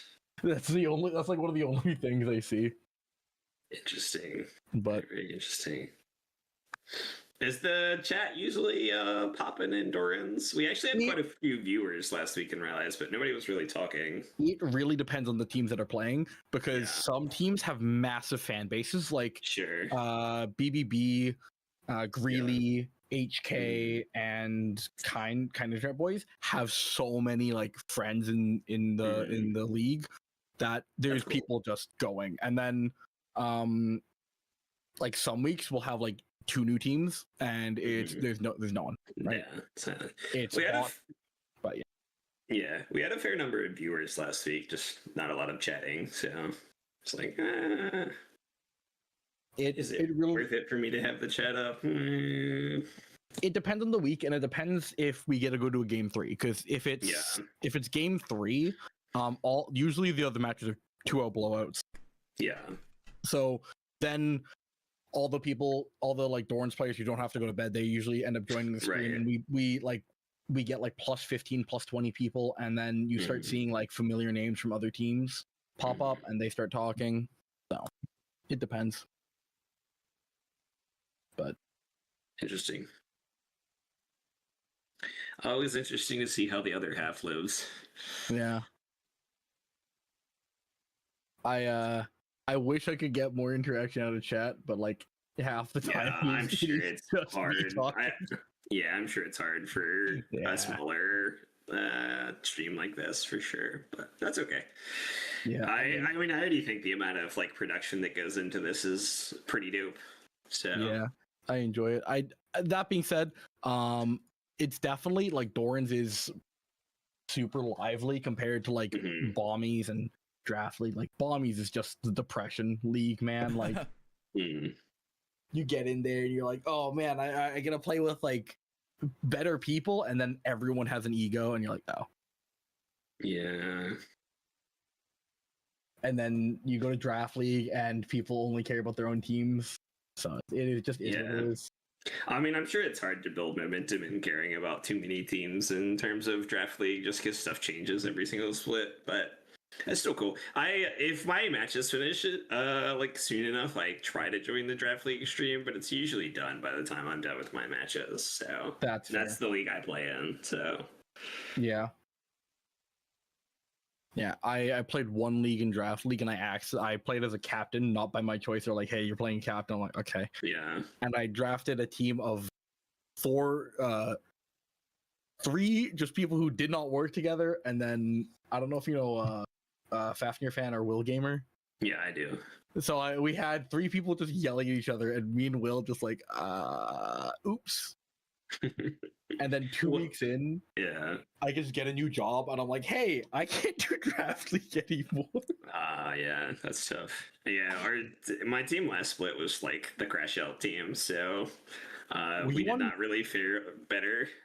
Were you on Nova's team? Yes. Yeah. Oh he my was my top laner. god. So I was originally the jungler for that team, and then our support had to leave, so I switched to support, which is actually my main role. So Yeah. that was like fine, but our AD carry ended up switching to jungle, and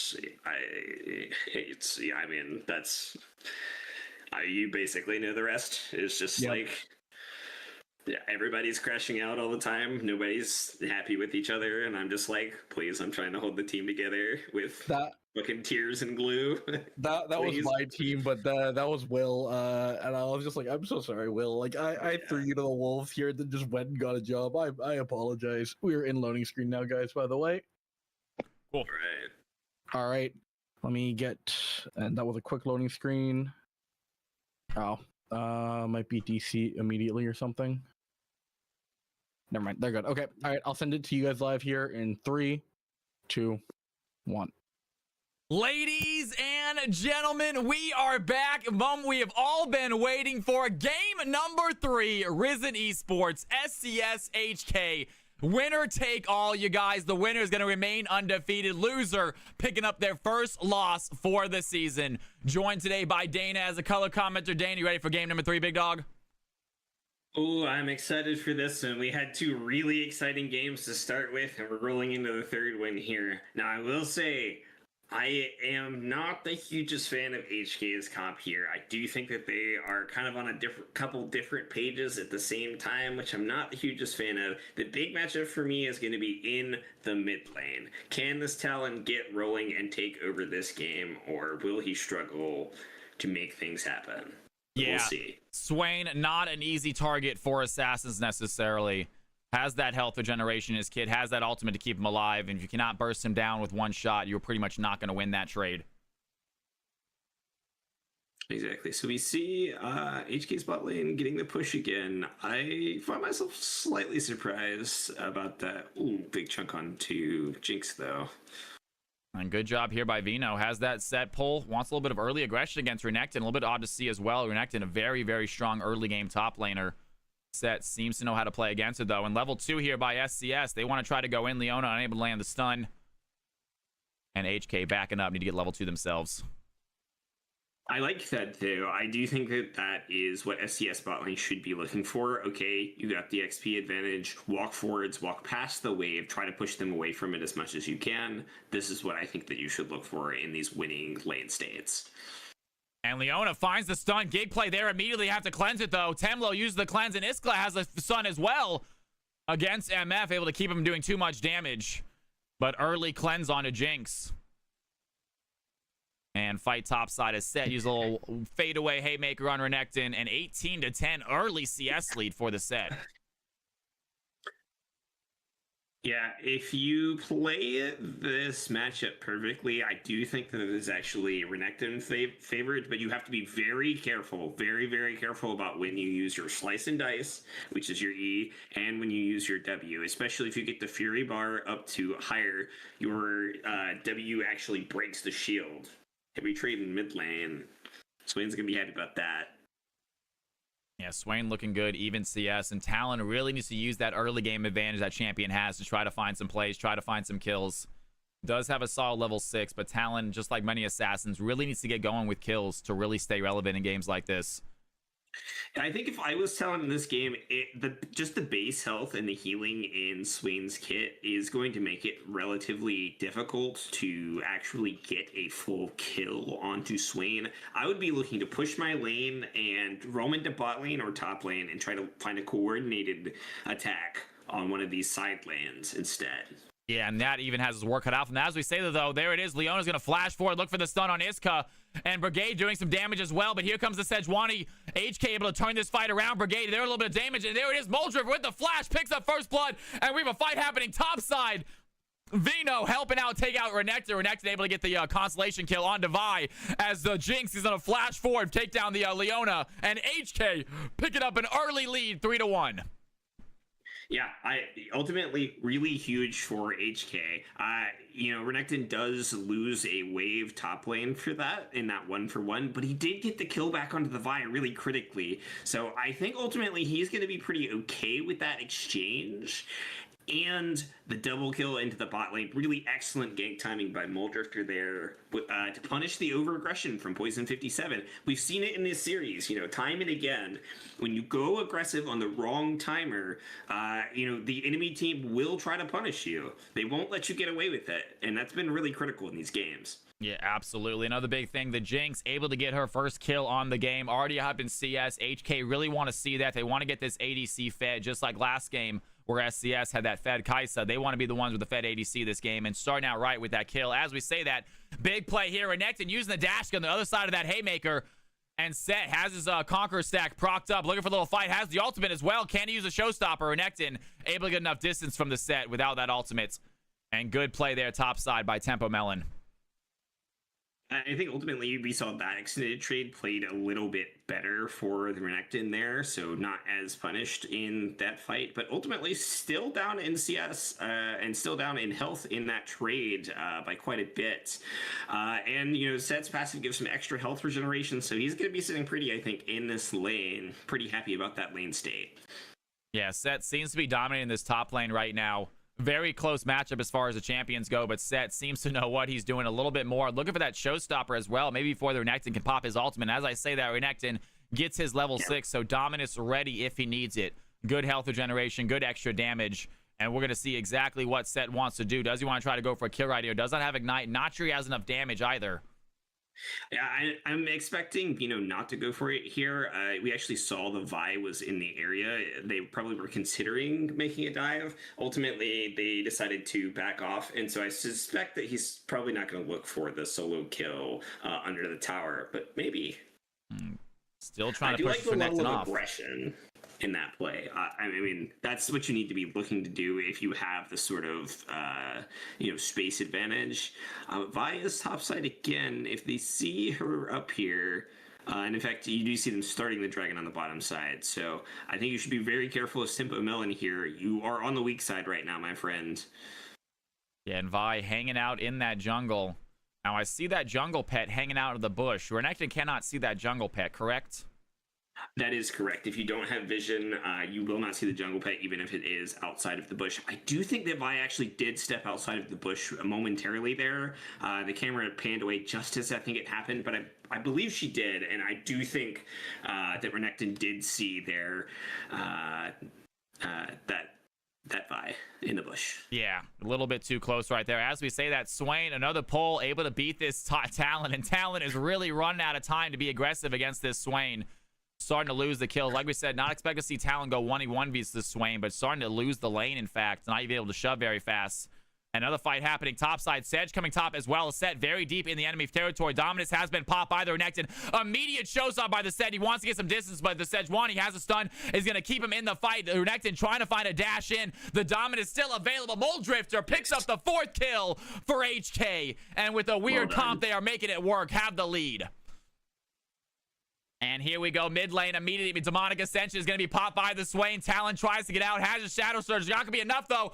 And the bleed is not there. Swain picks up a kill in SCS, making the mid lane work just as they expected against this Talon. 78 CS, 1-0 Soul Bolo. Yeah, when you see there, that's how tough this lane is going to be for Talon, and it's not going to get easier.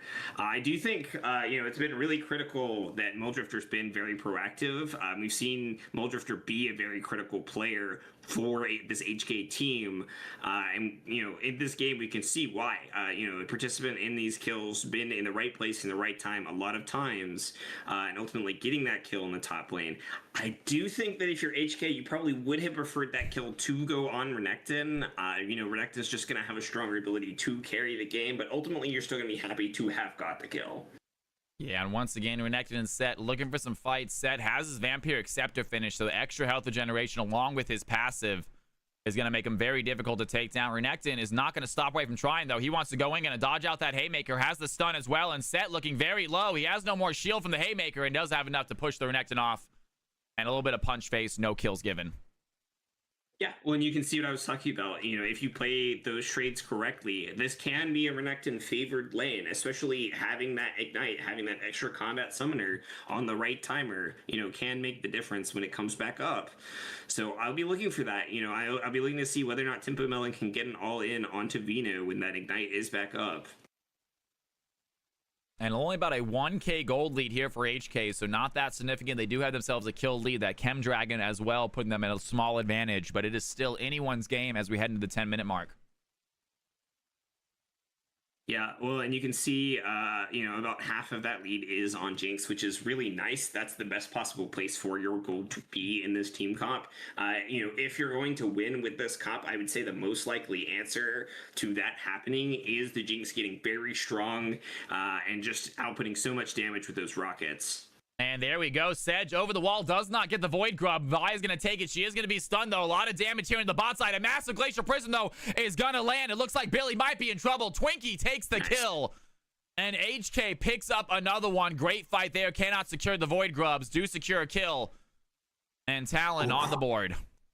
So we actually did see, just on the zoom out there, Lux ultimate was looking for Vi. It did hit, but she was very, very low. I mean, maybe even single digit or just double digit health bar numbers there, but not quite. And I think they're really happy that Vi was able to get out there. But ultimately, a really, really nice play once again from Muldrifter and the team.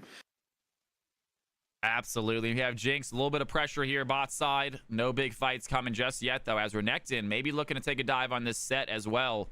Starting to win these trades. Set has the pull, though. Renekton has to dash away. Yeah, nothing too exciting ultimately up here. We'll see whether or not that remains to be the case. Really nice also that money, you know, went onto Talon. That's also a great place for the money to end up for these kills, as, of course, this character really wants to get rolling to remain useful as the game goes on. And Temple Man looking to dive in. They have Dominus. They have Ignite. Able to dodge out the big part of the Haymaker, taking a little bit of damage. He wants to go back in. Does he want to pop the Ignite? Instantly pops it. Has Dominus as well. Does not use Flash. I wonder if he goes in with the Flash right here, going for the kill. Does he have the dashes? He should look for it. And he is looking for the play. Still looking for the fight. He has the dash. Has the stun. Tempo Melon gets the solo kill topside. Renekton knows what he's doing against this Set. And blue team's using some ultimate Demonic Ascension and Solar Flare being popped. Neither one landed the mark, though. Twinkie walking away as Muldrifter coming to join the fight. We have Telmo coming in as well in the Jinx. Looking for the slow. Only going to land on a Leona. Not the target they need. And red team shove this blue squad out of lane as they head towards this Mountain Drake. Yeah, I think ultimately they're trying to push up here so that they can get a line on the Drake. I do think that this is a little risky as you've got a health advantage on your mid laner here. I don't think that you need to fight for this. I think that they should look to play back here. And Leona's going to dive in, though. They have the thing immediately. Jinx throws in the stun on Leona. Can she get an ultimate? The bolt on Bayana does some damage. The Sedge is caught in it, but a massive final spark by Lux puts the Leona low. They have the fight. A good stun by Lux is going to bind down the Leona. Reset. And now Swain coming into the fight as well. They have the MF looking for the play. Does she have the Q? Takes down the Sedge. In the backside, though, Twinkie taking out the ADC. And HK walk away the victors. Take down 3, only losing their jungler. And they immediately head towards the Mountain Drake. Yeah, ultimately, you know, a pretty rough engage, I would say, by SES there. Sure, you catch someone out and get them in the full channel of the Misfortune ultimate, but guess what? It's Sejuani. She's got Sejuani passive up. She's so tanky already, you know, with this Heartsteel. You know, it's so difficult to take her down, and yes, okay, they ultimately get it, but it takes them so long that Jinx manages to get the first kill, and once that goes off, the Jinx becomes so strong with her passive. Yeah, absolutely. Jinx getting that frenzied status, absolutely just nailing. There we have a showstopper by the Set. He wants to go and has the Haymaker as well, but he is under tower, and the aggression is too much. Set flew too close to the sun, gets burned up. Renekton picks up his second kill of the game. Yeah, and HK is going to be very excited about that. Oh, And Talon popping the Shadow Assault a little bit earlier. Swain throws in Demonic Ascension as well. They're the Lux with the final spark. And Leona has the flash, has the Solar Flare. Lux is stunned. And it is enough to get the kill. MF picks up a kill. And it looks like SCS going to actually grab the Drake. So Drake for each team. This game is closing up. Yeah, so interesting. The timing there actually for Muldrifter to be for that counter on the top lane dive was pretty much perfect. I do think it's quite possible Tempo Melon would have died there, to Vino solo if Muldrifter wasn't there. But that means that SES has the setup now on the Dragon, but their bot lane decides to contest anyway, even though they know they don't have the line for it, and that ultimately ends up giving a free kill, and the Dragon goes over anyway. And that's a play. Lux hits the long-range stun. That's going to be enough. She does take the kill away from the Jinx. She would love to see it go over, but nonetheless, quick kill by HK as MF has to run back to tower. Yeah, I think they'll be happy with that. I'd like to see them put as much damage as possible onto the tower, and we do see Muldrifter here, so it's quite possible that Brigade actually gets dove here. I like this. And MF going to use the bolt time to get them out, but wait a second. The Sedge is there. She can take the tower shots. They don't need a wave. And Jinx picks up her 4th kill, 450 bounty on her head. HK have themselves an ADC. Yeah, absolutely. I mean, this is very, very huge. Tomo is going to be very large in this game and only going to get stronger as the game goes on. That's the real benefit of this. So you see some more trading in top lane. Yeah, and Tempo, man, has the fight. And Brickus out of nowhere is going to dive in. Do they have to use a cease and assist? Not necessary. Set picks up the kill with the well-placed Haymaker. 5-12, HK still with the sizable kill lead, sizable gold lead, but SCS will take what they can get. Yeah, I mean, nice Christ map from SCS there. They're also going to get the Rift Herald. Telmo is going to get this entire turret bot lane, so that is a great usage of that. But they get the counter turret in top lane as well, right? So a roughly even trade there. What more concerns me for SCS's side is that all of that money went onto Jinx, right? Yeah, absolutely. A full tower for that champ who's already 1,600 gold above the MF. And even a fight happening mid, though the Solar Flare is not going to land. Talon has a good wall jump. The Swain trying to find a play. The Demonic Ascension is going to be deactivated. And great job by Talon getting enough distance from that Swain, getting his ultimate off. And nice try here by SCS, but just cannot find the picks. Yeah, well played to get out.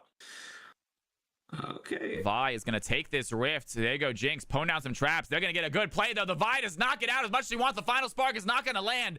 And Vi has the tankiness, has some distance. Red team on the chase right now. Sejuani looking for the stun. They're going to find the slow. And Vi's going to dive right back in, having the cease and assist onto the back line. And Jinx is stunned. There's some damage right now. Another big knockup. The Vi takes down the ADC. Swain has the pull. A huge play by Seth. The Haymaker is going to land on the 3 of them. And they are not done yet. The Leona dives in under tower. The tower shots might be enough. Leona goes down. Talon barely alive, but wait a second. Set is here to finish the fight. The showstopper gets the final 2 kills. And Renekton watches as his team goes back to the Nexus. And blue team with the wave, with the shove. What a fight. Yeah, a huge play from Vino here. And I mean, that's going to create a pretty significant differential in the gold lead. I mean, HK had a gold lead up until this point, and they don't anymore.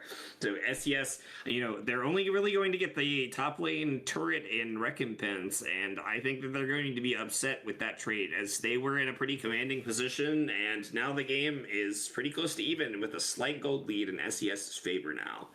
Yeah, the aggression by the Vi to go back in right there onto the Jinx ended up working out so well for them. I was shocked by that play. They obviously had communication, though, in their comp, and they did it very well, getting that Jinx out of the fight early. They did not have a lot of other damage to deal with. So able to win a great fight and take that gold lead. We got ourselves a kick-ass game number 3. Yeah, exciting stuff. I mean, ultimately, very, very nice layering of this CC by SES, and ultimately kind of poor layering of the CC by HK, as they did not trap that Vi too far forwards out of that Rift Herald. I liked the look that they had. I think that was correct to look for that play onto the Vi as she was trapped in her turret. I mean, she ate, I think, 4 tower shots there, but ultimately was not able to take her down. And Jinx, 131 CS, still very much ahead of the enemy ADC, 4-1, able to get a full wave, and looking for another tower after the bot tower was essentially all hers, all 5 plates, I believe. Yeah, I think so. Some of them may have been shared with Lux, but I think she did participate in taking all 5 of those plates. So really, kind of like last game, the game state hasn't changed that much. Oh, and they're going to find a play. A well-placed stun. Deep Ward is going to be enough to find the Leona. The stuns are there, and it is so much CC coming out of HK, getting a quick kill onto the support. And SCS without a big player for this Drake fight. Yes, that's the critical aspect of this, right? That's the perfect timing to get a pick, as it's right before this dragon fight. I would like to see someone go respond to top lane now, catch that wave. I do think a significant portion of the wave is going to ultimately die to the tower there, so I do think that they probably could have sent Renekton back earlier. But they do secure the dragon, and, another step towards dragon stacking. Really nice play by HK to swing things a little bit back in their favor.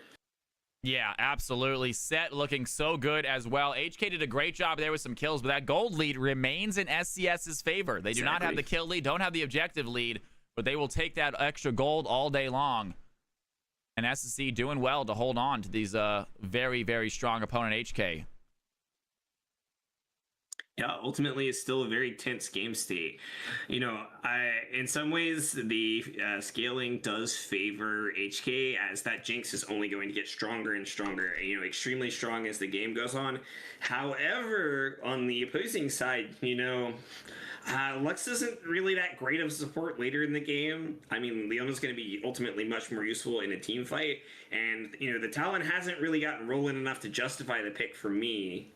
And there they go. Set's going to go in. Immediately the Solar Flare. Iska's going to flash away from that Solar Flare. The Sejuani going to throw in the Frozen Prison as well. But here's the Demonic Ascension. Billy starting a fight for the blue team. They have the little play. The final spark is going to land, but down goes Lux first. The Haymaker is a massive one by Vino. A bullet time as well, and Set with a huge ultimate Haymaker finds the backside. There's 3 of them. Double kill going over to MF, and another massive fight by SCS. That gold lead just got even bigger. They won themselves another play while Vi works on this Baron. Yeah, absolutely. I mean, jungler dead, AD carry dead, support dead. I think that despite the fact that it's very early, that this is a good look on the Baron. We'll see whether or not HK can do anything about that. I kind of have the opinion that they should let it go push side lanes instead.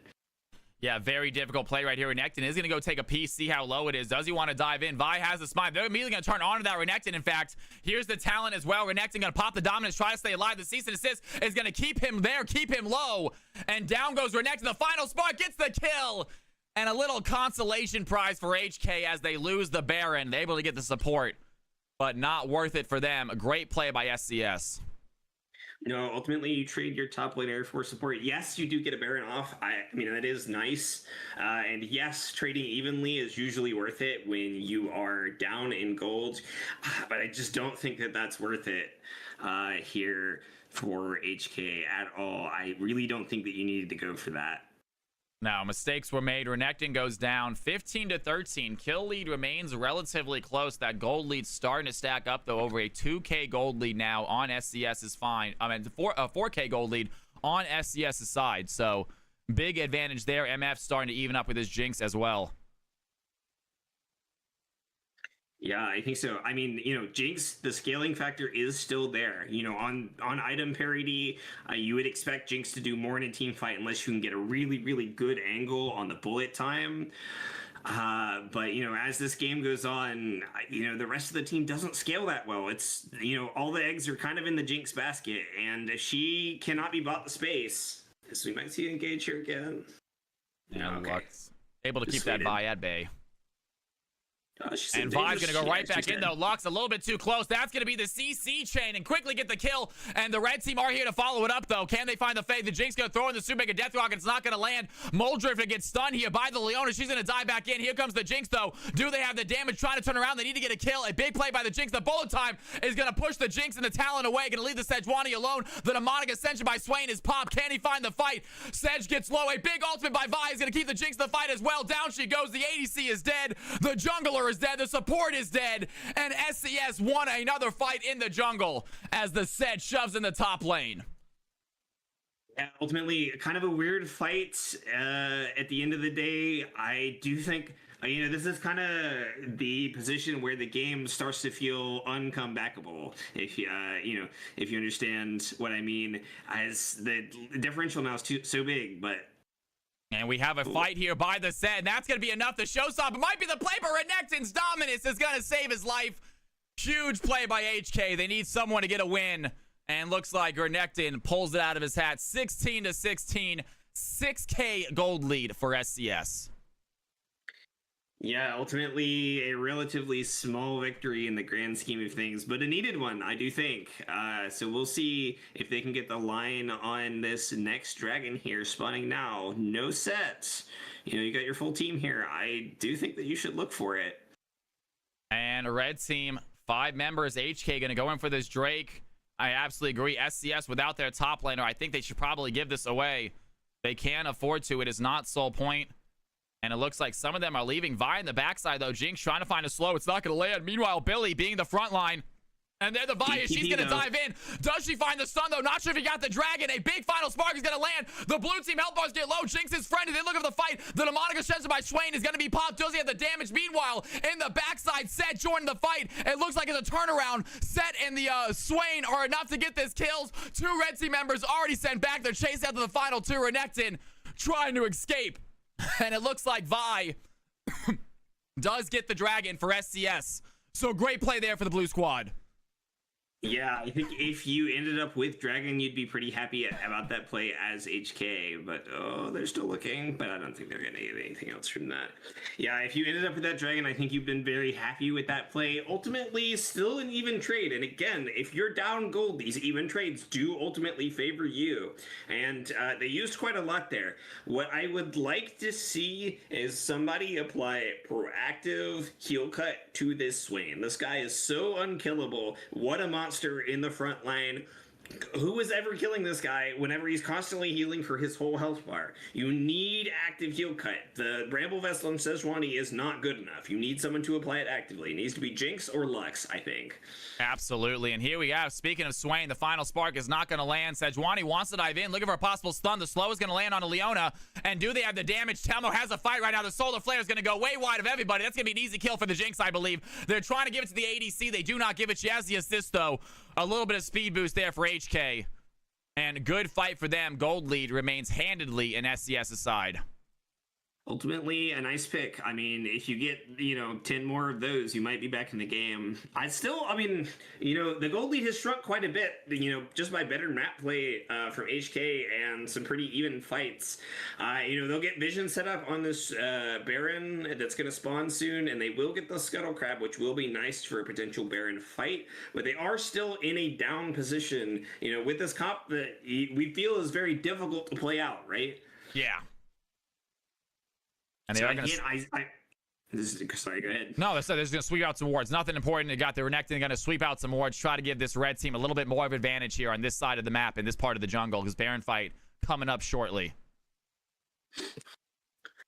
Exactly. And, I still do not see any active heal cut on HK's side. I really think that they need it. I really do. I think that, Renekton could have considered getting it. Jinx could have considered getting it. Talon, Lux, there are 4 characters that reasonably could have built heal cut that did not. And we'll see whether or not that punishes them here. Yeah, really relying a lot on that Sejuani's Bramble Vest, which, like you said, is just not going to be enough. It only applies if they auto-attack you, and, Swain is not obligated to auto-attack you. You don't have a taunt. You're not Galio. And right now, SCS going to try to clear out a lot of these wards the red team just put down. Vino, meanwhile, finds the Talon. Talon has to use a Shadow Assault to get out. So no ultimate there by the mid laner. Luckily, it does come back relatively quickly. Might be able to stall out till it's back. And Swain finds the pull on Renekton, but not a champion can take down quickly either. Both teams looking for that pick. Yeah, I actually do quite like what HK is doing here. So they're posturing. And once again, looking at Renekton, they have some fight right here. They're going to go for the stun onto Renekton. A big showstopper by Set. He's going to land on the backside. He does find the Jinx. The Haymaker is there as well. A bolt time by MF going into the thick of it all. And a great play there by SCS. They find the play. Huge Haymaker, huge ultimates. And 3 members of HK sent back to the Nexus. Lux has to run away. So does Sedge. SCS making the way to the Baron. Yeah, and once again, I think this is a fight where you think, I don't really see how they managed to come back from here. You have to buy space for that Jinx, and that doesn't mean that you can just stand directly in front of her, because you see exactly what happens when you do that. Set just launches you, the gigantic tank, into the backline with that showstopper, and just does so much damage based on your health bar. It makes the game so hard for Jinx to play, and Jinx is your only carry. We talked about this, right? This is the only hope for your team comp. Just Jinx has to pop off in these team fights for you to win, and we're just not seeing that. Yeah, that kill difference looks like a close game. The goal difference tells a different story, though. SCS, with their scalers, got themselves a Baron. What can they do with it? Next dragon spawns in 20 seconds. Yeah, we should see them be able to buy themselves this dragons here, but I really want to see them break towers, earn more gold. Force, you have such a big gold lead. Force. And Renekton is going to get caught out in a weird part of the bush. Not sure he's waiting for a possible fight, but this is a bad fight for him. The Haymaker goes in. Leona gets the kill with Ignite, I believe. And that is going to be enough as the Vi looking for another fight right now. Has the Lux as well. Leona hits the stun. That's going to be enough. Iska is in trouble. They're trying to find the play. They probably have the damage. Lux needs to go out. The Shadow Assault by Talon trying to find some safety. It's not going to work. Sett gets the kill. And out of nowhere, HK lose 3 members as MF takes the Drake. And it is not looking good for them. Yeah, like where SCS is going with this now. You should keep pushing. Only one person actually needs to do the Drake. Okay, they send 2. That's fine, ultimately. I do think you could have left Vi by herself to do that. And there's the Baron. And once again, another Haymaker or Showstopper by the Sett is going to land. Does he have the Haymaker? Has the pull. A lot of damage by the Jinx. She wasn't able to get a kill, though, so no frenzied state. And they get a tower, possibly 2. Maybe think about inhibitor. That's going to be Leona picking up an inhibitor.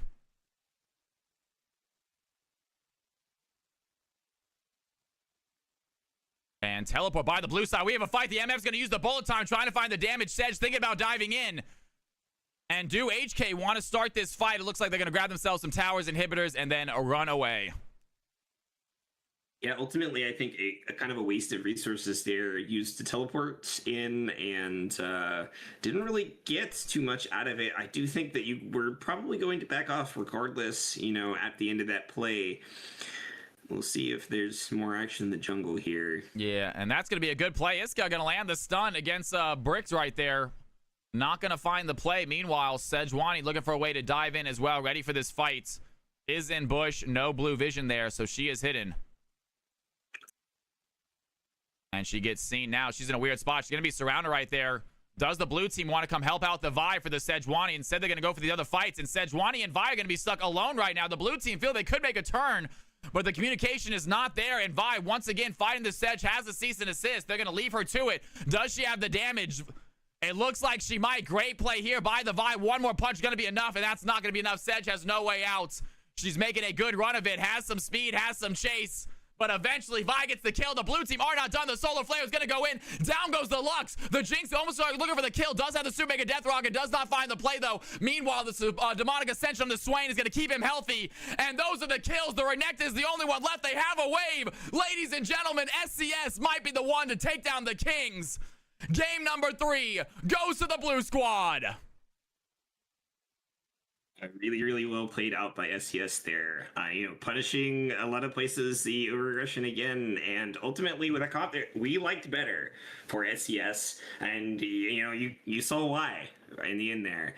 I think Vino and Billy Willard both really incredible plays in this game, and you can see it in the damage chart here. Yeah, absolutely. Vino was absolutely massive that game. Swain was as well. You guys let us know in chat.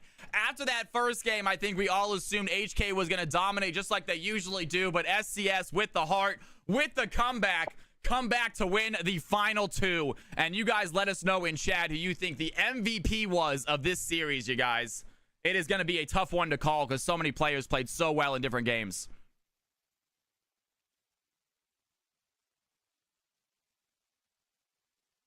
And taking a look right here, obviously Swain, 37,000 damage. Such a massive play by him. I think ultimately for me, if I get to pick, I'd say it's probably Bino on the whole. I think Bino most consistently. After that first game, had a pretty good look in the early game against the Orin. Didn't end up being more useful than the Orin in the late game, but still over an overall pretty good game and two really good games, I think, following up afterwards. So that would be my pick. But of course, Absolutely. And you guys stick around. We are going to grab one of these players to interview after this game, see what they thought about this incredible series to watch, incredible series to cast. Hopefully it was a great one to play. Do not go anywhere, folks. We'll be right back. Okay, I'm just talking to them. Give me a minute.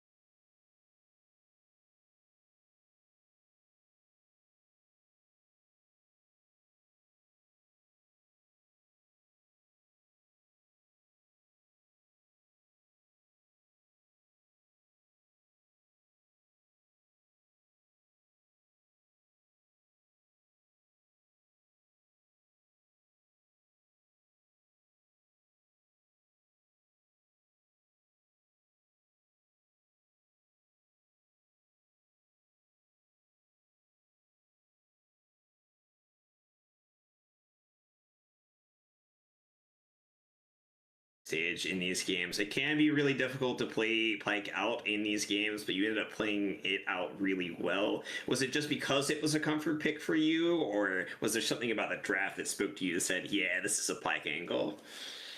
After the first game, we just kind of felt like we really needed to be aggressive bot lane. And I was told to do my best to win, so I pulled out the trusty Pike, and it worked. I always play like a bit of a lunatic, so he compliments me well. Yeah, I know. Go ahead, man. Sorry. By all means, Dana. Yeah, please. Yeah, we saw you end up having a really tough trade, actually, level 1 in that second game, right to start off the game as Pike, and then you came back and still kind of recovered that lane really well. What was going through your head when you were taking that back after that really tough level 1 trade? I was a little worried at first, but after I managed to get to level 3, I think I ended up getting level 3 around the same time as them. I was kind of back in the action at that point, and I wasn't really put off by it at all. Very nice. I noticed level 2, man. In a game 2, when you again, I know more Pike action because it was just first off, it was such a phenomenal performance on Pike. It was a lot of fun to watch, man. But multiple times felt like the fight was over, and you decided for your team, no, we're gonna keep the fight going, man. pretty common thing for you? Was that called out, or are you the shot caller, or did someone tell you to go back in these times? As far as Pike goes, it's just kind of I set it up and they take it if they want. I like that, make man. sure they know ahead of time. Whatever hook's there, they can take it. They can leave it. Shot calling, I only do that around objectives. Everything else is pretty much kind of a democracy system. All right, very nice. I think you guys played it out quite well. Let's talk about Game 3 a little bit. When we were looking at the draft for Game 3, we really liked your comp. So, tell me, what were you thinking kind of towards the end of that draft there? What was going through your head? Towards the end of the draft, we were making sure Billy really wanted the Swain, because if he didn't want it, that was probably going to end up going support. But yeah, since we were he wondering was about fine the with flex it, pick. sorry. Oh, Yeah. But since he wanted that, the backup plan was me on Leona. Just get in there, lock up who needs to be locked up. Yeah, well, you definitely did I that. really will play. Incredible solar flares, incredible stuns, man. Setting up so many fights in a super, super exciting game number 3. What a comeback, dude. It was a lot of back and forth that game. That game was super fun to play. Super fun to watch. All right, you guys. Poison, thank you again for the phenomenal performance. Thank you for the great gameplay for us to watch. It made it really exciting to cast. I wish you guys the best of luck in the future, and congratulations to whole of Singed Crab Shack for being the only remaining undefeated team. So give yourself a pat on the back. You guys deserve it. Really fun stuff. Thank you guys again for the great game. 4-1. Yeah, good games. I'm undefeated. I didn't play that week. There you go. 4-1. All right, fair enough. Maybe that was the difference. Well, you guys at Risen, thank you guys for watching. I had a phenomenal day casting with my man Dana. It was a great time. Hopefully, we'll see you guys next week. I will see you guys next time. Be good and be good at it, folks. Okay, we're off air here. We are all good. Cal, are you still streaming for like later tonight? For like another 30 minutes, man. You can raid someone else if you'd like to. I'm trying to find someone. You're more than welcome to raid me by all means, man. Yeah. I'll do something for my community real quick. Yeah, I think we're sending everyone over to you. I don't All right, see man. a Hell yeah. single tournament organizer or anything like that. So I'll send them over to you here. All right. I am going to cancel my camera then here from you guys. Awesome stuff, dude. Yeah. And then that is the last week of regular season. Next week we are in playoffs. Hell yeah. So. All right, dude. Awesome, guys. Hey, Dana, good stuff, man. That was fun. All right, yeah, good working with you, my friend. Yeah, Doran's is really fun. Yeah. Glad to see how you guys do it down here. Thank you for I filling guess. in. We really appreciate it. Yeah, happy to. Thanks for having me. Well, All right, you guys have a good week. Yep, I'll talk to you guys next week. have a great week. Looking I'll forward see you to it. later. Yo, Risen Esports, what is going on, you guys? We got to do a quick adjustment with the camera. Give me 1 second, folks. Don't you worry. We're going to camera back and running, ladies and gentlemen. Give me a second. Let's go ahead and see if we can't get this back up. And there it is, ladies and gentlemen. How you folks doing? Welcome back to the channel. It's good to have you in here. We got ourselves a big old raid, folks. My name is Cal. Welcome to the stream. If you guys don't know what I do fun 5v5 events. You, the viewers, play against each other. I act as a shoutcaster. We all have a good time. Join the Discord if you want to be part of it, you guys. It is right there. Hit the follow button if you haven't done so already. I'm here every Monday, Tuesday, Thursday, and Friday. Let me talk to my parents and see what the dealio is. If they're gonna go to bed in the next 10 minutes, then we can go ahead and do a game. If we'll see what happens. I'm gonna see what goes on. Jinx. Oh boy, I'm so excited. There you go, Jinx. Ash, you shall receive. If you guys have not hit that follow button yet and you would like to, I would love it. By all means, I do very fun little 5v5 events. Hit the follow button. Join the Discord if you want to join the Discord. We have a ton of fun in this stream. I am logging on. I'll be right back. Let me play a real quick 30-second ad break, guys. I'm gonna fill my water glass and let me see what happens. Thank you, Volcanic. I appreciate that, man. Don't go anywhere, guys.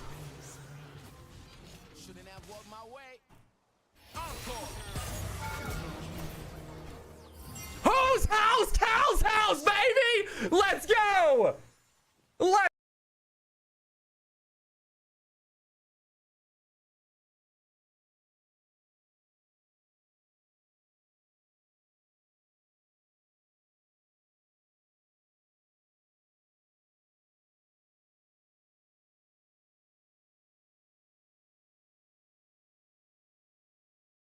All right, guys. Okay, you guys got lucky. They're going to bed in about 5 minutes, so I'm not going to go hang out with them. I'm going to do some casting. We're going to do one quick game, you guys. It is late. Smites, gosh darn it. It's already 9 o'clock. So we're going to do one quick game, I believe. Yo, I want to do an ARAM game. What's the situation? Never mind. CFC or ARAM, madam. Thank you very much. I appreciate that. Never mind. It's a useless skill, but I will agree with you. I actually. That's what I'm talking about. Gotcha, salad. Man. Can't hear over the clip. It's so loud and aggressive. I know, man. My highlight. I probably got to turn my highlight reel down a little bit, probably, huh? I'm gonna get this. I'm gonna get this. There's a reason it's the clip. Watch this blind one. Blind. Got her. He's done it. Let's go. Don't get much better than that. Don't get much better than that, folks. All right. Let's go ahead. I'm going to do it real quick, you guys. What do you want to do, folks? Next. Either CFC exhibition. I'm going to call it a CFC fun game because it is just a fun game. It's not going to count. Or ARAM.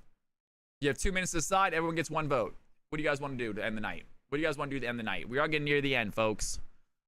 Put your votes in now. Put your votes in now. Let's see what the chat decides to do, folks. By the way, all you guys, thank you for watching. I appreciate. I know that Mondays are not the same as far as your ability to play. I get that. It's just so you guys. A lot of times, I feel like you guys are watching on Monday. You're literally watching just for entertainment value, and it means the world. So thank you guys. I'm glad you guys like the stream. I know Mondays is not the same as Tuesday, Thursday. It's a lot less gaming. It's a lot more behind the scenes, kind of me sitting around. But nonetheless, it is a very appreciative of you guys just being here, saying, you know what, I enjoyed this enough to be here anyway. So. Thank you, guys. I just want to play a mode I can join. Jinx, you can join this mode, girl. Jinx, you can join this mode, my girl. I like seeing the pre-made teams. A lot of fun, isn't it, madam? Yeah, especially I've seen HK play before. They were very good. I was surprised to see them lose. I think everyone thought they were going to win this game. So my co-caster did not. My co-caster was very convinced that they were gonna lose that last game. I don't know comps as well as he does, I guess. Is that going to kill? That kills. I'm so good at that. CFC, it's 5v5 games, Jinx. It's just 5v5 norm for fun games. You guys are in team chat with each other. If you're low rank, that is okay. If you're low rank, that is okay. I would love to get... Ooh, this is not in this game. It's not okay, actually. This game, you don't want to be low ranked in this game. This game looks pretty high elo. You do not want to be low ranked in this game, it looks like. This is a high elo game. All right, we're going to do a CFC game real quick, guys. Already 9 o'clock. Let's get this done. If you guys want to join, here is the lobby. I'm going to show you guys the lobby. We have, it looks like to be 2 open spots, I believe. I think we have 2 open spots, it feels like. Take a look at that.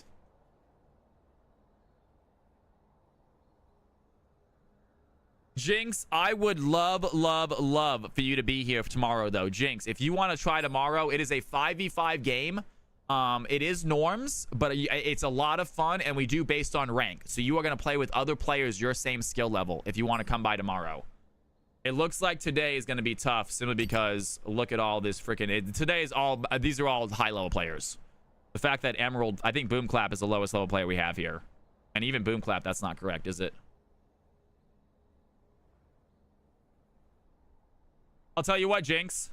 Give me a second. Give me a second, Jinx. We are going to do something you can do, Jinx. You want to play a game, Jinx? We're going to play a game that you want to play.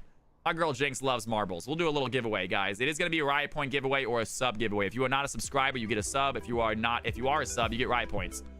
All right, you guys. Jinx loves her some marbles. I know she does. House of Pain. All right, ladies and gentlemen, here it is, folks. Here it is. Here it is. If you guys want to play marbles, you can get yourself some Riot Points if you are a sub. If you're not a sub, you get yourself a free sub to my channel. Exclamation mark play if you want to play.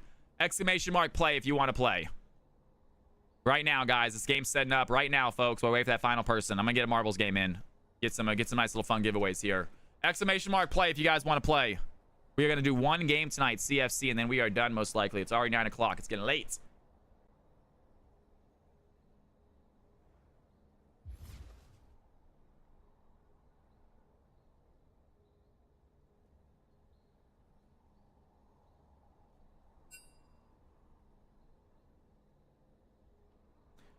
Exclamation mark play. All right, folks. Exclamation mark play. We only have 12 people. It's not a lot.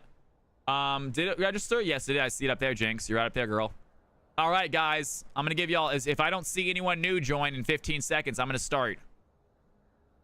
If I don't see anyone new join in 10 seconds, I'm going to start. All right, starting the countdown as soon as that goes away.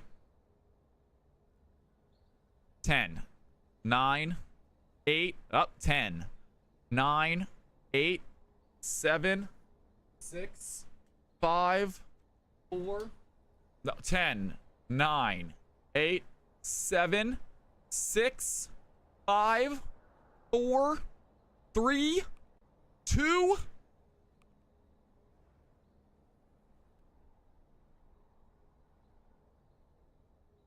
Here we go, ladies and gentlemen. Let's do it. Let's do it. Let's do it.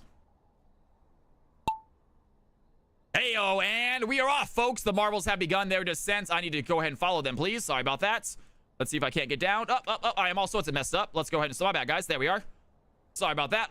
Camera issues. We got ourselves Sneaky in the lead right now. Someone else is right here. It's going to be KFC leader right behind him. He has some sort of Bach next to his name. I'm not sure what that means exactly, but Sneaky right now in the lead looking for the play. Does he have enough? Here comes Memer as well. And Memer taking the lead away from Sneaky. You got Andy back there. Caliber as well. A few players still caught up in that last spot. But, guys, there are a lot of obstacles here. So just because you have the lead does not mean you're going to keep it. As we say that, Memer and Sneaky both get knocked out of the lead. SARS coming down the line.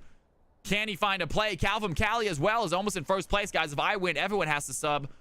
And Memer right now in the lead, looking for that next final thing of obstacles. Has a few more trains to go through. Has a nice, good head start. But Calvin Cali in second place, followed by Madam. I'm going to get hit. Going to lose my second place. Andy going to take it over. And now Andy trying for that long run. Has KFC leader right behind. Memer and SARS neck and neck right now for that top spot. Going through the final set of obstacles. KFC is going to get hit. He does get a little speed boost, though, because of that paddles. Is it going to stay? It looks like he gets another speed boost, and KFC getting very lucky through this final obstacle. He's going to go around all the way through. KFC leader with the boost comes out on top. One more obstacle easily gets through. And KFC with a win. Let's go, man. What a play, KFC. It's going to be Memer coming in second. Sneaky coming in third, I believe. SARS somehow there. I'm not sure what Memer is, actually. Memer somehow didn't finish. Oh, Memer got...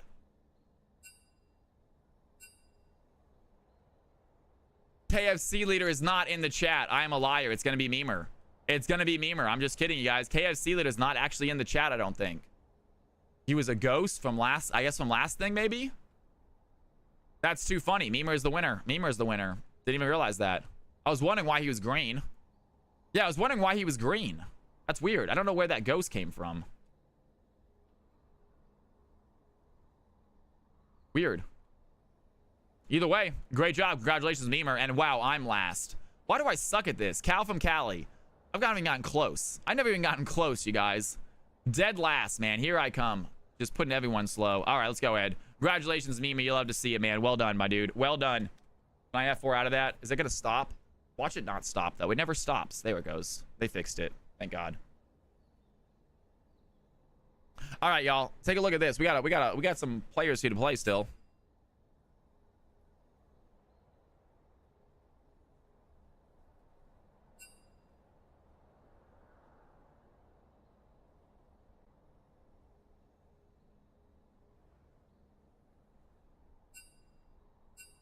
Guys, it is late. I cannot cast loud. Just a heads up. It is very late. I cannot be loud. I'm going to cast this very quietly. Just a heads up. I'll try my best to keep it fast and keep it entertaining, but it is already 9 o'clock. I really shouldn't even be doing another game. I'm not sure why I am. I know I'm going to regret it by the time it ends, but whatever. I love you guys. I want to give y'all what you want.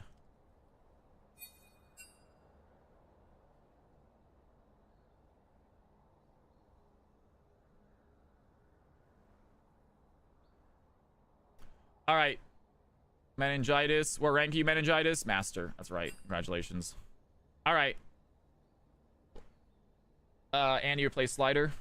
Why? I don't mind it. Why aren't you playing Slider? You don't want to hop in this game? All right, man. I'm not going to question it. You are welcome to play, though. You are welcome to play. Andy gave me his spot a while back. Fair enough. Fair enough. Hey, I like it. I like that, man. Look at that. Pay it forward, folks. An eye for an eye leaves the whole world blind. Except for one guy with one eye left. All right. Support top, Memer. Got it.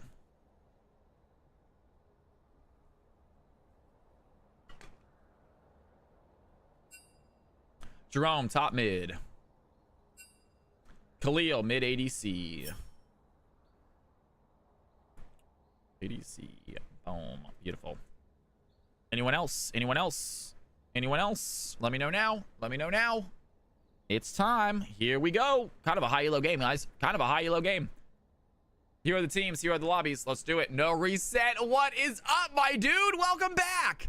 It is so good to have you in here. No reset. Unfortunately, it looks like this lobby is full. This is probably the last game of the night. But man, please come by tomorrow. You can absolutely join.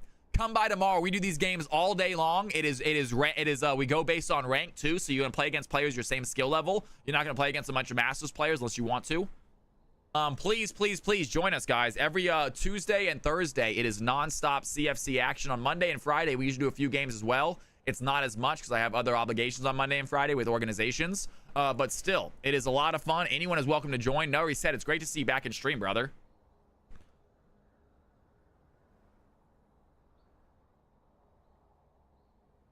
There you go. No reset says I'm down. All right, fair enough, man. Some people don't like to because it is frustrating getting your ass kicked, but I agree with you. I think it's a learning opportunity, you guys. Think about how good you're gonna get. You play against Masters players nonstop, you can get real good real quick. What's happened to Balik, man? My boy Balik was an Iron player for a while. Now he's a Silver ADC because he kept on playing mixed CFC games. Fearless, can I swap with Khalil? No. No.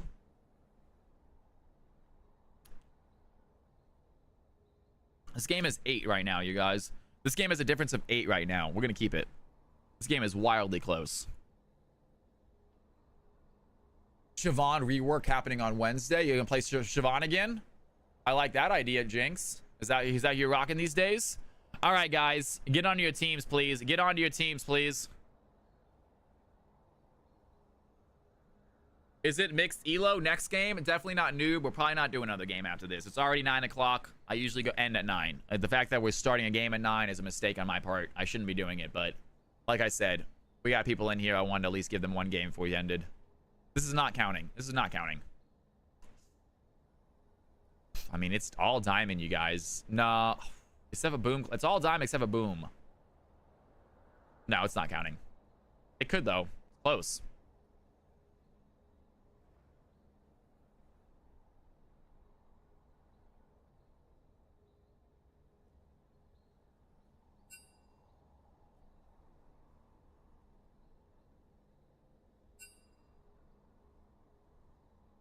Boom's basically diamond. He is basically diamond. I agree.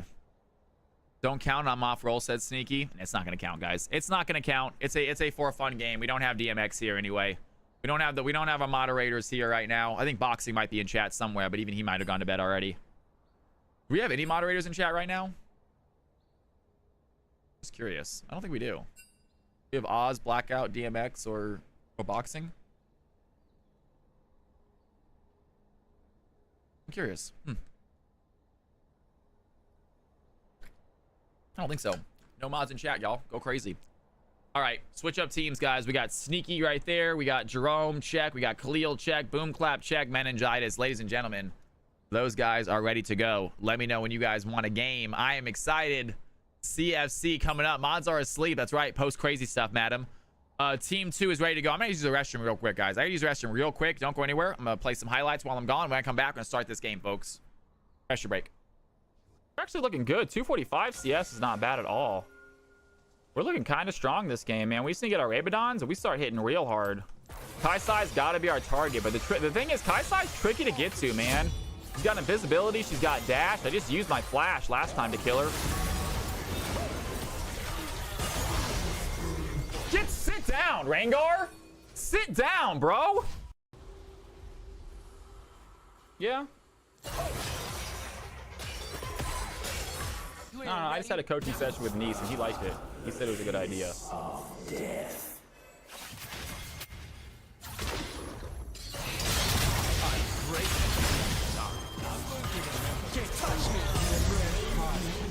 Fucking perfectly timed.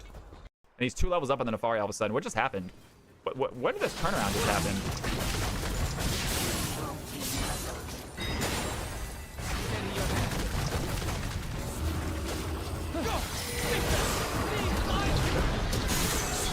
Ladies and gentlemen, we have already started, I guess.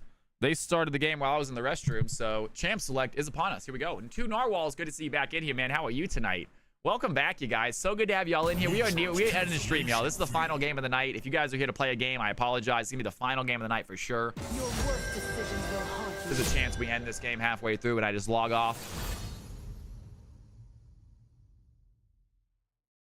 Just stopping by, man. Well, it's great to see you two Narwhals, for real. It's good to see you. Happy Monday, man. Hopefully you've been enjoying your week, enjoying your weekend, I hoped.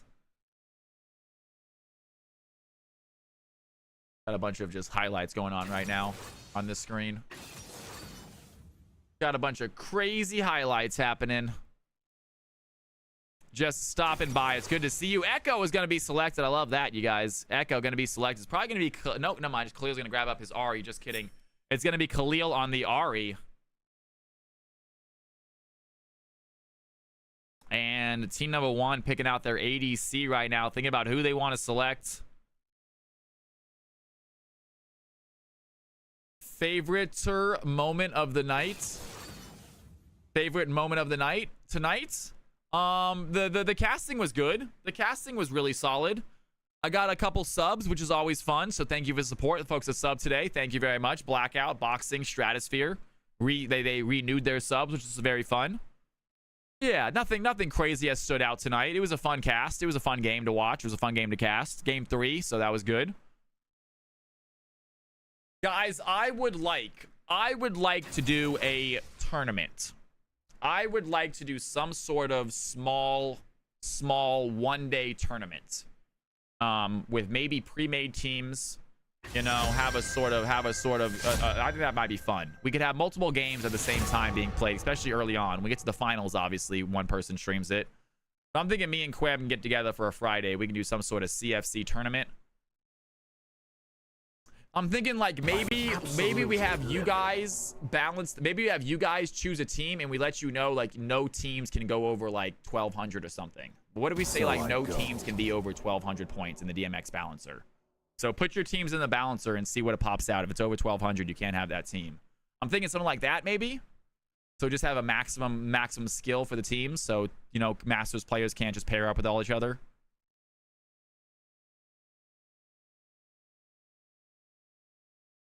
Weak-willed fools.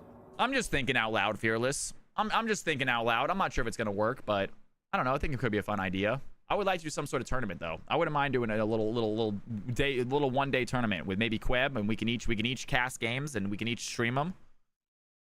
No, I get it. Absolutely, man. I'm wondering too. I Fearless. I'm in the same boat. I'm not quite sure how we would do it either. It's very difficult to get you guys to make teams.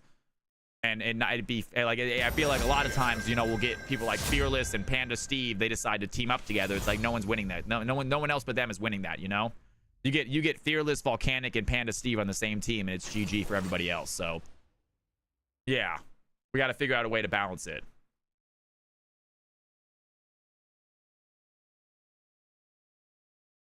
I think you get enough foot traffic in here, you could probably just host an actual league. Well, 2 Narwhals, we kind of do at this point. 2 Narwhals, Tuesday, Thursday is league day. We have CFC league. Anyone can play in it, and if you don't want to care about your CFC rank, then don't. You can completely ignore all the extra CFC stuff and still come on Tuesday and Thursday and play in games. Uh-oh. Well, that's not good. You guys can hear me, right? Whoops. Well, all right. Guess we don't have a camera for this game. I don't know what just happened there. It just shut off. I will try to fix that tomorrow, I think. Whoops. This game is lost, says Sneaky. Why is that? No faith in the higher elos. Where's Oi.Dash at? That's right, Oi.Dash, man. You can't forget about that.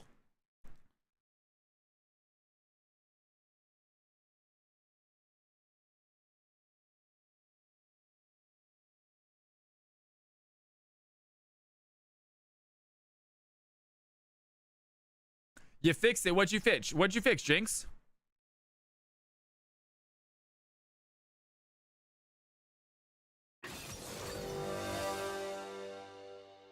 Hey, Putty Tat. What's up, kitty cat? I have my cat camera still. You guys want to see my cat camera? I got that still.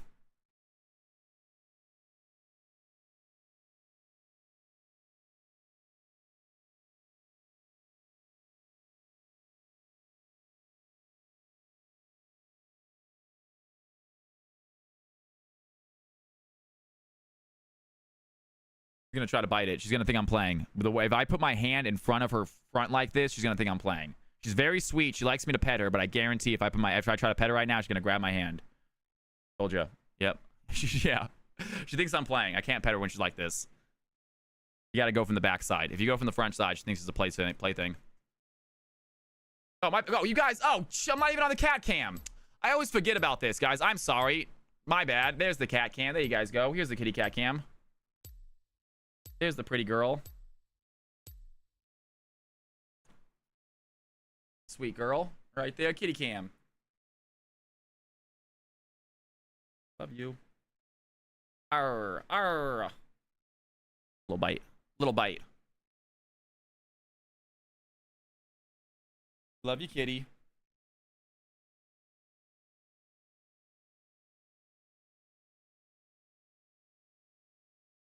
I have not, madam. I have not shown the cat to the grocery store, girl.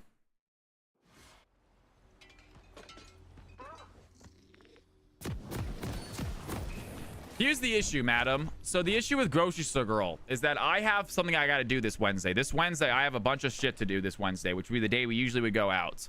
And I just feel like, do I just keep talking to her for another week until I can actually take her out? I feel so weird just having like, we're talking too much before we're actually going out. And it's like, I feel like I'm ruining it.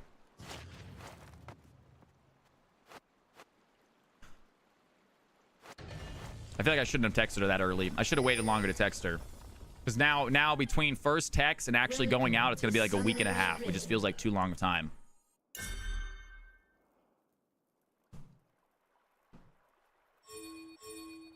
Minions have spawned.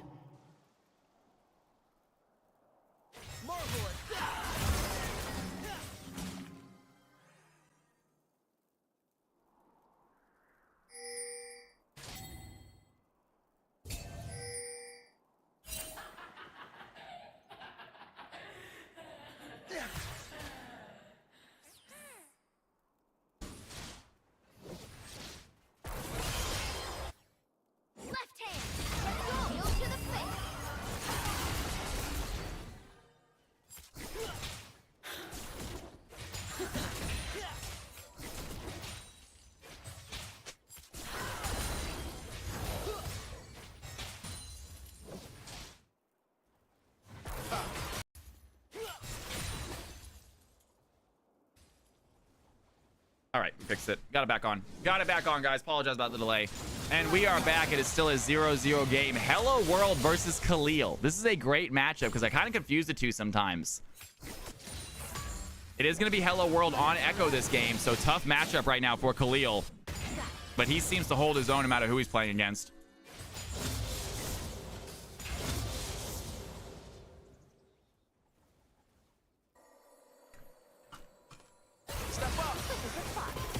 And Hello World dives in, does not hit his passive though. Good job by Khalil. Unable to hit that charm, keep the Echo under tower.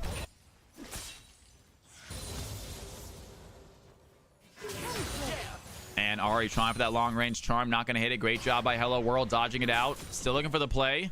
12 CS. I'm excited to watch this mid matchup between Echo and Ari. Very difficult matchup for Echo. And Sion trying to find a knock-up. Good job by Fearless, simply sidestepping it. I think Camille does have actually a decent counter to Sion. So we'll see how Fearless Cheese does going against Sneaky here in the top side. And trying to find that CS right there. Sion doing decently, holding his own. Camille being a very aggressive, actually can put the Sion back on the opposite side of his tower. And do they want to try to go for a fight right now? Echo lands his passive, and the aggression is non-stop here by Hello World. Great job. Khalil able to throw out an Orb of Deception, but doesn't do much damage just yet. And Echo has Ignite, might try to go for a kill right here. He is getting very close, and I think Khalil ready for that ultimate, ready for that charm. And the charm is going to land. Does he put it back on the tower? That's going to be enough. Echo gets the kill anyway. The flash is enough, and he realized as soon as that charm hit, he needed to go for it. That tower shot was going to kill him. Great job by the Ari, though. Really well-placed charm.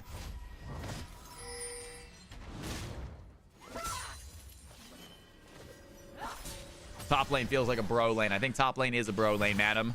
Damn straight.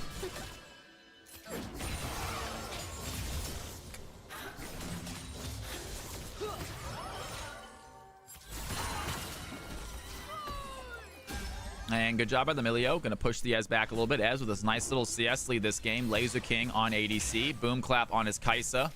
Very comfortable on that champion.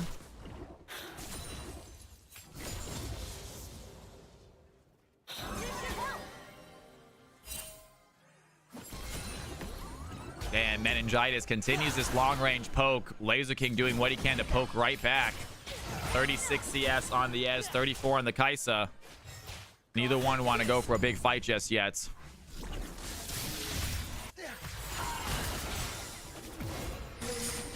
And Camille, good little trade on his Sneaky right there. Has a decent trade, 36 CS to 41. Sneaky holding his own against a tough opponent. I believe Camille does counter Scion pretty well, especially early game. So Camille making sure work of it. Good job by the Scion holding his own. 5 CS lead, actually. And Memer wants to find a way to go in. Poppy looking for a dive. Has a rock right there. Needs to push them into. Kaisa and Milio, though, not the easiest one to dive onto. Milio obviously has good peel with that knockoff.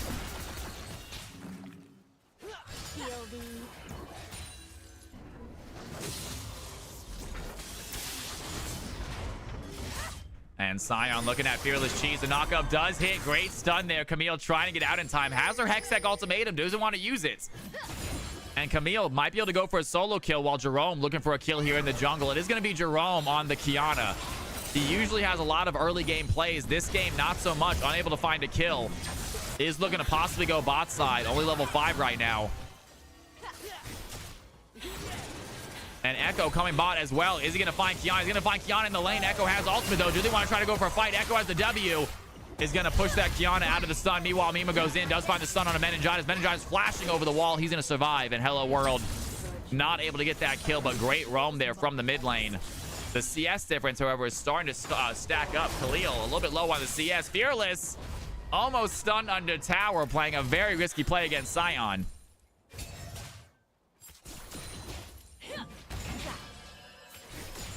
And score remains 1-1. First Drake is available. Yi is next to it. I don't think he wants to take it solo just yet, though. Kiana making her way bot side as well. Maybe trying to stop that. Yi is actually going to start up that Drake. Kiana's going to catch her out on it, though. And does she want to go for a steal? Andy does have ultimate on this Yi. Poppy here to help out as well. Kiana, I think, has to give this away. She does not have ultimate. Yi gets a little bit of health back from those jungle fruits. And Poppy, Milio here as well. Do they want to go for the play? Echo's coming down south. Jerome waiting to go over the wall right now. Thinking about the invisibility. Is going to use that invisibility. Not going to take it. And blue team just give away this Drake. Jerome thinking about going for the steal. Does not go for it. Could have had a 42 left in that dragon. Could have possibly gone for a smite fight.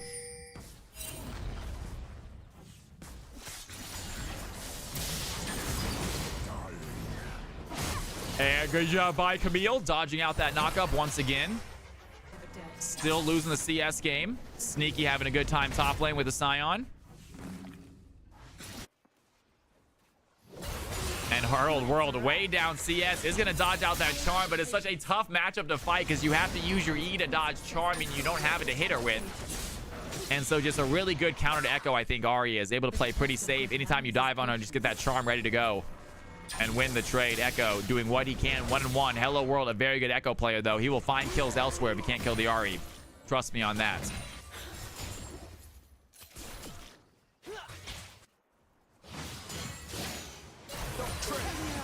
And good job by the Echo. Once again, stuns the charm, but he has to back up to dodge out the charm, and he can't hit with the E2. So damage is light. As Scion is going to get stunned. Still going to try to CS what he can, though. Fearless Cheese taking a tower shot. Hello World once again dodging charm, but not getting much minions, not getting much damage onto the Ari in the process.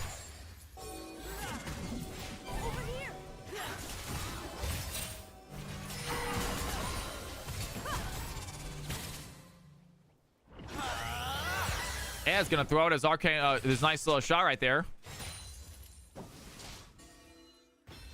I gotta review ultimates again, guys. I am slipping on some. I gotta get my no cards back out. And Hello World does find Khalil. The charm is gonna land. Can he find the fight, though? Khalil instantly has the ignite. Is gonna be enough. Hello World has to use ultimate, but he's not gonna get a lot of health back with that ignite from Ari. Great job by Khalil. She's gonna flash away as well.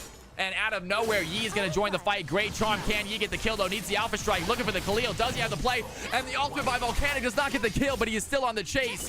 And Yi with a little bit of health. Does he have a Q? Not enough for the Alpha Strike. Great job there by Volcanic. Right place, right time. And Yi almost with enough damage to take out the Ahri. Does not find it.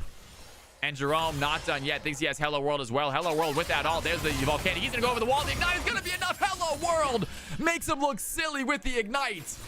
And what a bait. Jerome thought he had that kill. Great job by Echo. Arcane Barrage, maybe. Not Astral. Something on Astral. True Shot Barrage. D-Biz.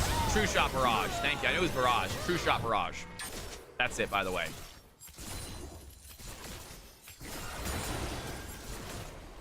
The Xerath is Arcane. What is Xerath's Arcane? Is it Arcane Barrage? What is Xerath's? Right of the Arcane. Right of the Arcane. Never mind. I know Xerath's.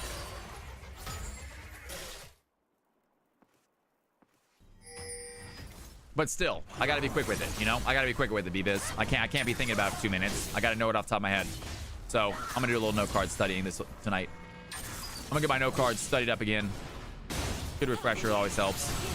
And Ahri lands the charm. Does Echo have the W just outside of range?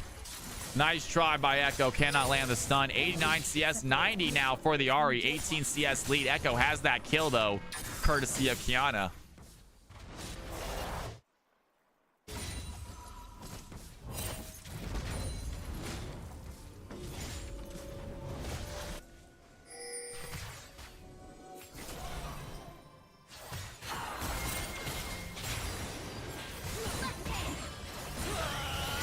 And there it is, another True Shot Barrage fired by the Ez in the bush. Gonna be able to hit Boom Clap. And 101 CS. Kaisa does have 2 kills, and here comes the Yi bot side, maybe going for a dive. Do they have the way out of this? Yi making his way over. He's gonna cut out by a stealth ward, though, I believe, in the bush. And instead of going in for the fight, he's gonna go back up in the alcove. Meanwhile, Fearless Cheese continuing to put pressure here on the Scion. Neither one able to get a kill just yet, though. Still 0-0 in the top side. And Echo looking for a back. Does have the E, though. That's going to be enough. The shutdown goes to Kaisai. Is not done fighting as the ultimate. He's going to take these tower shots. Ult out of there while Ez gets the Milio. And it is 4-4. We got ourselves a tie game as Volcanic goes topside. Looking for Fearless Cheese. Scion has the range to get the kill. And 5-4. Might have spoke too soon. Great job by Kiana setting that Scion up.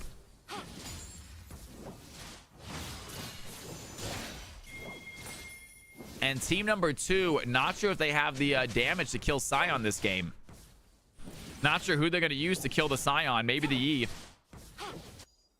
But if he gets big, it's going to be a tough thing for team number 2 to win. Come back from. Sorry, hiccups.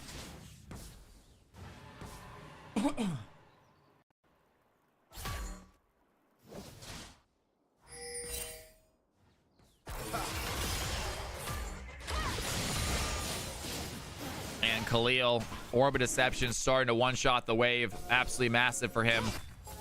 Able to shove so fast on Ahri with that ability. Meanwhile, we have ourselves a jungle fight happening. Jerome tries to go in. Hello World has Z, though. That's going to be a good stop.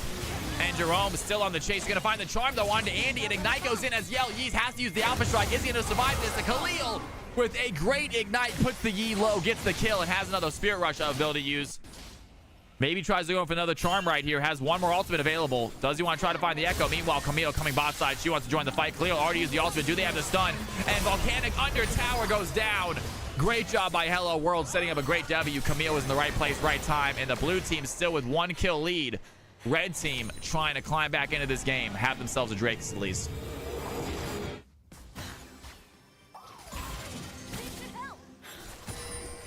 And Mimer, does he have an angle on the Poppy? No, he does not. Backs up. Meanwhile, Boom Clap throwing in some damage themselves. And Fearless Cheese ready to fight this Scion. Scion getting some armor boots first. Going to be very tanky as this game goes on. Not sure what the team 2 really have to deal with them. Echo cannot take Scion out, so I'm not sure if they want to rely on Echo. They really have no other AP damage.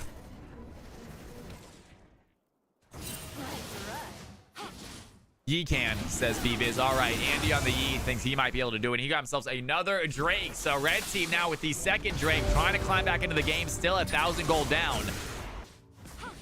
And it looks like Team 2 going to rely on Yi to kill out the Scion because no one else in the field really looks like they can. Hello World gets hit by the charm, immediately has to back up. And Khalil on the Ahri doing very, very good against a very good Hello World Echo.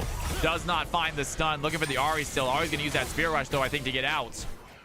And here comes Kiana. They're going to get the Echo low. Can they do anything about this?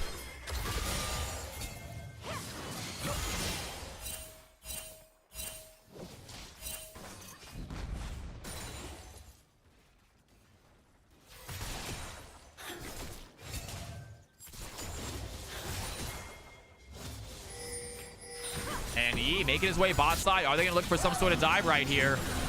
Meme or frontlining for the Ez. Boomclap, though, going to throw some decent damage onto the Poppy.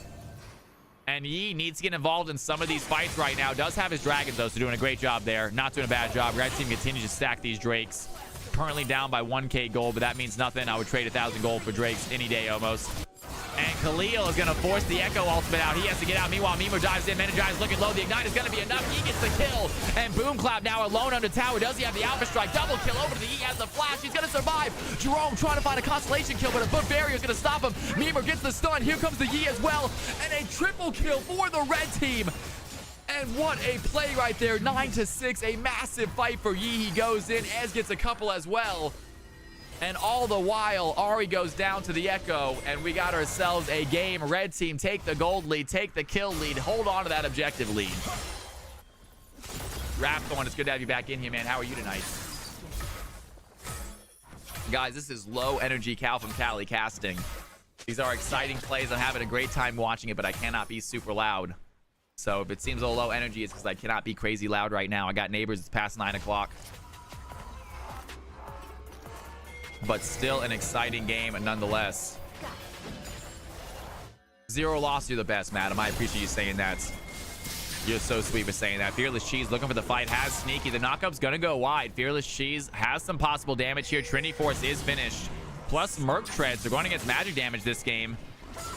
And Sneaky really bad. It somehow does still hit the knockup up. And we have Echo though. Mid lane's gonna get the stun on a Khalil, but Khalil has Spear Rush to get out.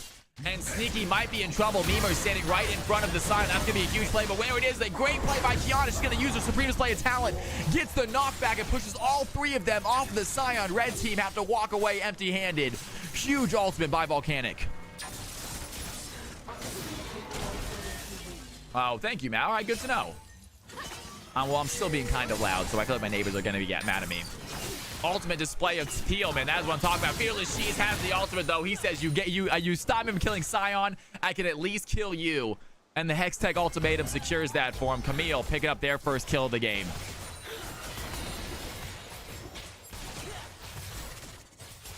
And Boomclap with some pressure right now against Ez. Ez has to back up. He has the Poppy coming out as well. Hello World under tower.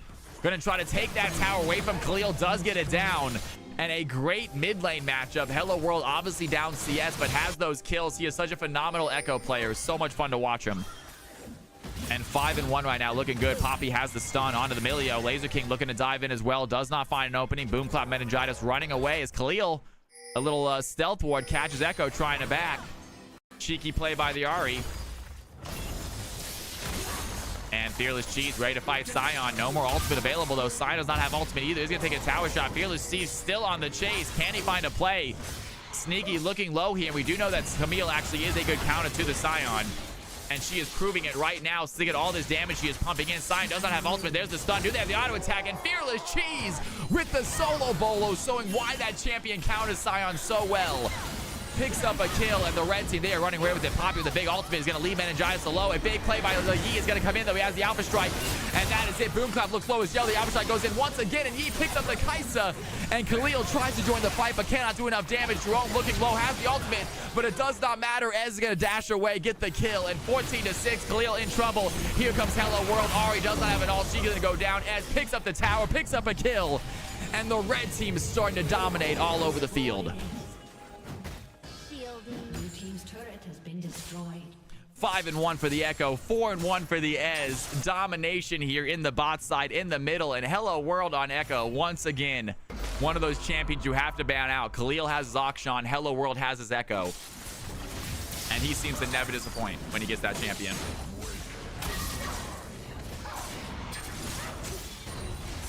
Madam says, I do not play against Yi. I have not seen Yi in years. And a shutdown by Sion has the Camille playing a little too aggressive. Finds her under tower. The knockup is going to go through. Yi does get himself the third Drake of the game, though. And 350 bounty now on Yi's head. And unfortunately, Volcanic's Kiana in the jungle. I've seen it work so many times. But when you get behind on Kiana, it really feels bad. And this Kiana is sitting at 1-5. 137 CS. They are behind. No, I love that, Yarbaggins.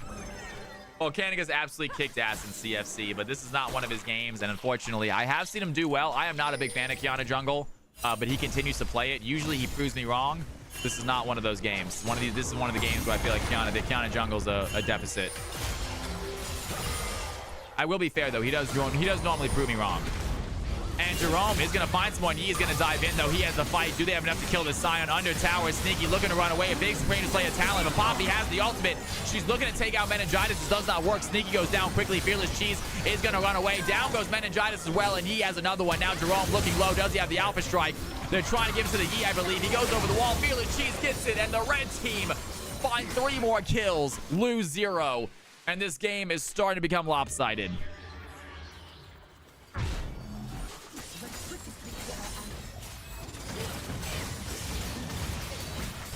And Baron is begunning at right at the 20-minute mark. Red team are not wasting any time right here with this objective. 20-minute Baron. They have 3 players on it. Camille doesn't even need to be there. The Yi is getting so strong right now. Can almost do it solo. And red team, all 5 members alive. They're going to get themselves a Baron, go for a reset. And how quickly can they end this game? Hello World taking a little bit of damage from Kaisa, and now Khalil over the wall does land the charm, but Echo has the shield. And Khalil now on a chase against this Echo. Echo has ultimate, though. A little bit risky to go for. Yo, Pizza Mango, it's good to see you, man. What's going on? From a soul food nap. That sounds delicious, dude.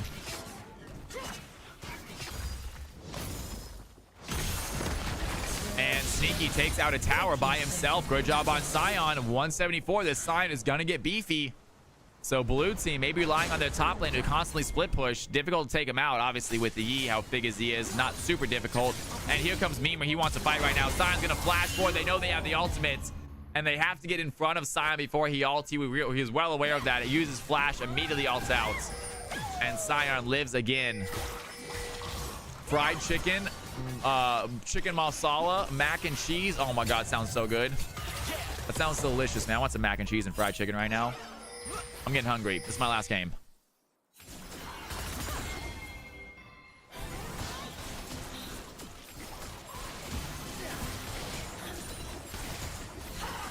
And Meningitis looking for a play. Does have Hello World there. Hello World dodging out the stun. Great job by the Echo. That is why he is 5-1. The quick reaction time. Meme is going to dive in as well. Can he find the stun, though? Hello World looking for Jerome. Does not find it. Goes over the wall, though. Boom Clap goes down. Poppy taking out Milio. And over the wall, charm by Hello World. Can he find the E? He needs to go over. Does find Khalil. A double kill onto the Echo. And he wants to get out right now. Doesn't want to use ultimate, though. He is not going to use ult to get out. So he might be in a weird situation right here. Needs to wait for this wave. And red team with the push. Sion going to split push bot side right now. How far can he go? Kiana's here to stop this red team. Sion is going to push bot side alone. Can he get plates? He's going to get some towers, I believe. Sion is non-stop right here. Sneaky looking big in the red team. Can they end the game right here? Kiana needs to stop them, but she is alone.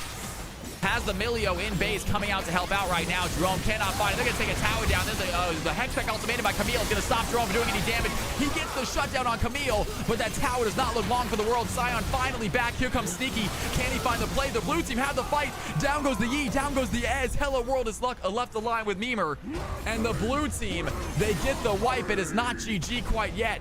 Sion diving in, unable to get that bot tower on his own. Red team thought they might be able to end. The charm is going to land. Down goes Echo. A lot of gold onto the blue team out of nowhere. However, they do get both inhibitor towers, both inhibitor and both Nexus towers. Red team trying to end this. Poppy still with Baron.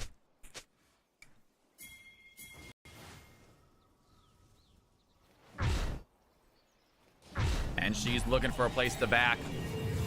Has to go pretty far back to lane to find it. Does go ahead and back. Waits for his team to come back as well. And huge fight by the blue team. Massive play and get some extra gold in their pocket with all those overgrowth crystals.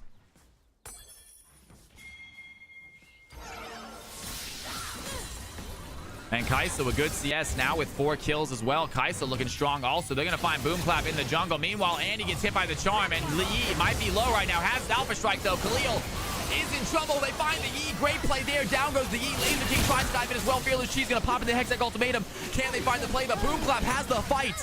And great job by Kaisa. High on Mima is going to get the stun, but now being chased. And great stuff there, taking down the Yi. Ari does go down. Jerome not done with the chase right now. Mima trying to run away. Hello World looking for the fight. Does not find the stun. Mima on the backside. Hiya Mima goes down. Gianna has the play. The ultimate by Echo is going to be enough. And Fearless Cheese on the backside.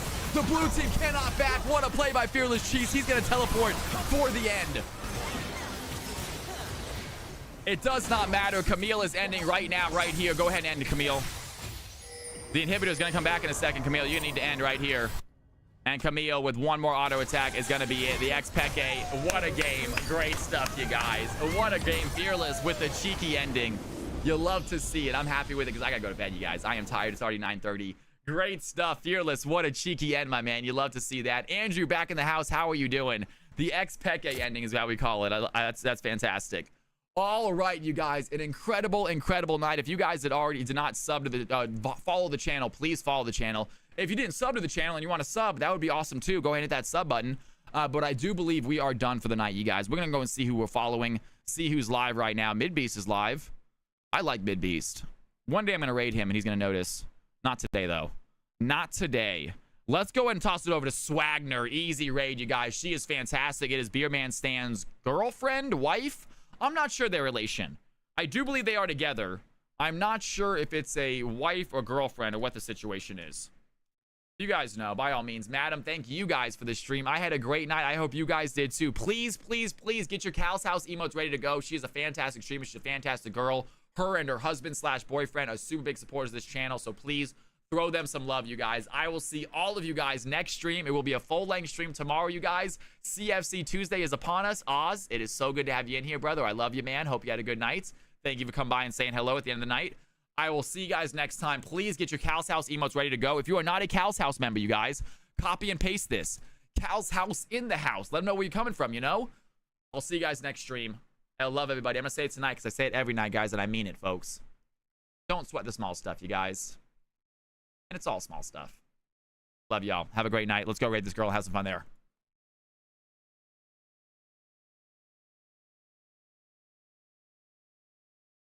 Did you buy me?